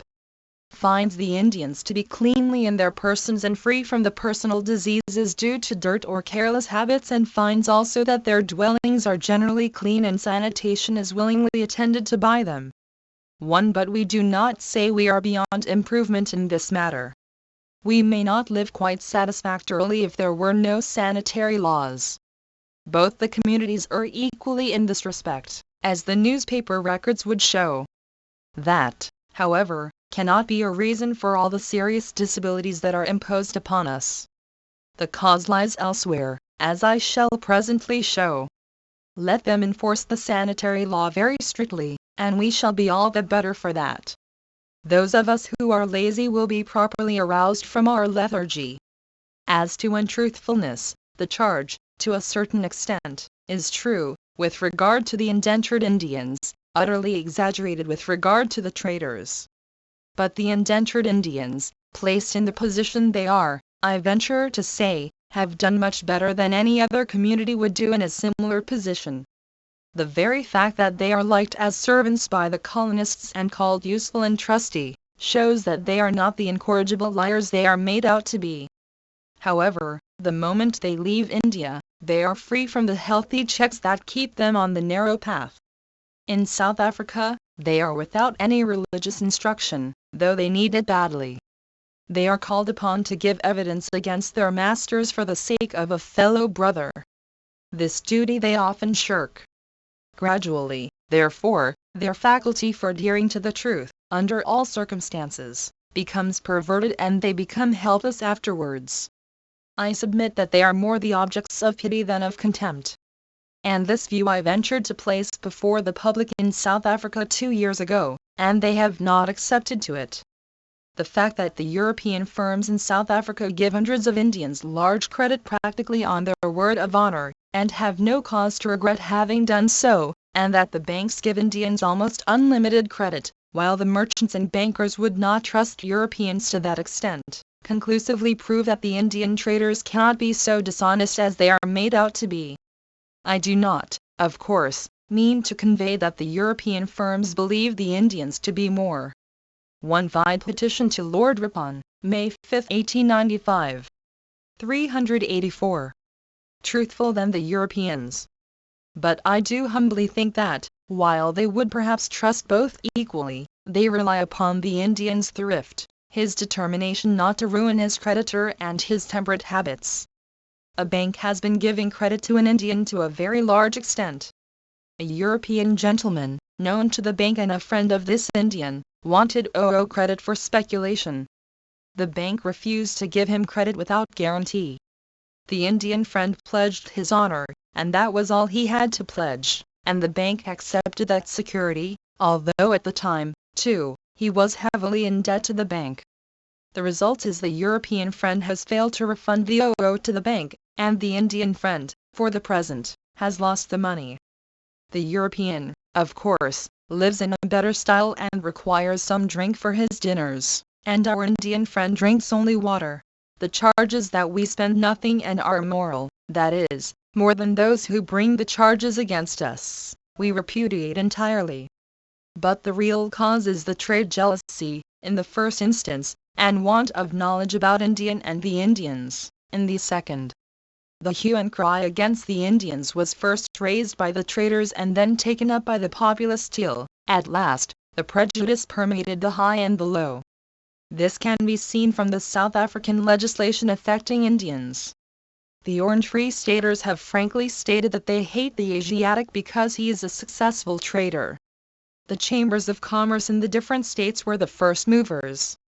And they, of course, came out with the statements that we believed the Christians a natural prey, and that we believed our women to be soulless and were propagators of leprosy and syphilis and other diseases.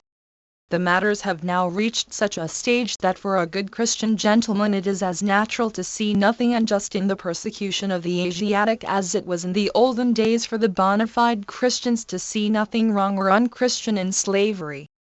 Mr. Henry Bale is a legislator in the Natal Assembly, a typical English gentleman, and is dubbed Bale the Conscientious because he is a converted Christian and takes a prominent part in religious movements and brings his conscience often into play on the floor of the Assembly House.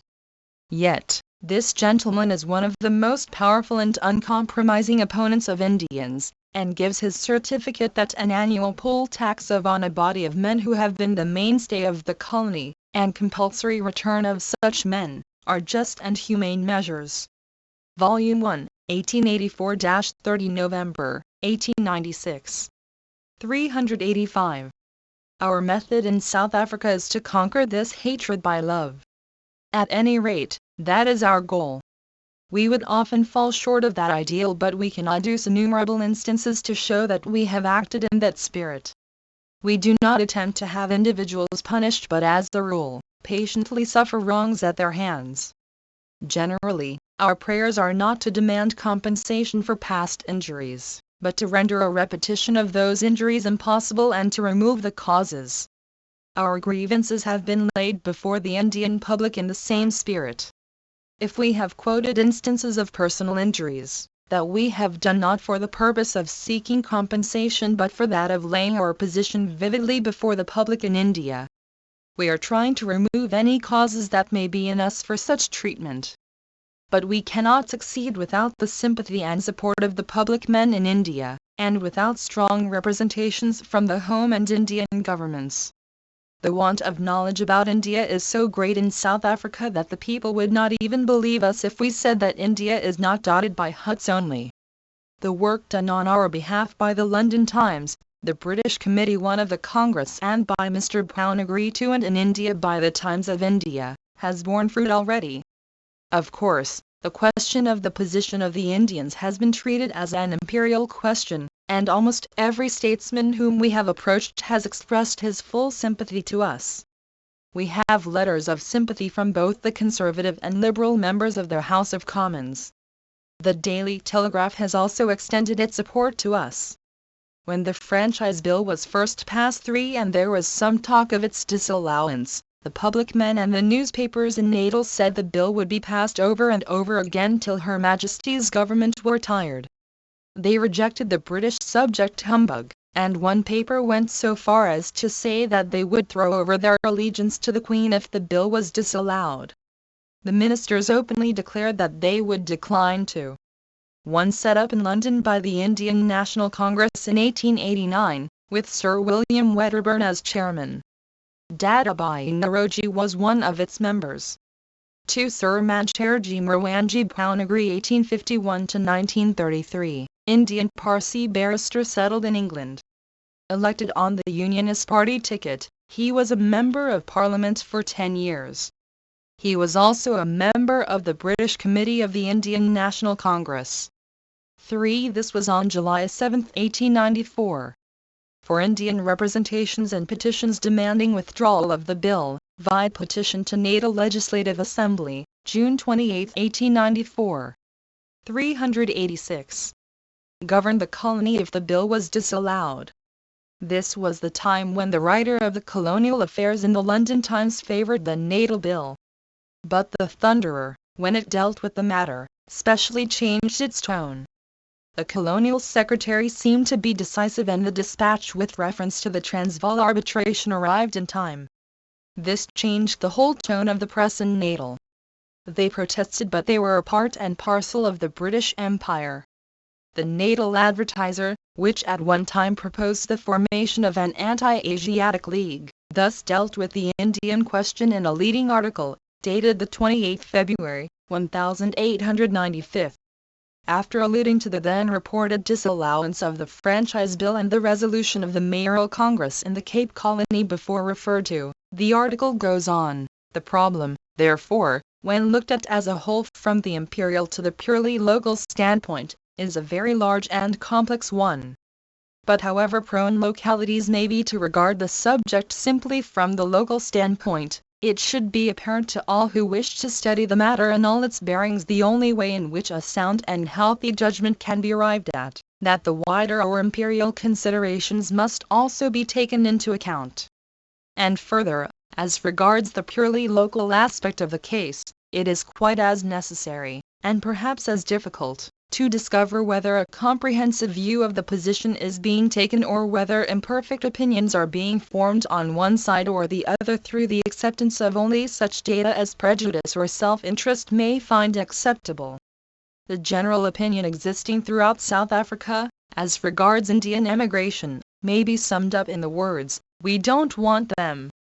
The first point to be weighed is this, that, in belonging to the British Empire, we have to take whatever may be evil as well as whatever may be good as arising from that connection, provided, of course, it is inseparable therefrom. Now, as regards the destinies of India's population, it may be taken for granted that the imperial government will not readily permit of legislation in any British dependency which has for its avowed object the repulsion of India's surplus population from any part of the British dominions. Or, to put it the other way, which embodies the principle, so far as the particular legislating state is concerned, that India's teeming and fast increasing millions must be confined, and ultimately smothered, within India itself.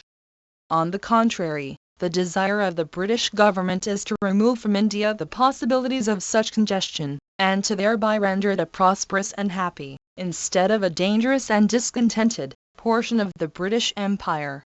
If India is to be retained as an advantageous part of the empire, then it is absolutely necessary that means shall be found for relieving it of much of its present population, and it may be taken to be a part of the Volume 1, 1884-30 November, 1896. 387. Imperial policy that India's surplus population is to be encouraged, rather than discouraged, to find fresh outlets in those other portions of the empire which are in need of a laboring population. It will thus be seen that the question of coolie immigration into the British colonies is one which reaches down to the deepest amelioration and salvation of India. It may even mean the inclusion or exclusion of that great possession in or from the British Empire. That is the imperial aspect of the question, and is one which points directly to a desire on the part of the imperial government to do all in its power to prevent the raising, in other portions of the empire, of barriers for the prevention of Indian immigration. As regards the local aspect of Indian immigration, what has to be considered is whether, and if so, how far, does this imperial policy conflict with what is desirable for this particular locality? There are those who absolutely condemn Indian immigration into this colony, but it is doubtful whether these have given full consideration on all the bearings of the case. In the first place, those who so oppose Indian immigration have to answer the question, what would this colony have done without them in those departments of industry in which they have undoubtedly proved useful?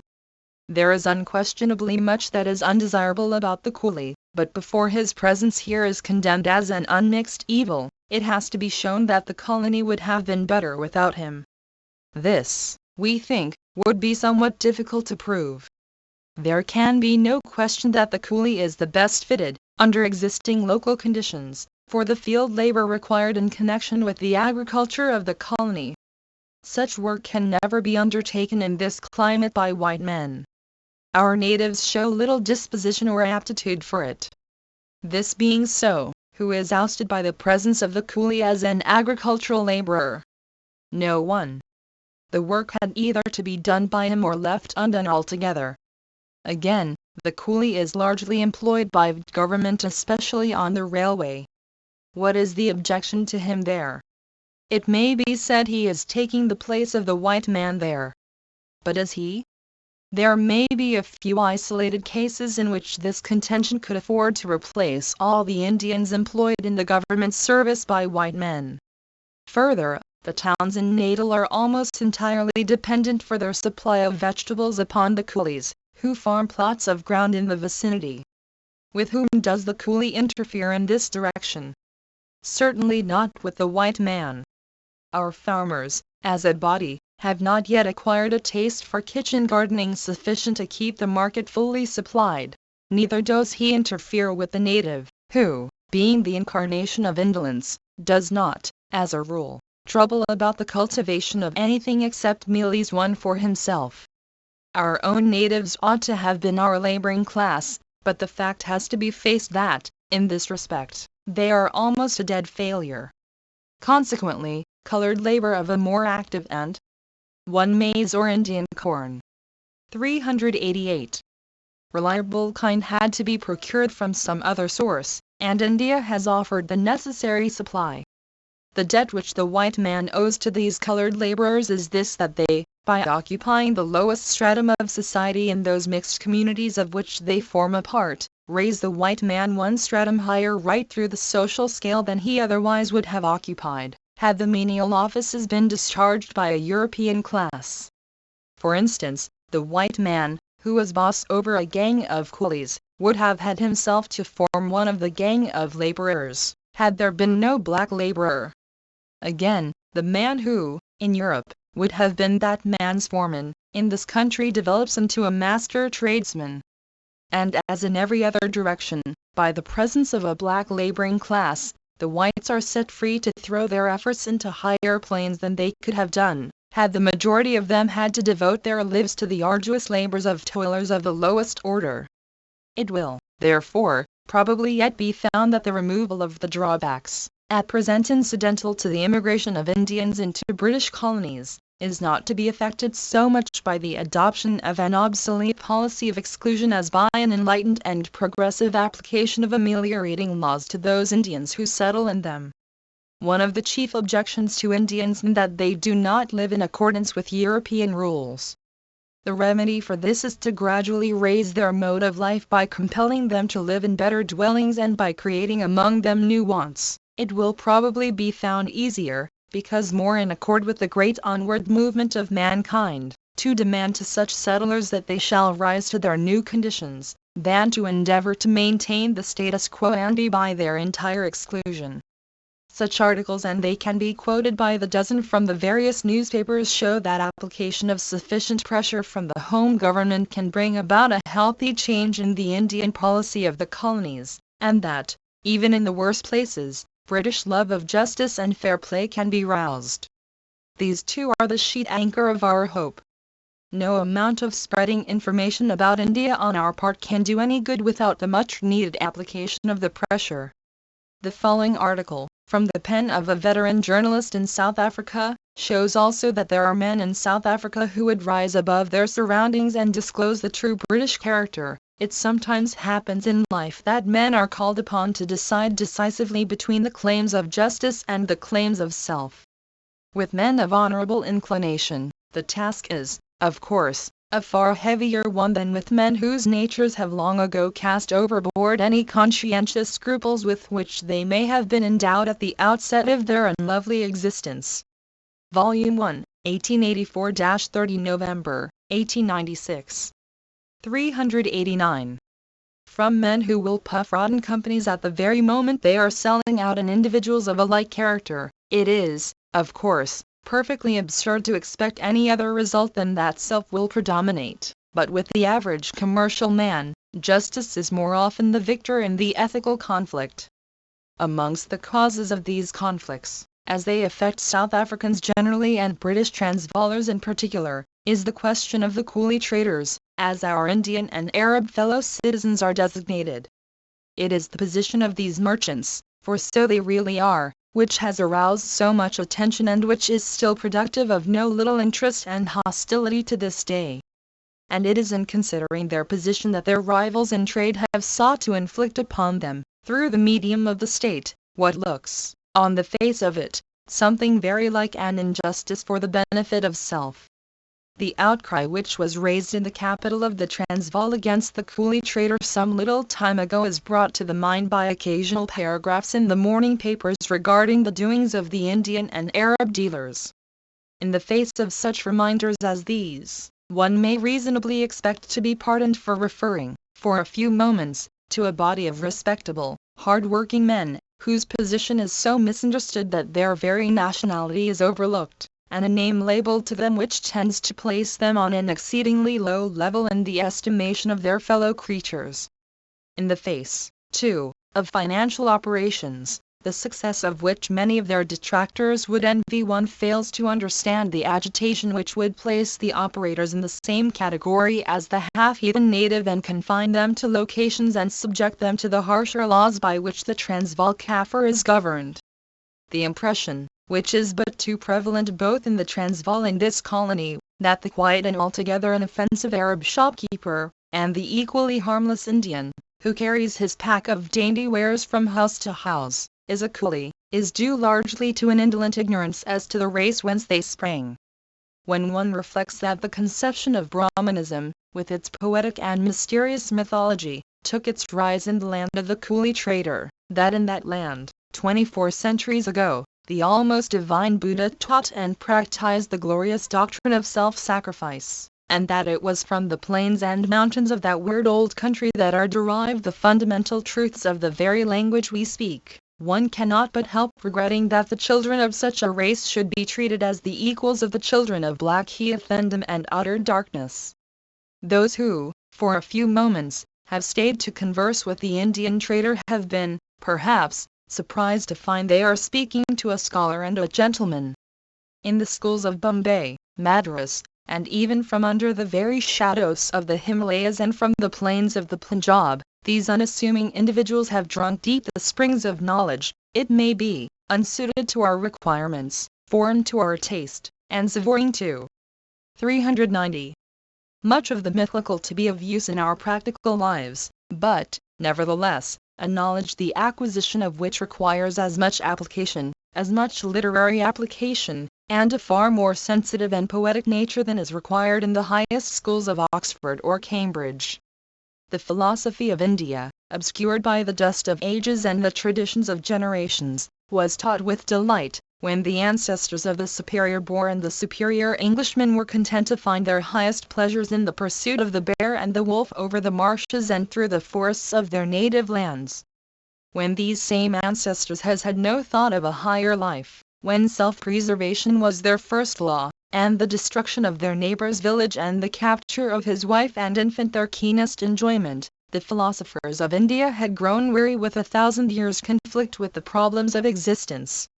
And it is the sons of this land of light who are despised as coolies and treated as Kaffirs. It is about time that those who cry out against the Indian merchant should have pointed out to them who and what he is. Many of his worst detractors are British subjects enjoying all the privileges and rights of membership in a glorious community. To them the hatred of injustice and the love of fair play is inherent, and when it affects themselves, they have a method of insisting upon their rights and liberties, whether under a foreign government or under their own. Possibly, it has never struck them that the Indian merchant is also a British subject and claims the same liberties and rights with equal justice. To say the very least of it, if we may be permitted to employ a phrase of Palmerston's days, it is very un-English to claim rights one would not allow to others.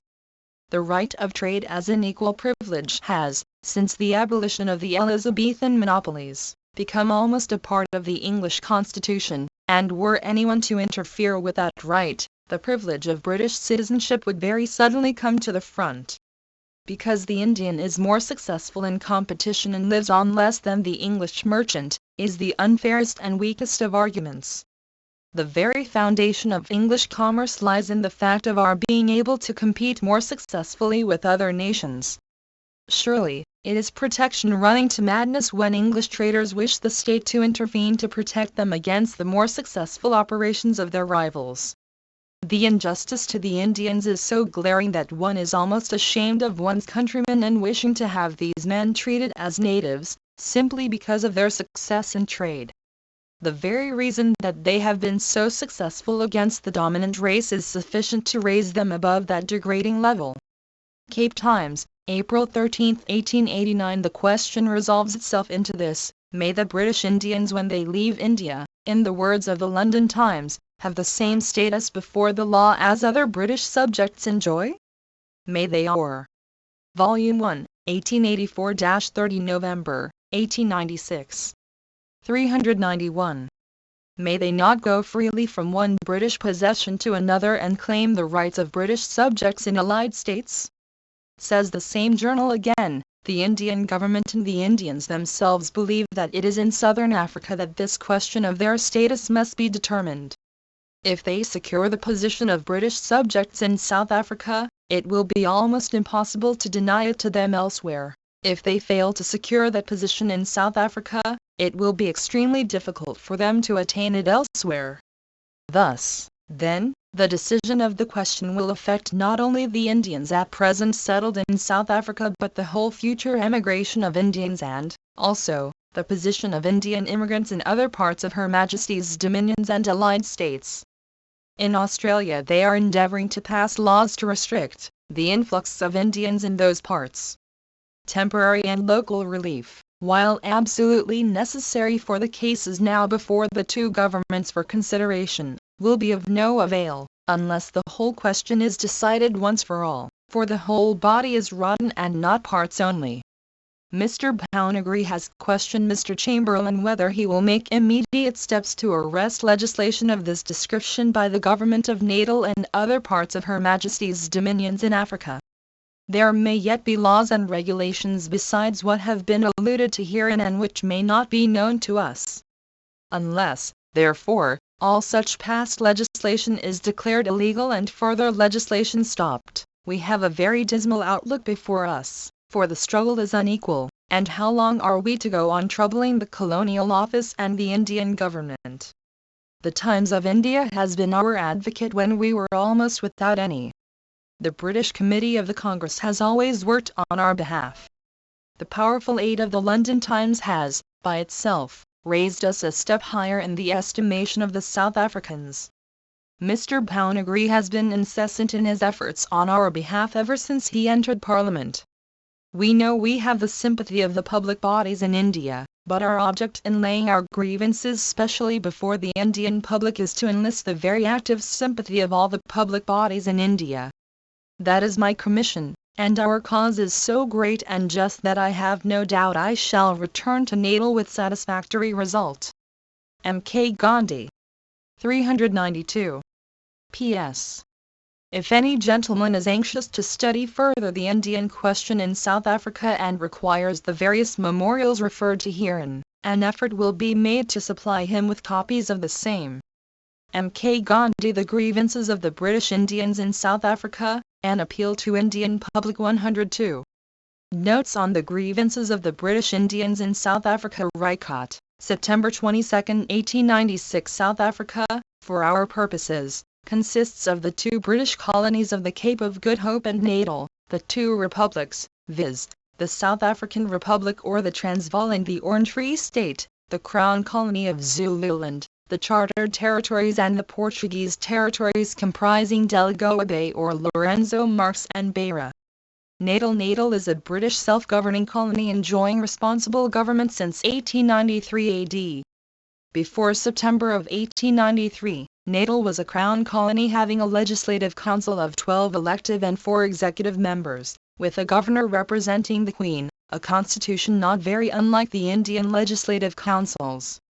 In 1893, responsible government was granted, whereby an upper and a lower chamber were created. The upper chamber, called the Legislative Council, consists of 11 members nominated by His Excellency the Governor of the colony, and the lower chamber, styled the Legislative Assembly, consists of 37 members elected by the colonists possessing the legal qualifications to be hereafter described. There is a movable ministry of 5 members based on the model of the British Cabinet. Sir John Robinson is the present Prime Minister and the Honourable Mr. Harry Escombe, QC, the present Attorney General. The Constitution Act provides that no acts, which have for their object class legislation and which curtail the rights of non-European British subjects, shall have the force of law unless they are sanctioned. Volume 1, 1884-30 November, 1896. 393. By Her Majesty. The royal instructions to the Governor also include such prohibitory clauses.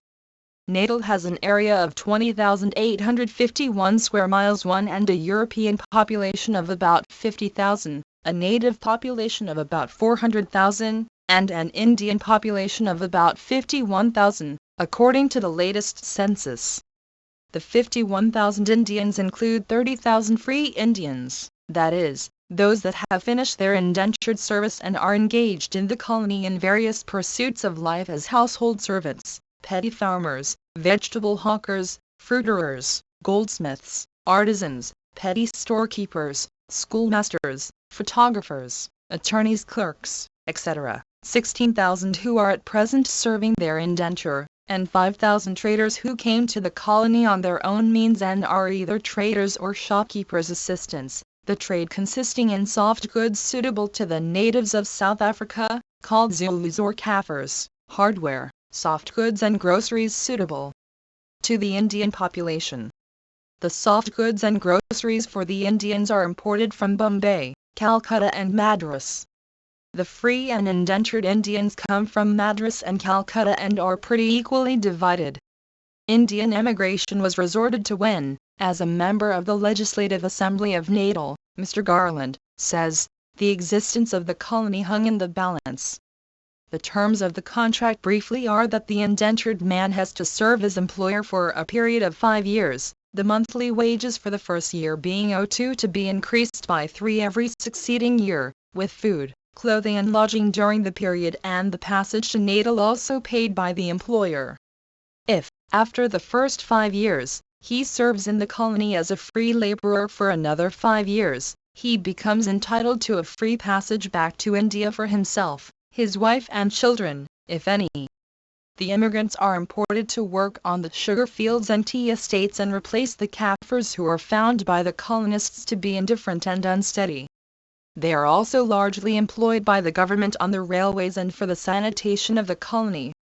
The colonists at first assisted the sugar and tea industries of the colony by granting Rs. 10,000 towards the cost of the importation of the Indian immigrants. Almost the first act of the The area of Natal in 1960 according to Encyclopaedia Britannica was 33,578 square miles. £2 here is evidently a slip for shillings. 3 Ibid. 394. Responsible government was to abolish this grant under the plea that the industries no longer required such support. First grievance in Natal franchise. The Royal Charter, dated the 15th July, 1850, provides that any adult male, not being a native of South Africa, possessing property to the value of 0 or who rents any such property of the yearly value of 0, shall be entitled to be placed on the voters' roll. There is a separate law governing the native franchise which requires, among other things, 12 years residence on the part of the native in a particular electoral district and exemption from the native law of the colony. Under the general franchise law of the colony, that is, the royal charter referred to above, the Indians as British subjects enjoyed full electoral rights till after 1893.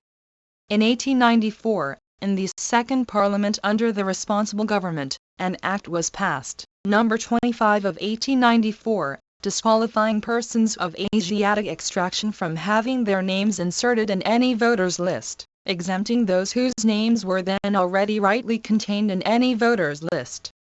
The preamble of the Act stated that such persons were not accustomed to the franchise rights. The real reason for passing such an act was to lower the status of the Indian and gradually to bring him down to the level of the South African native so that, in time to come, the respectable Indian may become an impossibility. A petition was presented to the Legislative Assembly combating the view that the Indians were not accustomed to representative institutions and asking for the withdrawal of the bill, or an inquiry as to whether or not the Indians were fit to exercise the franchise. Enclosure I, App. A. 1.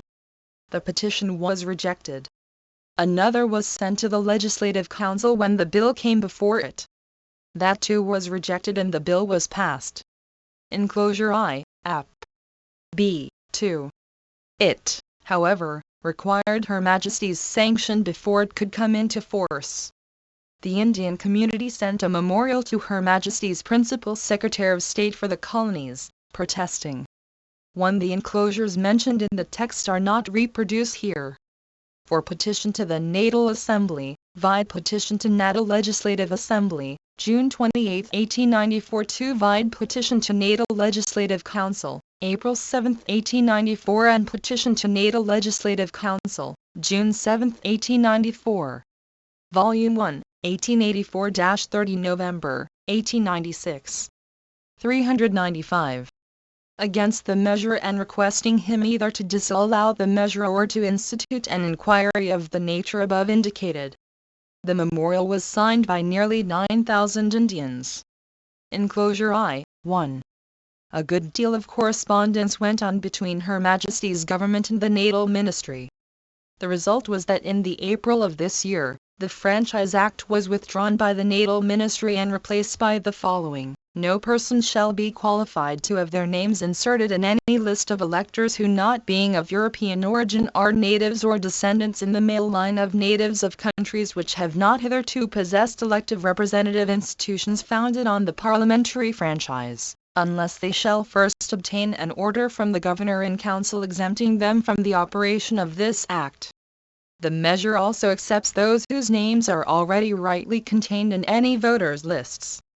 A memorial too was presented to the Legislative Assembly, showing that India contained, in its legislative councils, elective representative institutions founded on the parliamentary franchise and that, therefore, the bill was a harassing measure. Enclosure 2, App. A.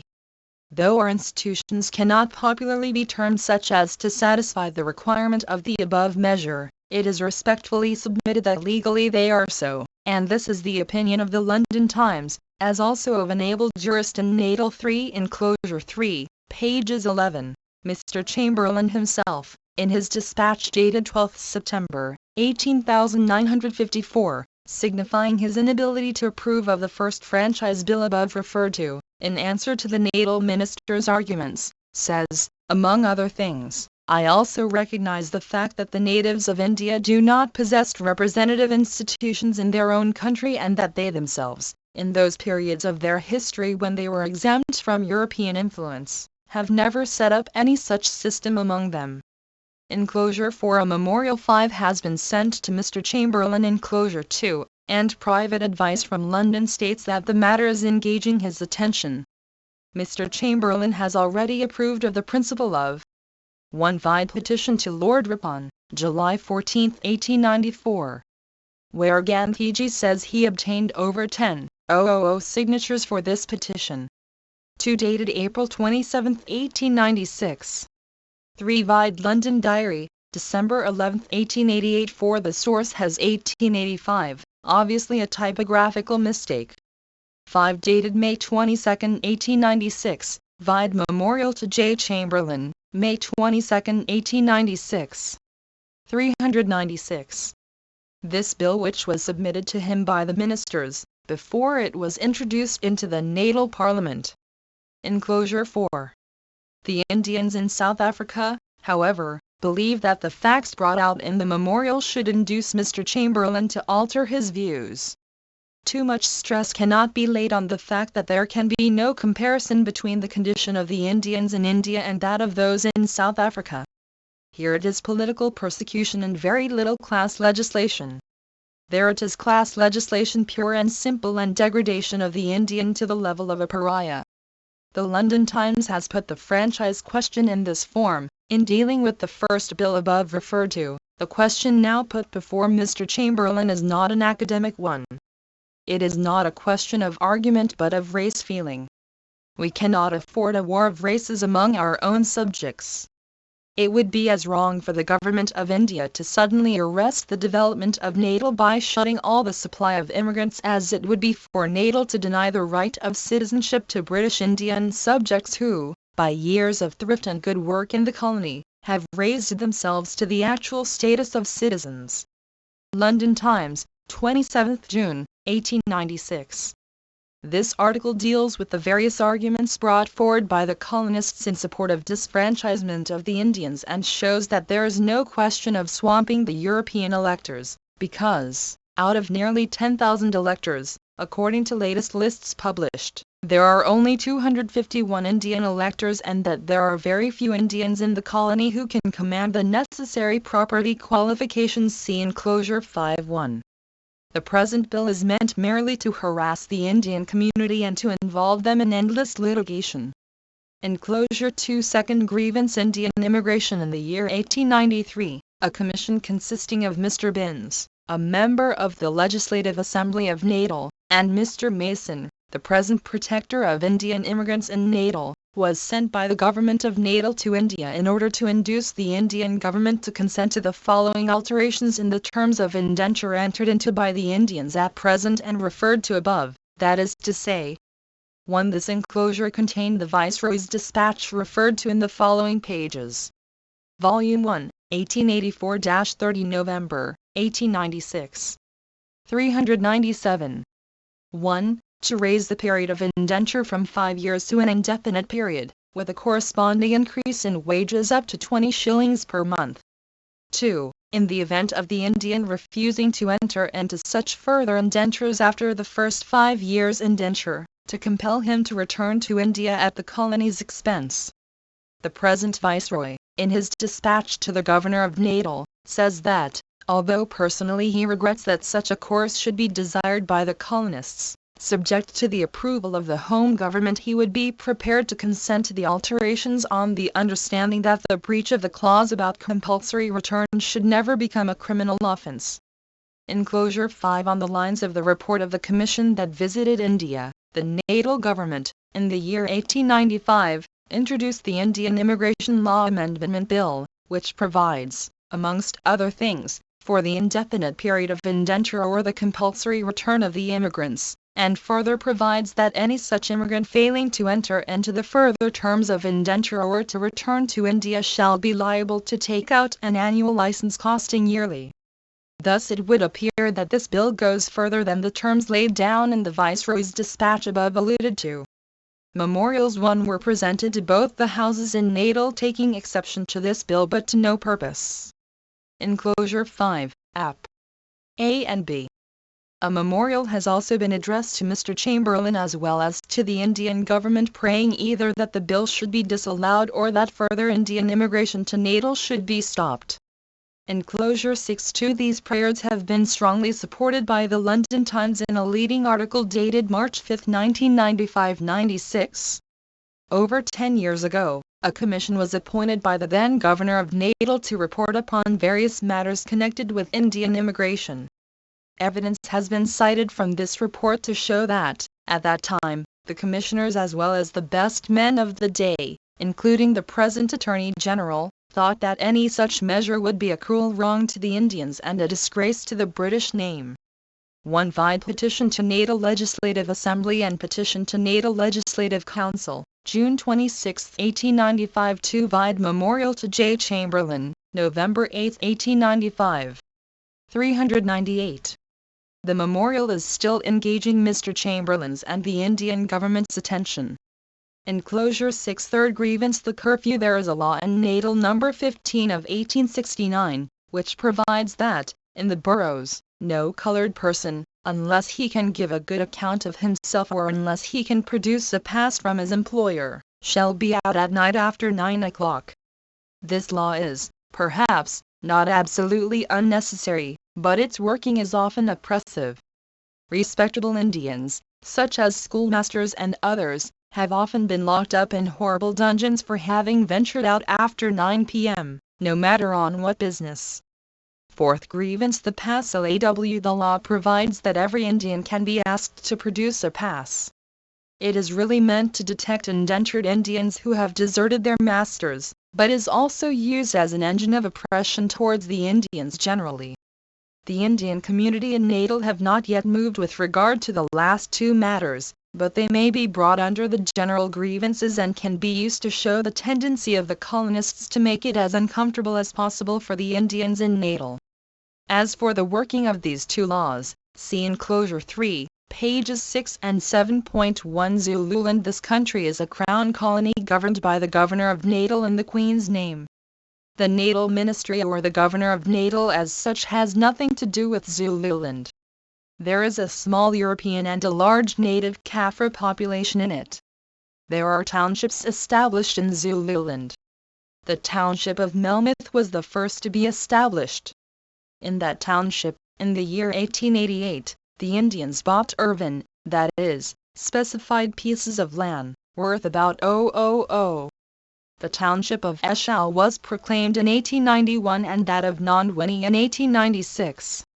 The regulations for the purchase of Irvin in both these townships are the same, and they provide that only persons of European birth and descent shall be approved of as occupiers of Irvin or sites. Enclosure 7-2. 1 Vide London Diary, December 11, 1888. 2 The enclosure is not available. Volume 1, 1884-30 November, 1896. 399. A memorial 1 protesting against these regulations was presented to the governor of Zululand last February, who declined to interfere.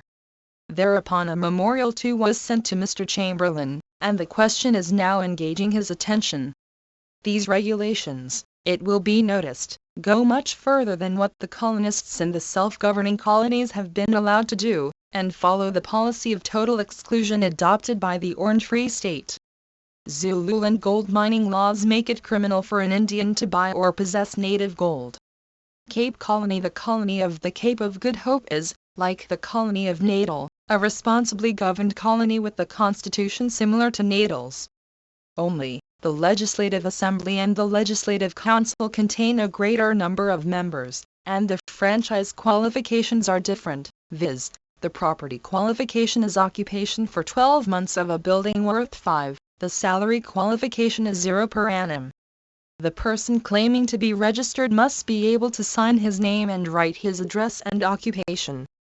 This act was passed in 1892 and was really passed to check the Indian and the Malay vote. There would be no objection on the part of the Indian community to such educational qualifications being imposed or property qualifications being increased in Natal. This colony contains an area of 276,320 square miles and a total population of about 1,800,000 persons, of whom not more than 400,000 are Europeans. The Indian population of the colony would be roughly 10,000, consisting of traders, hawkers and laborers. They are to be found chiefly in the ports, viz., Port Elizabeth, East London and Cape Town, and also in the mines in Kimberley. All the information relating to the disabilities placed on the Indians is not available. In 1894, the Parliament passed a bill authorising the East London municipality to frame bylaws prohibiting the Indians from walking on the footpaths and compelling them to live in specified locations. No special representation on this head has been made to Mr. Chamberlain from South Africa, but the matter was touched upon by the Indian deputation that waited upon Mr. Chamberlain last year. 1 Vide Memorial to Natal Governor, February 26, 1896. 2 Vide Memorial to J. Chamberlain, November 3, 1896. 400. In the various parts or districts of the Cape Colony, it is extremely difficult for an Indian to get trading licenses. In many cases the magistrates simply refuse the licenses, declining to give reasons for so doing.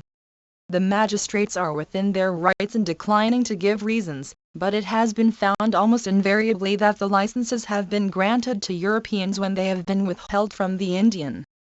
The following is the position of the Indians in East Griqualand, a district in the Cape Colony, according to the Natal Mercury dated 3 March, 1896. An Arab named Ismail Suleiman erected a store in East Griqualand, paid customs duty upon goods and applied for a license which the magistrate refused.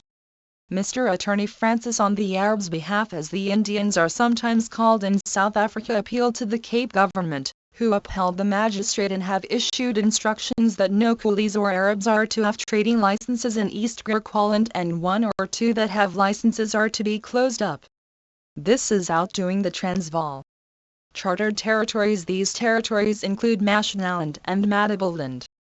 About 100 Indian waiters and laborers have settled there. A few traders have also gone, but they are refused licenses to trade, in the first instance. The law being in favor of the Indians, one enterprising Indian last year succeeded in securing a trading license through the Superior Court at Cape Town. The Europeans in the Chartered Territories have now applied for an alteration of the law so that the Indians may, henceforth, be prevented from getting trading licenses in those territories. The newspapers in South Africa say that the Cape government favors such an alteration. The Transvaal or the South African Republic. This is an independent republic governed by the Dutch or the Boers. There are 2 chambers called the Volksraad, with an executive government with the president at the head. It contains an area of about 113,642 square miles and a white population of 119,228. Its black population is said to be 653,662. The chief industry of the Republic is gold mining in Johannesburg, the largest town in the Transvaal. The total Indian population may be roughly put down at 5,000. They are traders, shopkeepers, assistants, hawkers, cooks. Volume 1, 1884-30 November, 1896. 401. Waiters or laborers, mostly settled in Johannesburg and Pretoria, the capital of the Republic. Of the traders, there are nearly 200, whose liquidated assets would amount to nearly $0,000. Some of these traders have branches in other parts of the world whose existence mainly depends upon their Transvaal businesses. There are nearly 2,000 hawkers in the Republic who buy goods and hawk them about. About 1,500 are employed as general servants in European hotels or houses. This estimate was formed in 1894. The numbers have since considerably increased in every department. The Transvaal is subject to the Queen's suzerainty. There are 2 conventions between the governments of England and the Transvaal. Article 14 of the London Convention of 1884 and Article 26 of the Pretoria Convention of 18,811 provide as follows: all persons, other than natives of South Africa, conforming themselves to the laws of the Transvaal state will have full liberty with their families to enter, travel or reside in any part of the Transvaal state. They will be entitled to hire or possess houses, manufactories, warehouses, shops, premises. They may carry on their commerce either in person or by any agents they may think fit to employ. They will not be subject, in respect of their persons and property, in respect of their commerce and industry, to any taxes, whether general or local, other than those which are or may be imposed upon the Transvaal citizens. This convention, thus completely secures the trading and property rights of British Indian. In January 1885, the Transvaal government wanted so to interpret the word natives, occurring in the Art 14 of the Convention, as to include Asiatics. Sir Hercules Robinson, the then High Commissioner for South Africa, after consultation with Sir Henry de Villiers, the Chief Justice of the colony, considered that the interpretation put upon the word native by the Transvaal government could not be sustained and that Asiatics were persons other than natives. Negotiations then went on between the Transvaal government and the Home government with a view to an alteration in the convention so as to accept the Indians from the privileges secured to one following the British defeat at Majuba. This convention gave the Transvaalers a qualified independence and was thus a prelude to the London Convention of 1884, which granted the Transvaal full internal autonomy except in its relations with foreign states. 402. All persons other than natives. Sir Hercules Robinson was favourably disposed towards the Transvaal government and, in response to his suggestion, received the following reply from Lord Derby 1 under date March 19, 1885. I have carefully considered your suggestion as to the amendment of the Convention, and if you are of opinion that it would be preferable and more satisfactory to the government of the South African Republic to proceed as you propose, Her Majesty's government will be willing to amend the Convention as suggested. It seems to deserve consideration, however, whether it would be more correct for the Volksraad to legislate in the proposed sense, having received an assurance that Her Majesty's government will not desire to insist upon any such construction of the terms of the Convention as would interfere with reasonable legislation in the desired direction. In accordance with Lord Derby's suggestion, the Transvaal Volksraad passed by Law No. 3 of 1885, which applies to all Indians and other colored people, and provides that none of them could obtain the franchise, that they could not be owners of fixed property, that such colored people, who settle in the Republic for the purpose of trading, must be separately registered within 8 days after the day of their arrival and that they should pay a registration fee of 5. Any contravention of this law subjects the defaulter to a fine of from 0 to 0 or, in default, from 1 to 6 months' imprisonment. It also provides that the government shall have the right to point out to such colored people streets, wards and locations for habitation. In 1886, this law was amended so as to reduce the 5 fee to and the other sections were kept as they were.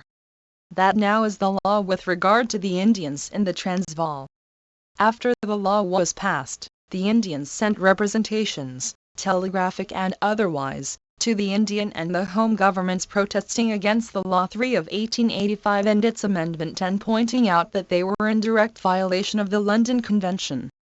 This brought out some representations from Lord Knutsford too on behalf of the Indians. There has been voluminous correspondence between the two governments with regard to the interpretation of the word habitation. The Home government insisted that the word habitation meant residence only. The Transvaal government insisted that it included not only residence but trading stores also. The ultimate result was that the whole became one Edward Henry Smith Stanley 1826-93, 15th Earl of Derby. Secretary of State for the Colonies, 1882-85 to Secretary of State for the Colonies, 1887-92. Volume 1, 1884-30 November, 1896. 403. Confusion worse confounded, and it was agreed between the two governments that the question of the validity of the Law 3 of 1885 and its amendment, as also interpretation, should be submitted to arbitration. The Chief Justice of the Orange Free State was selected as the sole arbitrator who gave his award last year and decided that the Transvaal government was justified in passing Law 3 of 1885 and its amendments. But he left undecided the question of interpretation and held that, if the parties could not agree to interpretation, the courts of the Transvaal were the proper tribunals to decide that question. Enclosure 8. The Indians in the Transvaal sent memorials 1 to the Home and Indian governments. Mr. Chamberlain has given his decision and has reluctantly accepted the award of the arbitrator, but sympathizes with the Indians and terms them a peaceable, law-abiding, meritorious body of persons whose undoubted industry, intelligence and indomitable perseverance perhaps will suffice to overcome any obstacles which may now face them in the pursuit of their avocations, and reserves to himself the liberty, later on, to make friendly representations to the Transvaal government. The question rests there at present. Although the award has been accepted, it will have been seen from what has preceded that there are many questions still undecided. Where will the Indians be now in the Transvaal? Will their stores be closed up? If so, what will 200 or 300 traders do to earn a living? Will they have to trade also in locations? This, however, does not complete the list of disabilities in the Transvaal. Act 25 January 10, 1893, Section 38, says that it is not permitted to natives and other colored people to travel in the carriage intended for the whites, viz., the first and second class. The most respectable Indian, spotlessly dressed, cannot, as of right, travel first or second class on the Transvaal railways. He is huddled together with the natives of all sorts and conditions in a third-class compartment. This is a cause of very great inconvenience to the Indian community in the Transvaal. One vide petition to Lord Ripon, May 5, 1895 and petition to Lord Elgin, May 5, 1895. 404. There is a system of passes in the Transvaal which requires that any Indian, like the native, should take a shilling travelling pass when he moves about from one place to another. In 1895, the Commandos Treaty was entered into between Her Majesty's government and the Transvaal government, exempting the British subjects from compulsory military service. This treaty came up before the Transvaal Volksraad for ratification in the same year. The Volksraad ratified the treaty with the modification or reservation that the words British subjects shall mean whites only. The Indians promptly telegraphed to Mr. Chamberlain and a memorial was also sent. Enclosure 9 the question and now engaging his attention. The London Times gave a very sympathetic and strong leading article on the subject. Weekly Eden 10-196. The gold mining laws of Johannesburg make it criminal for the Indians to possess native gold. The curfew prevails also in the Transvaal, absolutely unnecessarily, so far as the Indians are concerned. It may be as well to state here that those who wear the Memon costume are not, as a rule, molested under this law, for certain reasons. Enclosure 3, pages 6. There is a footpath by law in Johannesburg and there are instructions issued to the police in Pretoria to the effect that the Indians should not be allowed to walk on the footpaths. A graduate of the Madras University was violently kicked off a footpath in 1894. Orange Free State. This is an independent Dutch republic without any suzerain power to the Queen. The commission is very similar to that of the Transvaal. Mr. Steyn is the president of the republic and Bloemfontein is the capital.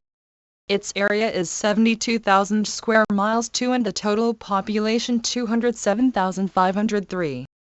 Of these the Europeans number 77,716. And the colored population 129,787. There are a few Indians employed there as general servants.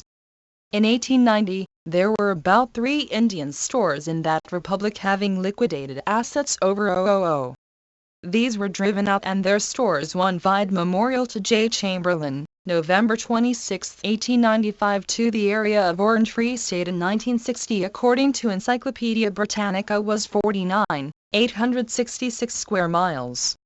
Volume 1, 1884-30 November, 1896. 405. Were closed up without any compensation. They were given a year's notice to clear. Representations were made to the British government without any avail. The Law of 1890, Chapter XXXII, which is entitled The Law to Prevent the Inrush of the Asiatic Colored Persons, prevents any Indian from remaining in that country for more than 2 months, unless he gets the permission from the President of Republic, who cannot consider the application to reside before 30 days have elapsed after the presentation of the application and other ceremonies have been performed. The applicant can, however, on no account hold fixed property in the state or carry on any mercantile or farming business. The President may or may not, according to the state of things, grant such mutilated permission to reside. Any Indian resident moreover is subject to an annual poll tax of 0. The first contravention of the section relating to mercantile or farming business renders the delinquent liable to a fine of 5 or 3 months' imprisonment with or without hard labor. For all subsequent contraventions, the penalty is to be each time doubled. Enclosure 10.1. This practically finishes the list of grievances. These notes are not intended to replace the various enclosures. It is respectfully submitted they are necessary for a proper study of the memorials and pamphlets which contain valuable information collected from various sources. The whole question has been thus put by the London Times: may the British Indians, when they leave India, have the same status before the law as other British subjects enjoy? May they or may they not go freely from one British possession to another and claim the rights of British subjects in allied states? Again, the Indian government and the Indians themselves believe that it is in southern Africa that this question of their status must be determined. If they secure the position of British subjects in South Africa, it would be almost impossible to deny it to them elsewhere. If they fail to secure that position in South Africa, it will be extremely difficult for them to attain it elsewhere. The question has been treated as an imperial question and all parties without distinction have supported the British Indians in South Africa. 1. This probably was the text of the law of 1890. 406. The following are the dates of the articles dealing with the question in the London Times. June 28, 1895. Weekly edition. August 3, 1895. 13th September 1895. September 6, 1895. January 10, 1896. April 7, 1896. The Times. March 20, 1896. Weekly edition. January 27, 1896. The Times. In the Portuguese territories of Delagoa Bay there are no grievances. They serve as a favorable contrast. Enclosure 3. Gandhi. From a photostat of a printed copy, SN. 1145. 103. Speech at public meeting, BOMBAY 1 September 26, 1896. I stand before you, today, as representing the signatories to this document too, who pose as representative of the 100,000 British Indians at present residing in South Africa, country which has sprung into sudden prominence owing to the vast gold fields of Johannesburg and the late Jameson Raid 3. This is my sole qualification. I am a person of few words. The cause, however, for which I am to plead before you this evening is so great that I venture to think that you will overlook the faults of the speaker or, rather, the reader of this paper. The interests of 100,000 Indians are closely bound up with the interests of the 300 millions of India. The question of the grievances of the Indians in South Africa affects the future well-being and the future. 1. The meeting was held under the auspices of the Bombay Presidency Association at the Framji Kowalski Institute. Sir Firoz Shah Mehta presided. The printed text no longer being available, what follows has been collated from the reports of the speech published in the Times of India and Bombay Gazette. 2. The references to the credentials. 3. So-called after Leander Starr Jameson, who led it, it was actually inspired by Rhodes, the Prime Minister of the Cape Colony, and had the tacit support, in the initial stages, of the British government. Jameson led the raid into the Transvaal on December 29, 1895, and 4 days later surrendered. The Jameson Raid was among the incidents that led to the Boer War. Volume 1, 1884-30 November, 1896. 407. Immigration of Indians of India. I, therefore, humbly venture to think that this question should be, if it is not already, one of the questions of the day in India. With these preliminary remarks, I shall now place before you, as shortly as possible, the whole position of affairs in South Africa as affecting the British Indians in that country. South Africa, for our present purposes, is divided into the following states: the British colony of the Cape of Good Hope, the British colony of Natal, the British colony of Zululand, the Transvaal or the South African Republic, the Orange Free State, the Chartered Territories or Rhodesia, and the Portuguese territories of Delagoa Bay and Beira. In South Africa, apart from the Portuguese territories, there are nearly 100,000 Indians, of whom the greater part belong to the laboring class, drawn from the laboring population of Madras and Bengal, speaking the Tamil or Telugu and the Hindi languages respectively. A small number belongs to the trading class, chiefly drawn from the Bombay Presidency. A general feeling throughout South Africa is that of hatred towards Indian, encouraged by the newspapers and connived at, even countenanced by, the legislators. Every Indian, without exception, is a coolie in the estimation of the general body of the Europeans. Storekeepers are coolie storekeepers. Indian clerks and schoolmasters are coolie clerks and coolie schoolmasters. Naturally, neither the traders nor the English-educated Indians are treated with any degree of respect. Wealth and abilities in an Indian count for naught in that country except to serve the interests of the European colonists. We are the Asian dirt to be heartily cursed. We are squalid coolies with truthless tongues. We are the real canker that is eating into the very vitals of the community. We are parasites, semi-barbarous Asiatics. We live upon rice and we are chock full of vice.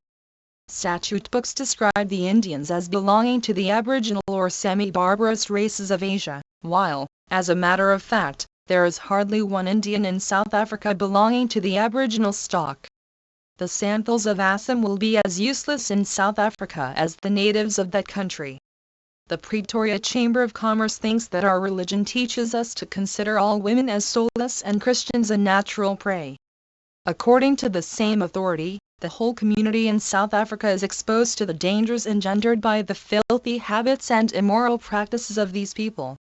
Yet, as a 408 matter of fact, there has happened not a single case of leprosy amongst the Indians in South Africa. And Dr. Veal of Pretoria thinks that the lowest class Indians live better and in better habitations and with more regard to sanitation than the lowest class whites, and he, furthermore, puts on record that while every nationality had one or more of its members at some time in the lazaretto, there was not a single Indian attacked. In most parts of South Africa, we may not stir out of our houses after 9 p.m. unless we are armed with passes from our employer. An exception, however, is made in favor of those Indians who wear the Memon costume. Hotels shut their doors against us. We cannot make use of the tramcars unmolested. The coaches are not for us. Between Barberton and Pretoria in the Transvaal, and Johannesburg and Charlestown, when the latter were not connected by railway, the Indians, as a rule, are and were not allowed to sit inside the coaches, but are and were compelled to take their seats by the side of the driver. This, on a frosty morning in the Transvaal, where winter is very severe, is a sore trial apart from the indignity which it involves. The coach traveling involves long journeys and, at stated intervals, accommodation and food are provided for passengers. No Indian is allowed accommodation or a seat at the dining table in these places. At the most, he can purchase food from behind the kitchen room and manage the best way he can. Instances of untold miseries suffered by the Indians can be quoted by hundreds. Public baths are not for the Indians. The high schools are not open to the Indians. A fortnight before I left Natal, an Indian student applied for admission to the Durban High School and his application was rejected. Even the primary schools are not quite open to the Indians. An Indian missionary schoolmaster was driven out of an English church in Verulam, a small village in Natal. The government of Natal have been pining to hold a coolie conference, as it has been officially called, in order to secure uniformity in Indian legislation throughout South Africa, and in order to present a united front against the blandishments of the home government on behalf of the Indian. Such is the general feeling against the Indian in South Africa, except the Portuguese territories, where he is respected and has no grievance apart from the general population. You can easily imagine how difficult it must be for a respectable Indian to exist in such a country. I am sure, gentlemen, that if our president went to South Africa, he would find it, to use a colloquial phrase, mighty hard to secure. Volume 1, 1884-30 November, 1896. 409. Accommodation in a hotel, and he would not feel very comfortable in a first-class railway carriage in Natal, and, after reaching Volksrust, he would be put out unceremoniously from his first-class compartment and accommodated in a tin compartment where Kaffirs are packed like sheep.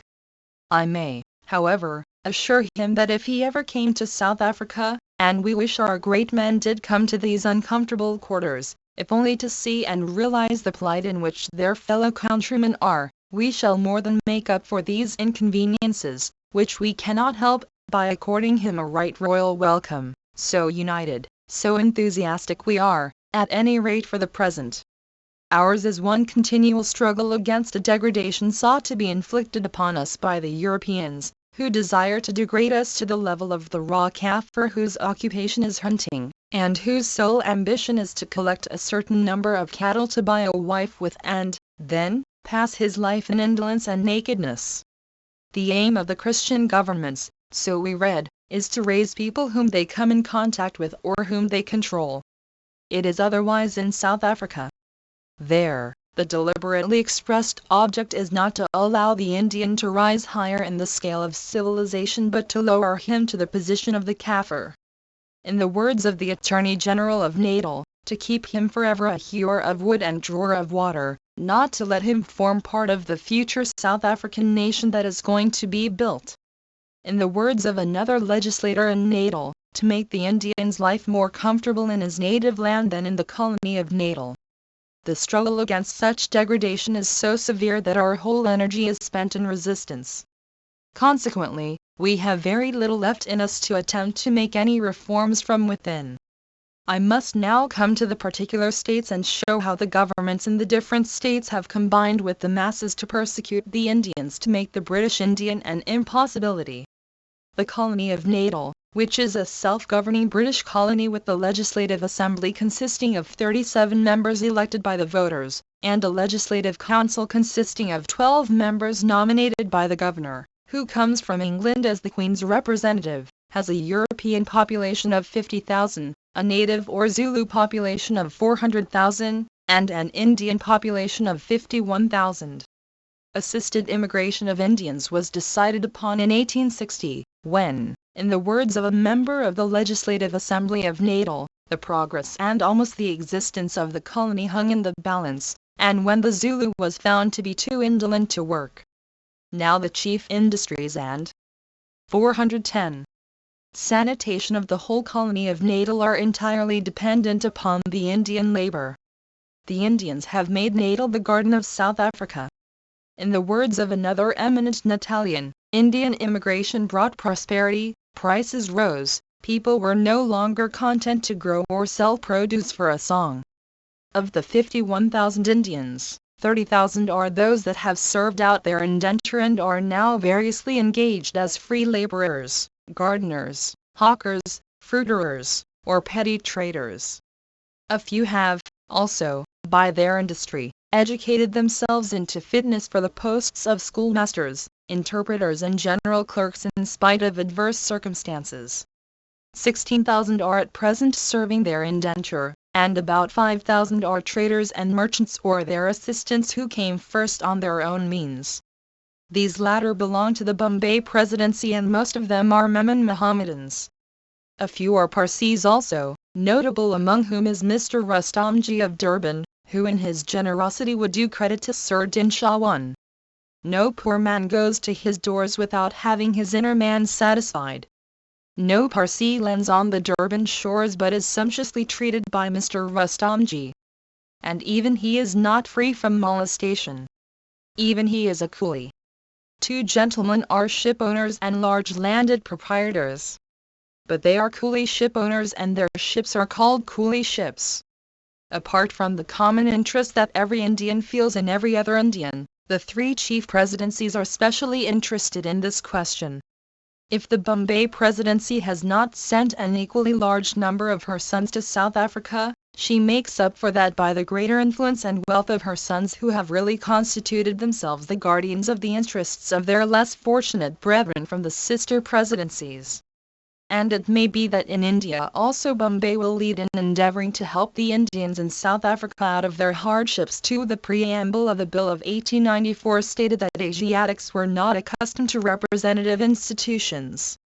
The real object of the bill, however, was not to disfranchise Indian because they were not fit, but because the European colonists wanted to degrade the Indians and to assert their right to enter into class legislation, to accord a treatment to one. The references to Sir Din Shah Empeti.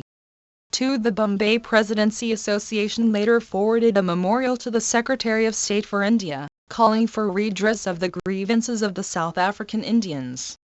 Volume 1, 1884-30 November, 1896. 411. The Indians different from that accorded to the Europeans. This was patent not only from the speeches made by the members on the second reading of the bill but also from the newspapers. They also said it was expedient to disfranchise the Indian under the plea that the Indian vote might swamp the European. But even this plea was untenable. In 1891, there were only 251 Indian voters as against nearly 10,000 European voters. The majority of Indians are too poor to command property qualifications. And the Indians in Natal have never meddled in politics and do not want political power. All these facts are admitted by the Natal Mercury, which is the government organ in Natal. I must refer you to my little pamphlet one published in India for corroborative extracts. We memorialize the local parliament and show that the Indians were not unacquainted with the representative institutions. We were, however, unsuccessful. We then memorialized Lord Ripon, the then Secretary of State of the Colonies. After 2 years' correspondence, the Bill of 1894 was withdrawn this year and has been replaced by another which, while not so bad as the once repealed, is bad enough. It provides that the natives or descendants, in the male line, of natives of countries which have not hitherto possessed elective representative institutions founded on the parliamentary franchise, shall not be placed on any voters' list unless they shall first obtain an order from the Governor in Council exempting them from the operation of the Act. It also exempts from its operation those persons that are rightly contained in any voters' list. This bill was submitted to Mr. Chamberlain for approval before being introduced in the Legislative Assembly. In the papers published, Mr. Chamberlain seems to be of opinion that India does not possess elective representative institutions founded on the parliamentary franchise. With the greatest deference to these views, we submitted to Mr. Chamberlain in a memorial, for we did not succeed before the Natal Parliament, that for the purposes of the bill, that is, legally speaking, India did and does possess elective representative institutions founded on the parliamentary franchise. Such is the opinion expressed by the London Times, such is the opinion of the newspapers in Natal, and such is also the opinion of the members who voted for the bill, as also of an able jurist in Natal. We are very anxious to know the opinion of the legal luminaries here. The object in passing such a bill is to play a game of toss-up to harass the Indian community. 1. The Green Pamphlet 412. Many members of the Natal Assembly, otherwise hostile to the Indian, thought that the bill would involve the Indian community in endless litigation and cause a ferment among them. The government organ says in effect, we can have this bill and no other. If we succeed, that is, if India is declared a country not possessing the institutions referred to in the bill, well and good. If not, then, too, we lose nothing. We shall try another, we shall raise the property qualification and impose an educational test. If such a bill is objected to, even then we need not be afraid, for, where is the cause? We know that the Indians can never swamp us. If I had the time, I could give you the exact words which are much stronger. Those who take a special interest can look them up from the Green Pamphlet. Thus, then, we are a proper subject for vivisection under their natal pastor's deadly scalpel and knife. The only difference is that the Paris pastor did it with a view to do good. Our natal pastor does it for the sake of amusement to be derived from the operation out of sheer wantonness. This memorial is now under consideration by Mr. Chamberlain. I cannot lay too much stress on the fact that the position in India is entirely different from the position in Natal. Eminent men in India have asked me the question, why do you want the franchise in Natal when you have only a visionary franchise in India, if at all? Our humble reply is that in Natal it is not we who want the franchise, it is the Europeans who want to deprive us of the right we have been enjoying in Natal. That makes all the difference. The deprivation will involve degradation. There is no such thing in India. The representative institutions in India are slowly, but surely, being liberalized. Such institutions are being gradually closed against us in Natal. Again, as the London Times puts it, the Indian in India has precisely the same franchise as the Englishman enjoys. Not so in Natal. What is sauce for the European goose is not sauce for the Indian gander there. Moreover, the disfranchising in Natal is not a political move but a merely commercial policy adopted to check the immigration of the respectable Indian. Being a British subject, he should be able to claim the same privileges as the other British subjects enjoy in a certain British state or colony, just as an Indian going to England would be able to avail himself of the institutions of England to as full an extent as any Englishman. The fact, however, is that there is no fear of the Indian vote swamping the Volume 1, 1884-30 November, 1896. 413. European. What they want is class legislation. The class legislation with regard to franchise is only the thin end of the wedge. They contemplate depriving the Indians of the municipal franchise also. A statement to that effect was made by the Attorney General, in reply to the suggestion made by a member that the Indian should be deprived of the municipal franchise, too, at the time the first franchise bill was introduced. Another member suggested that, while they were dealing with the Indian question, civil service in the colony should be closed to the Indians.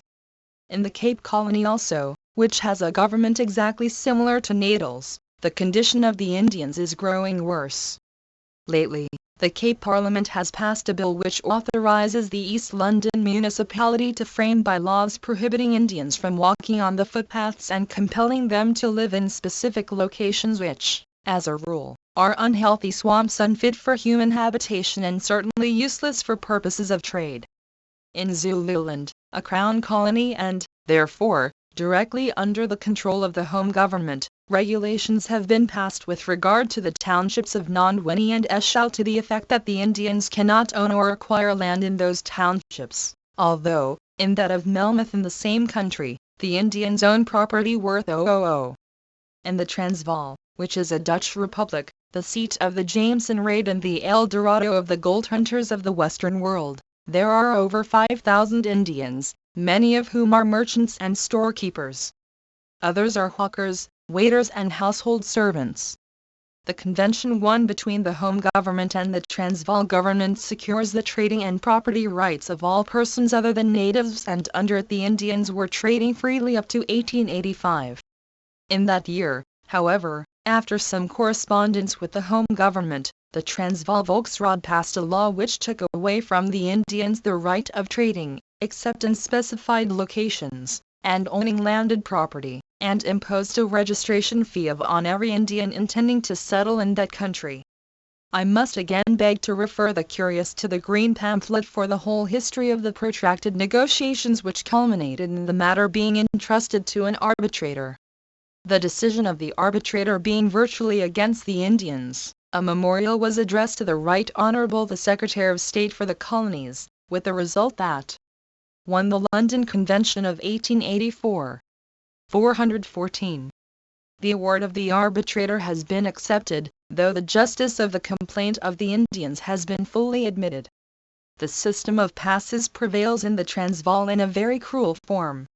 While, in other parts of South Africa, it is the railway officials who make the lot of the first and second-class passengers on the railway intolerable, the Transvaal people have gone one better in that there the law prohibits the Indians from travelling first or second class. They are, irrespective of position, huddled together in the same compartment with the natives of South Africa. The gold mining laws make it criminal for the Indians to buy native gold. and if the Transvaal government are allowed to have their own way, they would, while treating them as mere chattels, compel the Indians to render military service. The thing is monstrous on the face of it, for, as the London Times puts it, we might now see a levy of British Indian subjects driven at the point of the Transvaal bayonets against the bayonets of British troops. The Orange Free State, the other Dutch republic in South Africa, beats the record in showing its hatred towards Indians. It has, to put it in the words of its chief organ, simply made the British Indian an impossibility by classing him with the Kaffir. It denies the Indian the right not only to trade, farm or own landed property, but even to reside there, except under special, insulting circumstances. Such, very shortly, is the position of the Indians in the various states in South Africa. The same Indian, who is so much hated in the various states above mentioned, is very much liked and respected only 300 miles from Natal, that is, in Delagoa Bay. The real cause of all this prejudice may be expressed in the words of the leading organ in South Africa, namely, the Cape Times, when it was under the editorship of the Prince of South African journalists, Mr. St. Ledger. It is the position of these merchants which is productive of no little hostility to this day. And it is in considering their position that their rivals in trade have sought to inflict upon them, through the medium of the state, what looks, on the face of it, something very like an injustice for the benefit of self. Continues the same organ, the injustice to the Indians is so glaring that one is almost ashamed of one's countrymen and wishing to have these men treated as natives, that is, of South Africa, simply because of their success in trade. The very reason that they have been so successful against the dominant race is sufficient to raise them above that degrading level. Volume 1, 1884-30 November, 1896. 415. If this was true in 1889, when the above was written, it is doubly so now, because the legislatures of South Africa have shown phenomenal activity in passing measures restricting the liberty of the Queen's Indian subjects. To stem the tide of this opposition against us, we have formed an organization on an humble scale so that we may take the necessary steps to have our grievances removed. We believe that much of the ill feeling is due to want of proper knowledge about the Indians in India. We, therefore, endeavor, so far as the populace is concerned, to educate public opinion by imparting the necessary information. With regard to the legal disabilities, we have tried to influence the English public opinion in England and the public opinion here by placing our position before it. As you know, both the Conservatives and the Liberals have supported us in England without distinction. The London Times has given 8 leading articles to our cause in a very sympathetic spirit. To this alone has raised us a step higher in the estimation of the Europeans in South Africa, and has considerably affected for the better the tone of the newspapers there. I may state our position a little more clearly as to our demands. We are aware that the insults and indignities that we are subjected to at the hands of the populace cannot be directly removed by the intervention of the Home Government. We do not appeal to it for any such intervention. We bring them to the notice of the public, so that the fair-minded of all communities and the press may, by expressing their disapproval, materially reduce their rigor and, possibly, eradicate them ultimately. But we certainly do appeal, and we hope not vainly, to the Home Government for protection against reproduction of such ill feeling in colonial legislation. We certainly beseech the Home Government to disallow all the acts of the legislative bodies of the colonies restricting our freedom in any shape or form. And this brings me to the last question, namely, how far can the Home Government interfere with such action on the part of the colonies and the Allied States? As for Zululand, there can be no question, since it is a Crown colony directly governed from Downing Street through a governor. It is not a self-governing or responsible governed colony as the colonies of Natal and the Cape of Good Hope are. With regard to the latter, Clause 7 of the Constitution Act of Natal enacts that Her Majesty may disallow any act of the local 1. The Natal Indian Congress 2. Vide application for enrollment as advocate, November 16, 1891. 416. Parliament within 2 years, even after it has become law, having received the governor's assent. That is one safeguard against oppressive measures by the colonies. The royal instructions to the governor enumerate certain bills which cannot be assented to by the governor without Her Majesty's previous sanction. Among such are bills which have for their object class legislation. I shall venture to give an instance in point. The Immigration Law Amendment Bill referred to above has been assented to by the governor, but it can come into force only after Her Majesty has sanctioned it. It has not yet been sanctioned. Thus, then, it will be noticed that Her Majesty's intervention is direct and precise. While it is true that the home government is slow to interfere with the acts of the colonial legislatures, there are instances where it has not hesitated to put its foot down on occasions less urgent than the present one. As you are aware, the repeal of the first franchise bill was due to such wholesome intervention. What is more, colonists are ever afraid of it. And as a result of the sympathy expressed in England and the sympathetic answer given by Mr. Chamberlain to the deputation that waited on him some months ago, most of the papers in South Africa, at any rate in Natal, have veered round or think that the immigration and other such bills will not receive the royal assent. As to the Transvaal, there is the convention. As to the Orange Free State, I can only say that it is an unfriendly act on the part of a friendly state to shut her doors against any portion of Her Majesty's subjects. And as such, I humbly think it can be effectively checked. Gentlemen, the latest advice from South Africa show that the Europeans there are actively canvassing the ruin of the Indians. They are agitating against the introduction of Indian artisans and what not, when all this should serve as a warning and an impetus. We are hemmed in on all sides in South Africa. We are yet infants. We have a right to appeal to you for protection. We place our position before you, and now the responsibility will rest to a very great extent on your shoulders, if the yoke of oppression is not removed from our necks. Being under it, we can only cry out in anguish. It is for you, our elder and freer brethren, to remove it. I am sure we shall not have cried out in vain. The Times of India, September 27, 1896, and Bombay Gazette, September 27, 1896. 1. The Europeans held mass meetings in Durban and protested against the Indian Immigration Trust Board's decision to permit the importation of Indian artisans to work on the Tongaat sugar estates in Natal. A European Protection Association and a Colonial Patriotic Union were set up to resist what was described as the Asiatic invasion. Volume 1, 1884-30, November, 1896. 417. 104. Letter to F.S. Talayar Khan Co. Messrs. Rivas Hankar Jivan and Company, Krumpagali, Bombay, October 10, 18961 DEAR Mr. TALEYARKHAN 2. I am sure you would be good enough to excuse me for my inability to write to you earlier and send you the names of the chief men of South Africa. The reason is that I have been very busy with domestic business. I am writing this at midnight. I leave for Madras by tomorrow evening's mail Sunday. I expect to stay there not more than a fortnight. If I am successful there, I would thence proceed to Calcutta and return to Bombay within a month from today. I would then take the first boat to Natal.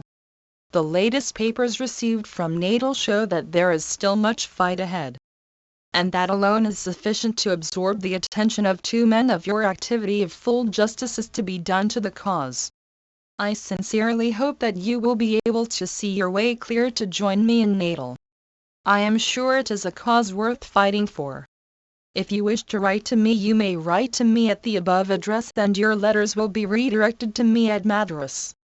I do not know at which hotel I shall put up there. The Natal hotels have made me quite nervous.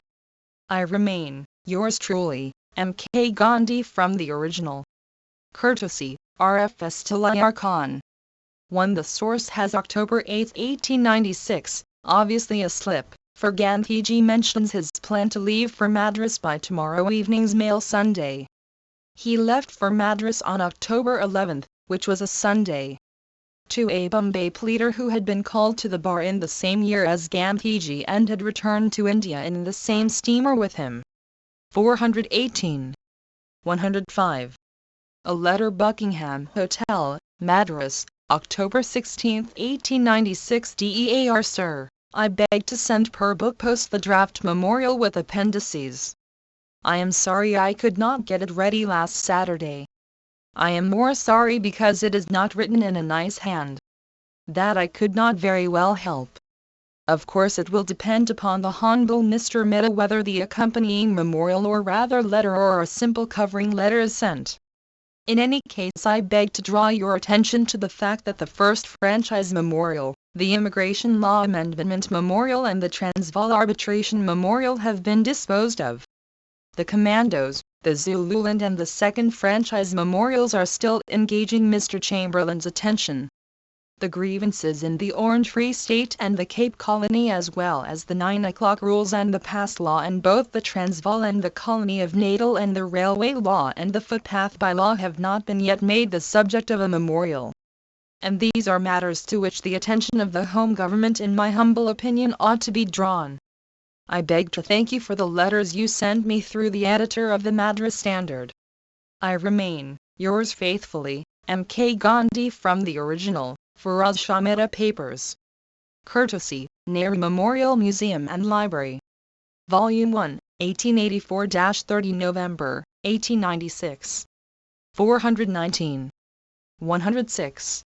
Letter to the Times of India Madras, October 17, 1896 The Editor The Times of India SIR, I shall be obliged to you if you will be good enough to find space for the following in your influential paper. The Natal Agent General has, it appears, told Reuter, with reference to my pamphlet on the grievances of the British Indians in South Africa, that it is not true to say that the railway and tramway officials treat the Indians as beasts, that the fact that the indentured Indians do not avail themselves of the return passage is the best answer to my pamphlet, and that the Indians are not denied justice in the law courts. In the first place, the pamphlet deals with the grievances of the Indians in the whole of South Africa. In the second place, I adhere to the statement that the railway and tramcar official treat the Indians as beasts in Natal. If there are exceptions, they prove the rule. I have been witness myself to not a few such cases. What is it if it is not being treated as a beast, to be removed 3 times during a single night journey from one compartment to another, to suit European passengers? To see Indians, apparently respectable, kicked, pushed, and sworn at by the station master is not an extraordinary sight on the railway stations. The Western Station in Durban is the dread of the Indians, so overpolite is the station master at that station, and this is not the only station where the Indians are kicked about like footballs. Here is an independent testimony from the Natal Mercury 24-1193, on our railway. We have noticed on more than one occasion that colored passengers are not by any means killed with civility. And, although it would be unreasonable to expect that the white employees of the NGR should treat them with the same deference as is accorded to European passengers, still, we think it would be in no way derogatory to their dignity if the officials were a little more suaviter in modo when dealing with the colored travelers. On the tramcars the Indians fare no better. Spotlessly dressed and well-behaved Indians have been pushed about from one place to 420. Another to suit the fancy of European passengers. Indeed, as a rule, the tramcar officials compel Sammy to go upstairs. Some would not allow them to take front seats. Respect is out of the question. An Indian official was compelled to stand on the tramcar board, although there was ample room to accommodate him. Of course, he was addressed as Sammy in the peculiarly offensive tone prevalent in Natal. My statement has been before the public in Natal for the last 2 years, and the first contradiction comes now from the Agent General. Why so late? As to the unwillingness of the Indians to avail themselves of the return passage, I beg to say, with due deference to the Agent General, that the statement has been repeated ad nauseum in the press, and the official dignity now given to it will not enable it to prove more than it actually can. At the most it can prove that the lot of the indentured Indian cannot be very unhappy, and that Natal is a very good place for such Indians to earn their livelihood. I am prepared to admit both. That does not, moreover, disprove the existence of the colonial legislation restricting the freedom of the Indians in various ways. That does not disprove the existence of the terrible ill feeling towards the Indians in the colony. If the Indians remain in Natal, it is in spite of such treatment.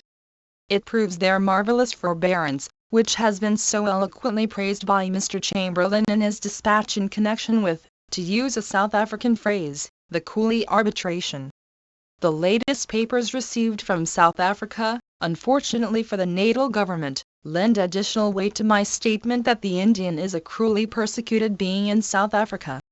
In August last, there was a meeting of European artisans, held to protest against the intended introduction of Indian artisans. The speeches made would form interesting reading for the Agent General of Natal. The Indians were called black vermin. A voice in the meeting said, "We will go to the point one and stop them." A picnic party of European children used Indian and Kaffir boys as targets and shot bullets into their faces, hurting several inoffensive children. So deep-seated is the hatred that children have begun instinctively to look down upon Indians. Moreover, it should be remembered that the return passage story has nothing to do with the trading class, who go to Natal on their own account, and who feel the hardships the most.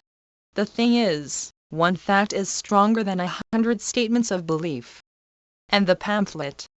Volume 1, 1884-30 November, 1896. 421. Contains very little of my own. It bristles with facts, mainly taken from European sources, to prove my assertion as against the naked statement of Mr. Peace, the Agent General's opinion. If Mr. Peace's statement is all that is to be said in reply to the pamphlet, then there remains much to be done before Natal can become a tolerably comfortable place for Indians. As to the Indians receiving justice in the law courts, I do not wish to say much. I have never stated that the Indians do not get justice in the law courts, nor am I prepared to admit that they get it at all times and in all courts. Sir, I am not given to exaggerate matters. You have asked for an official inquiry. We have done the same. And if the Natal government are not afraid of unpleasant revelations, let there be such an inquiry as soon as possible. And I think I am safe in promising that much more will be proved than is mentioned in the pamphlet. I have given therein only those instances which can be proved most easily. Sir, our position is very precarious, and we will need your active support, which has been so liberally given to us till now, yet for a long time to come. The Immigration Law Amendment Bill, which you and your contemporaries condemned last year in such forcible language, has received the royal assent, as appears from the papers received this week. To remind your readers, the bill raises the period of indenture from the original period of 5 years to an indefinite period and, in default of re-indenture after the completion of the first 5 years, makes it compulsory for the Indian to return to India, of course, at the employer's expense, and, in case of non-compliance with a term of his contract, renders the defaulter liable to an annual poll tax of nearly half a year's earnings on the indenture scale. This bill was, at the time it was passed, unanimously pronounced to be an iniquitous measure. Even the Natal papers were doubtful whether the bill would receive the royal sanction. Yet the bill has been promulgated and it came into force on the 8th August. Publicity is our best and perhaps the only weapon of defense. Our grievances, says one of our sympathizers, are so serious that they have only to be known in order to be removed. I have now to beseech you and your contemporaries to express your opinion with regard to this action on the part of the Colonial Secretary. The Colonial Office, we thought, was our safe resting place. We may yet have to be undeceived. We have prayed for suspension of state aid. 422. Immigration to Natal. If the bill could not be vetoed, one that prayer has been supported by the public. May we now rely upon the public to renew their support in our fresh efforts to have that prayer granted? Yours, etc. The Times of India, October 20, 1896. M. K. Gandhi. 107. Letter to G. K. Gokhale, Buckingham Hotel, Madras, October 18, 1896. Professor Gokhail Pona. Sir, I promise to leave with Mr. Sahoni some further papers in connection with the Indian question in South Africa. I am sorry I forgot all about it. I beg now to send them per book post and hope they will be of some use. We very badly need a committee of active, prominent workers in India for our cause. The question affects not only South African Indians but Indians in all parts of the world outside India. I have no doubt you have read the telegram about the Australian colonies legislating to restrict the influx of Indian immigrants to that part of the world. It is quite possible that legislation might receive the royal sanction. I submit that our great men should without delay take up this question. Otherwise within a very short time there will be an end to Indian enterprise outside India. In my humble opinion that telegram might be made the subject of a question in the Imperial Council too at Calcutta as well as in the House of Commons. In fact, some enquiry as to the intention of the Indian government should be made immediately.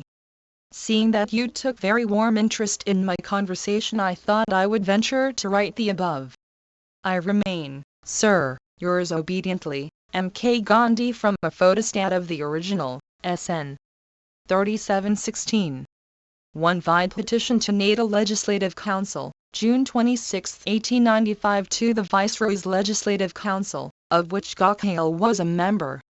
Volume 1, 1884-30 November, 1896. 423. 108. Letter to F.S. Talayar Khan, Buckingham Hotel, Madras, October 18, 1896. DEAR Mr. Talayar Khan, I have your important letter for which I thank you.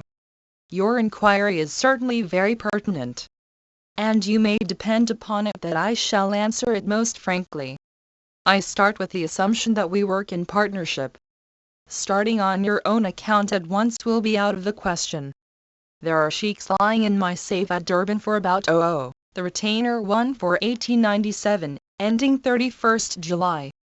These I propose to withdraw from the partnership to pay liabilities incurred here and if possible to pay the expenses that are now being incurred in connection with my office.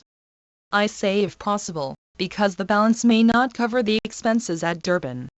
If past experience is any guide for the purpose, then I think I am safe in saying that the joint earnings for the first 6 months will be at the rate of 0 per month. As against that I place the joint expenses at 0 per month, that is, if we share the same house. That would leave a clear profit of 20 to be divided equally between us after 6 months. This is the lowest estimate, and I should expect to earn that amount single-handed doing the Indian work side by side. It would not surprise me however if we earn 50 per month. This much I can promise. You should pay your own passage to Natal. Your expenses of admission will be paid out of the office. The expenses of your board and lodging also will be defrayed out of the office earnings. That is to say, if there is any loss during the 6 months' trial it shall be borne by me. On the other hand, if there are any profits you share them. Thus at the end of 6 months if you do not gain in money you will have gained considerably in experience of a different kind from that available in India. You will have realized the position of our countrymen in that part of the world and you will have seen anew. 1. The references to the professional fees Gandhiji received from Indian merchants in respect of their personal legal work. 424. Country.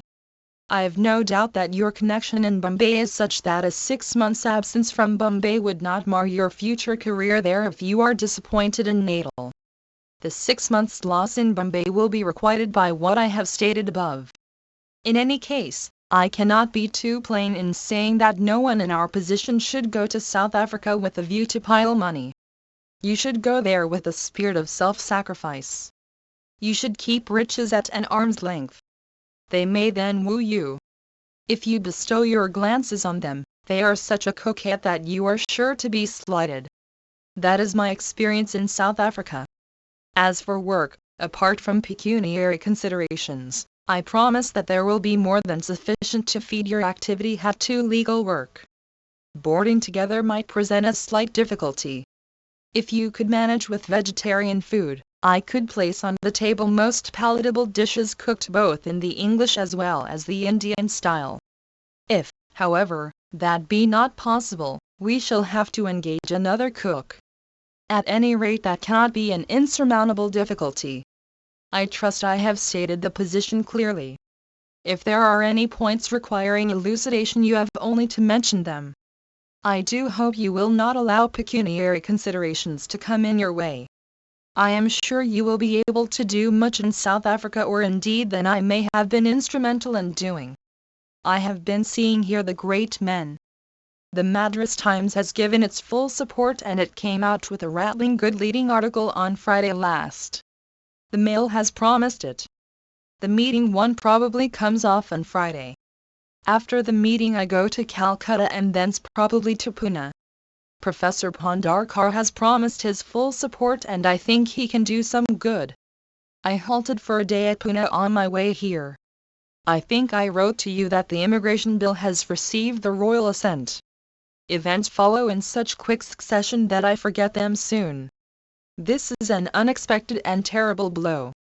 I am now renewing the prayer for suspension of state-aided immigration. The Natal Agent General's diplomatic contradiction, about which you won the meeting that Gandhiji addressed on October 29. Vide letter to F.S. Talwar Khan, October 10, 1896. Volume 1, 1884-30 November, 1896. 425. Must have read in the papers, shows the necessity of the agitation in London also. There I am positive you can do much more than I can. It will be a very good thing if you could accompany me to Natal. I may mention that if the SS. Kurland is available by that time, I might secure you a free passage. I remain, yours truly. P.S. I received your letter only today. M.K. Gandhi. From the original. Courtesy, R.F.S. Talwar Khan. M.K.G. 109. Remarks in Visitor's Book, October 26, 1896. I had the honor to visit this excellent institution when I was highly delighted with it. Being a Gujarati Hindu myself, I feel proud to know that this institution was started by Gujarati gentlemen.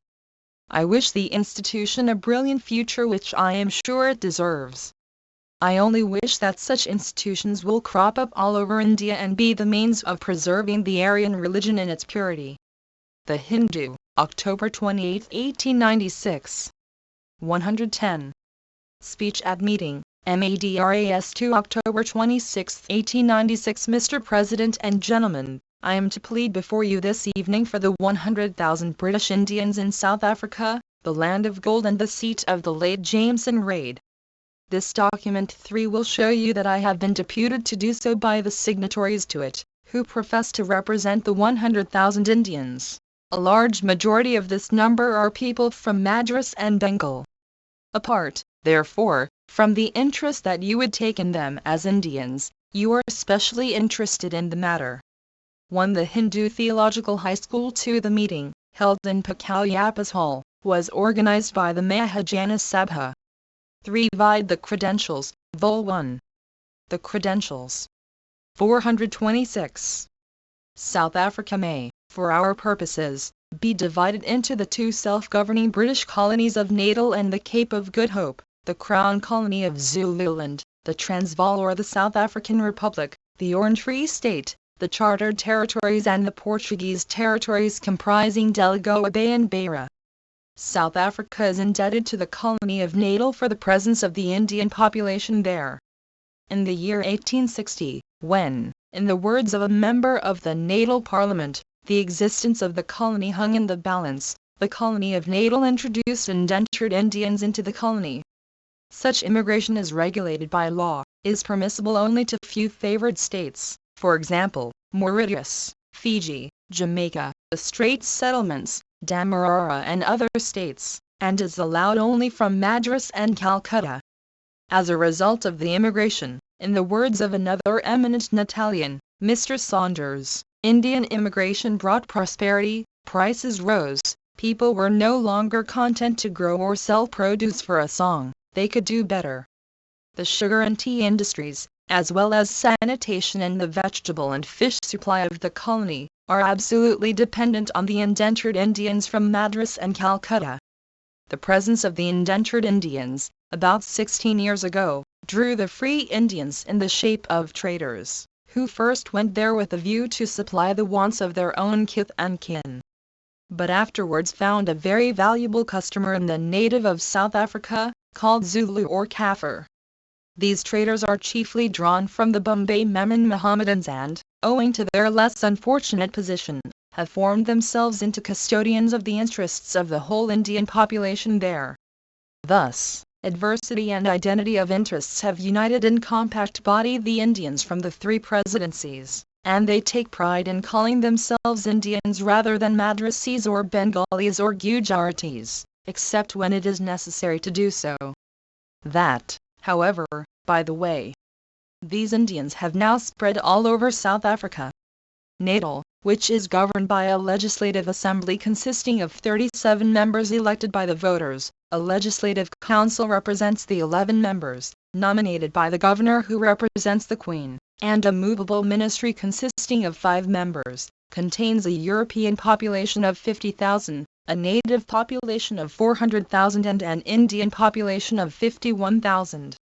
Of the 51,000 Indians, about 16,000 are at present serving their indenture, 30,000 are those that have completed their indenture and are now variously engaged as domestic servants. Volume 1, 1884-30 November, 1896. 427. Gardeners, hawkers and petty traders, and about 5,000 are those who emigrated to the colony of their own account and are either traders, shopkeepers, assistants or hawkers. A few are, also, schoolmasters, interpreters and clerks. The self-governing colony of the Cape of Good Hope has, I believe, an Indians population of about 10,000, consisting of traders, hawkers and laborers. Its total population is nearly 1,800,000, of whom not more than 400,000 are Europeans. The rest are natives of the country and Malaya. The South African Republic of the Transvaal, which is governed by 2 elective chambers called the Volksraad and an executive with the president at its head, has an Indian population of 5,000, of whom about 200 are traders with liquidated assets amounting to nearly 0,000. The rest are hawkers and waiters or household servants, the latter being men from this presidency. Its white population is estimated at roughly 120,000 and the Kaffir population at roughly 650,000. This republic is subject to the Queen's suzerainty, and there is a convention won between Great Britain and the Republic which secures the property, trading and farming rights of all persons other than natives of South Africa, in common with the citizens of the Republic. The other states have no Indian population to speak of, because of the grievances and disabilities, except the Portuguese territories which contain a very large Indian population and which do not give any trouble to the Indians. The grievances of the Indians in South Africa are twofold, that is, those that are due to popular ill feeling against the Indians and, secondly, the legal disabilities placed upon them.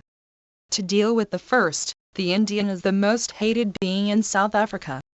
Every Indian without distinction is contemptuously called a coolie. He is also called Sami, Ramasami, anything but Indian. Indian schoolmasters are called coolie schoolmasters. Indian storekeepers are coolie storekeepers. 2 Indian gentlemen from Bombay, Messrs. Dada Abdullah and Musa Haji Kasim, own steamers. Their steamers are coolie ships. There is a very respectable firm of Madras traders by name, A. Kolinda Velu Pillay and Company. They have built a large block of buildings. 1. The reference is to the London Convention of 1884. 428. In Durban. These buildings are called coolie stores, and the owners are coolie owners. And I can assure you, gentlemen, that there is as much difference between the partners of that firm and a coolie as there is between anyone in this hall and a coolie.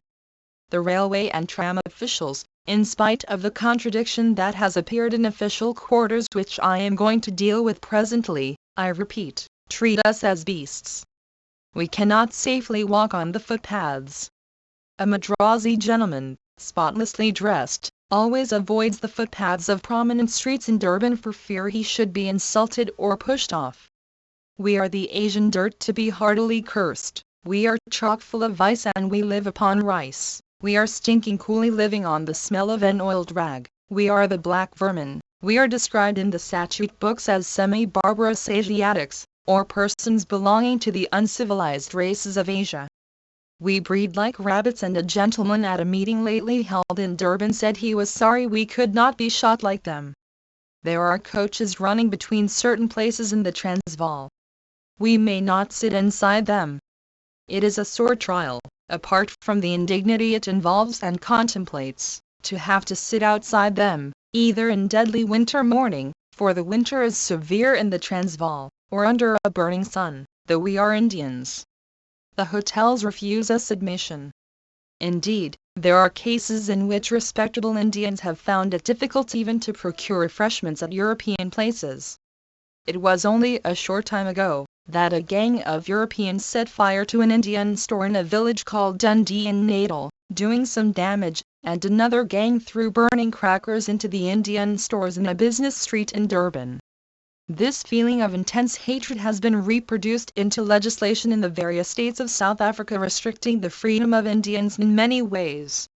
To begin with, Natal, which is the most important from an Indian point of view, has, of late, shown the greatest activity in passing Indian legislation. Till 1894, the Indians had been enjoying the franchise equally with the Europeans under the general franchise law of the colony, which entitles any adult male, being a British subject, to be placed on the voters' list, who possesses immovable property worth zero or pays an annual rent of zero. There is a separate franchise qualification for the Zulu. In 1894, the Natal legislature passed a bill disfranchising Asiatics by name. We resisted it in the local parliament, but without any avail. We then memorialized the Secretary of State for the Colonies, and, as a result, Volume 1, 1884-30 November, 1896. 429. That bill was, this year, withdrawn and replaced by another which, though not quite so bad as the first one, is bad enough.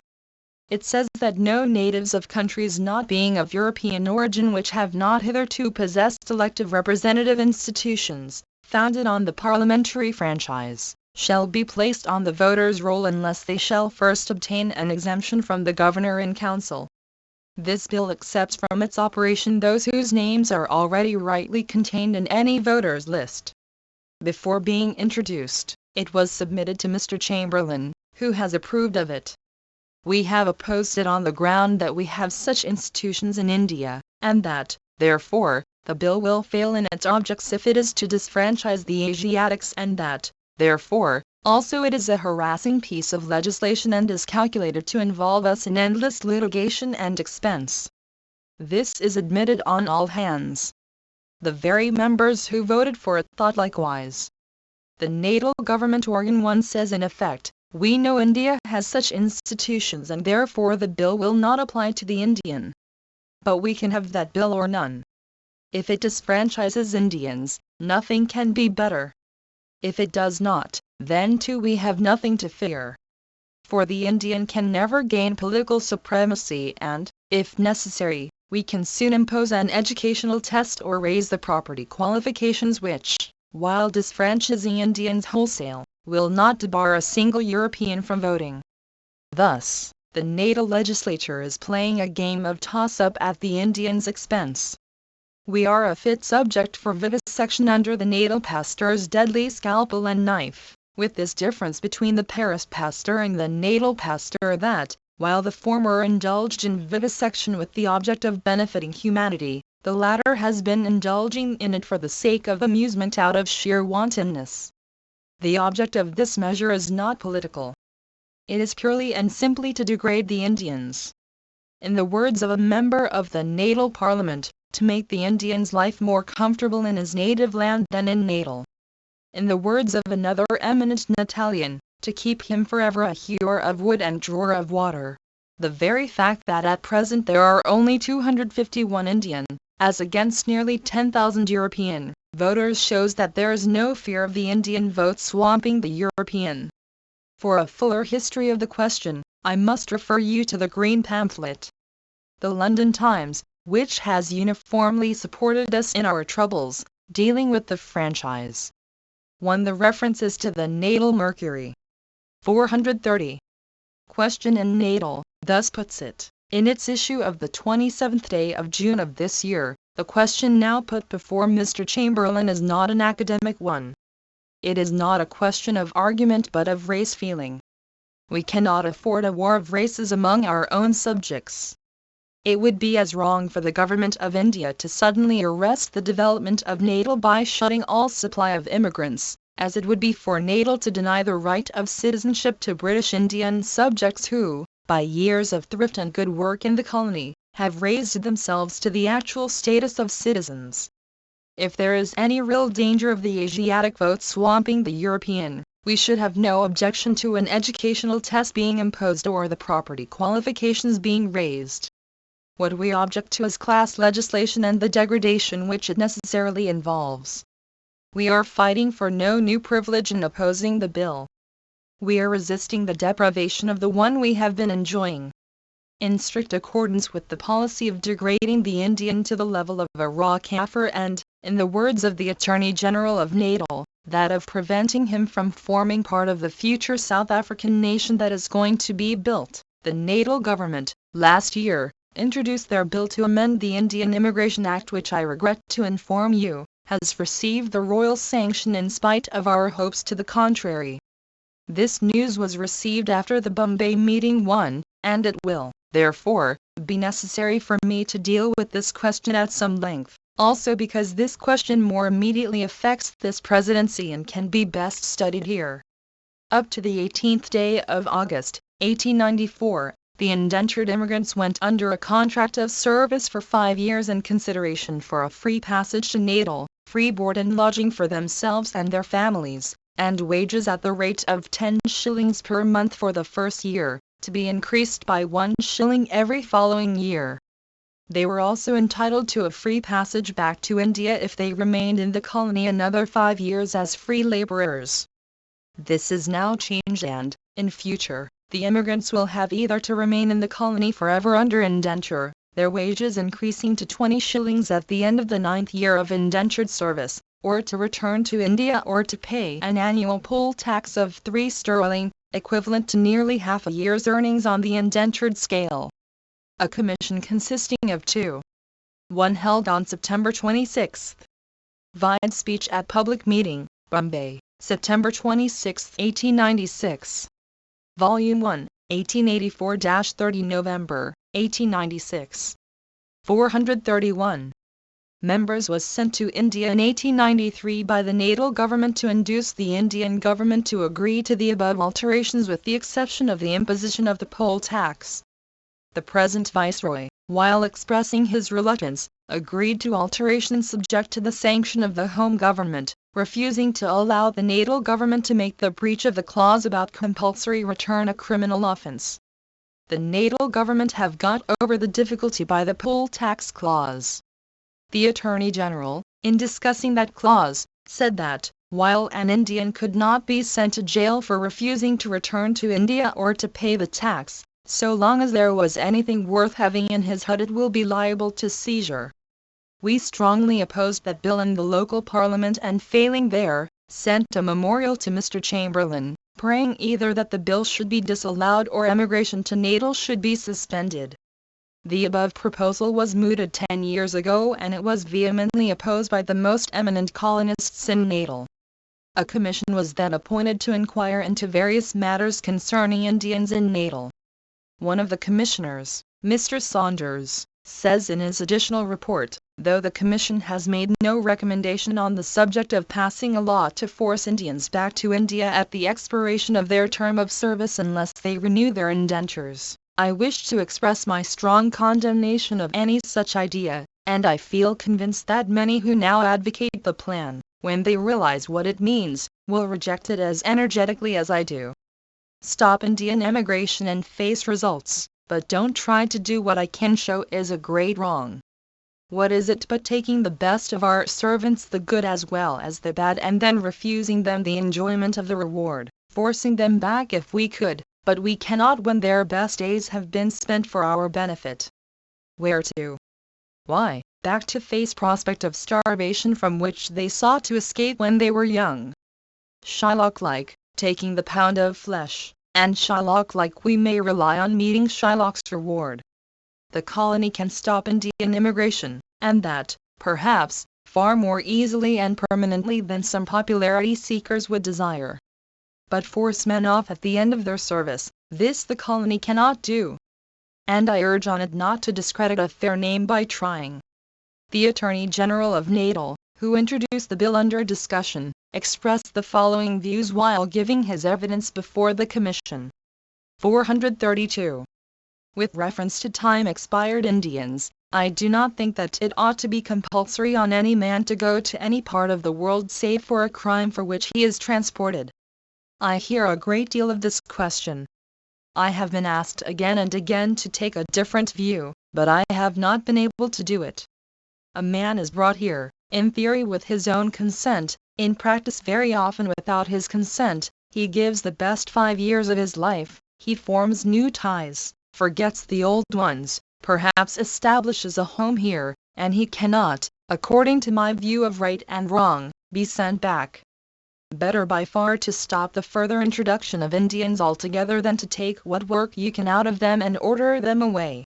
The colony, or part of the colony, seems to want Indians but also wishes to avoid the consequences of Indian immigration.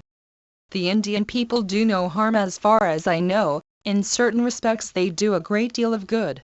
I have never heard a reason to justify the extradition of a man who has behaved well for 5 years. And Mr. Binns, who came to India as one of the Natal Commissioners to induce the Indian government to agree to the above-mentioned alterations, gave the following evidence before the Commission 10 years ago. I think the idea which has been mooted, that all Indians should be compelled to return to India at the end of their term of indenture, is most unfair to the Indian population and would never be sanctioned by the Indian government. In my opinion, the free Indian population is a most useful section of the community. But, then, great men may change their views as often and as quickly as they may change their clothes, with impunity and even to advantage. In them, they say, such changes are a result of sincere conviction. It is 1,000 pities, however, that, unfortunately for the poor indentured Indian, his fear or, rather, the expectation, that the Indian government will never sanction the change was not realized. The London Star thus gave vent to its feelings on reading the bill. These particulars are enough to throw light upon the hateful persecution to which British Indian subjects are being subjected. The new Indian Immigration Law Amendment Bill, which virtually proposes to reduce Indians to a state of slavery, is another example. The thing is a monstrous wrong, an insult to British subjects, a disgrace to its authors, and a slight upon ourselves. Every Englishman is concerned to see that the commercial greed of the South African trader is not permitted to wreak such bitter injustice upon men who, alike by proclamation and by statute, are placed upon an equality with ourselves before the law. Volume 1, 1884-30 November, 1896. 433. The London Times, also, in supporting our prayer,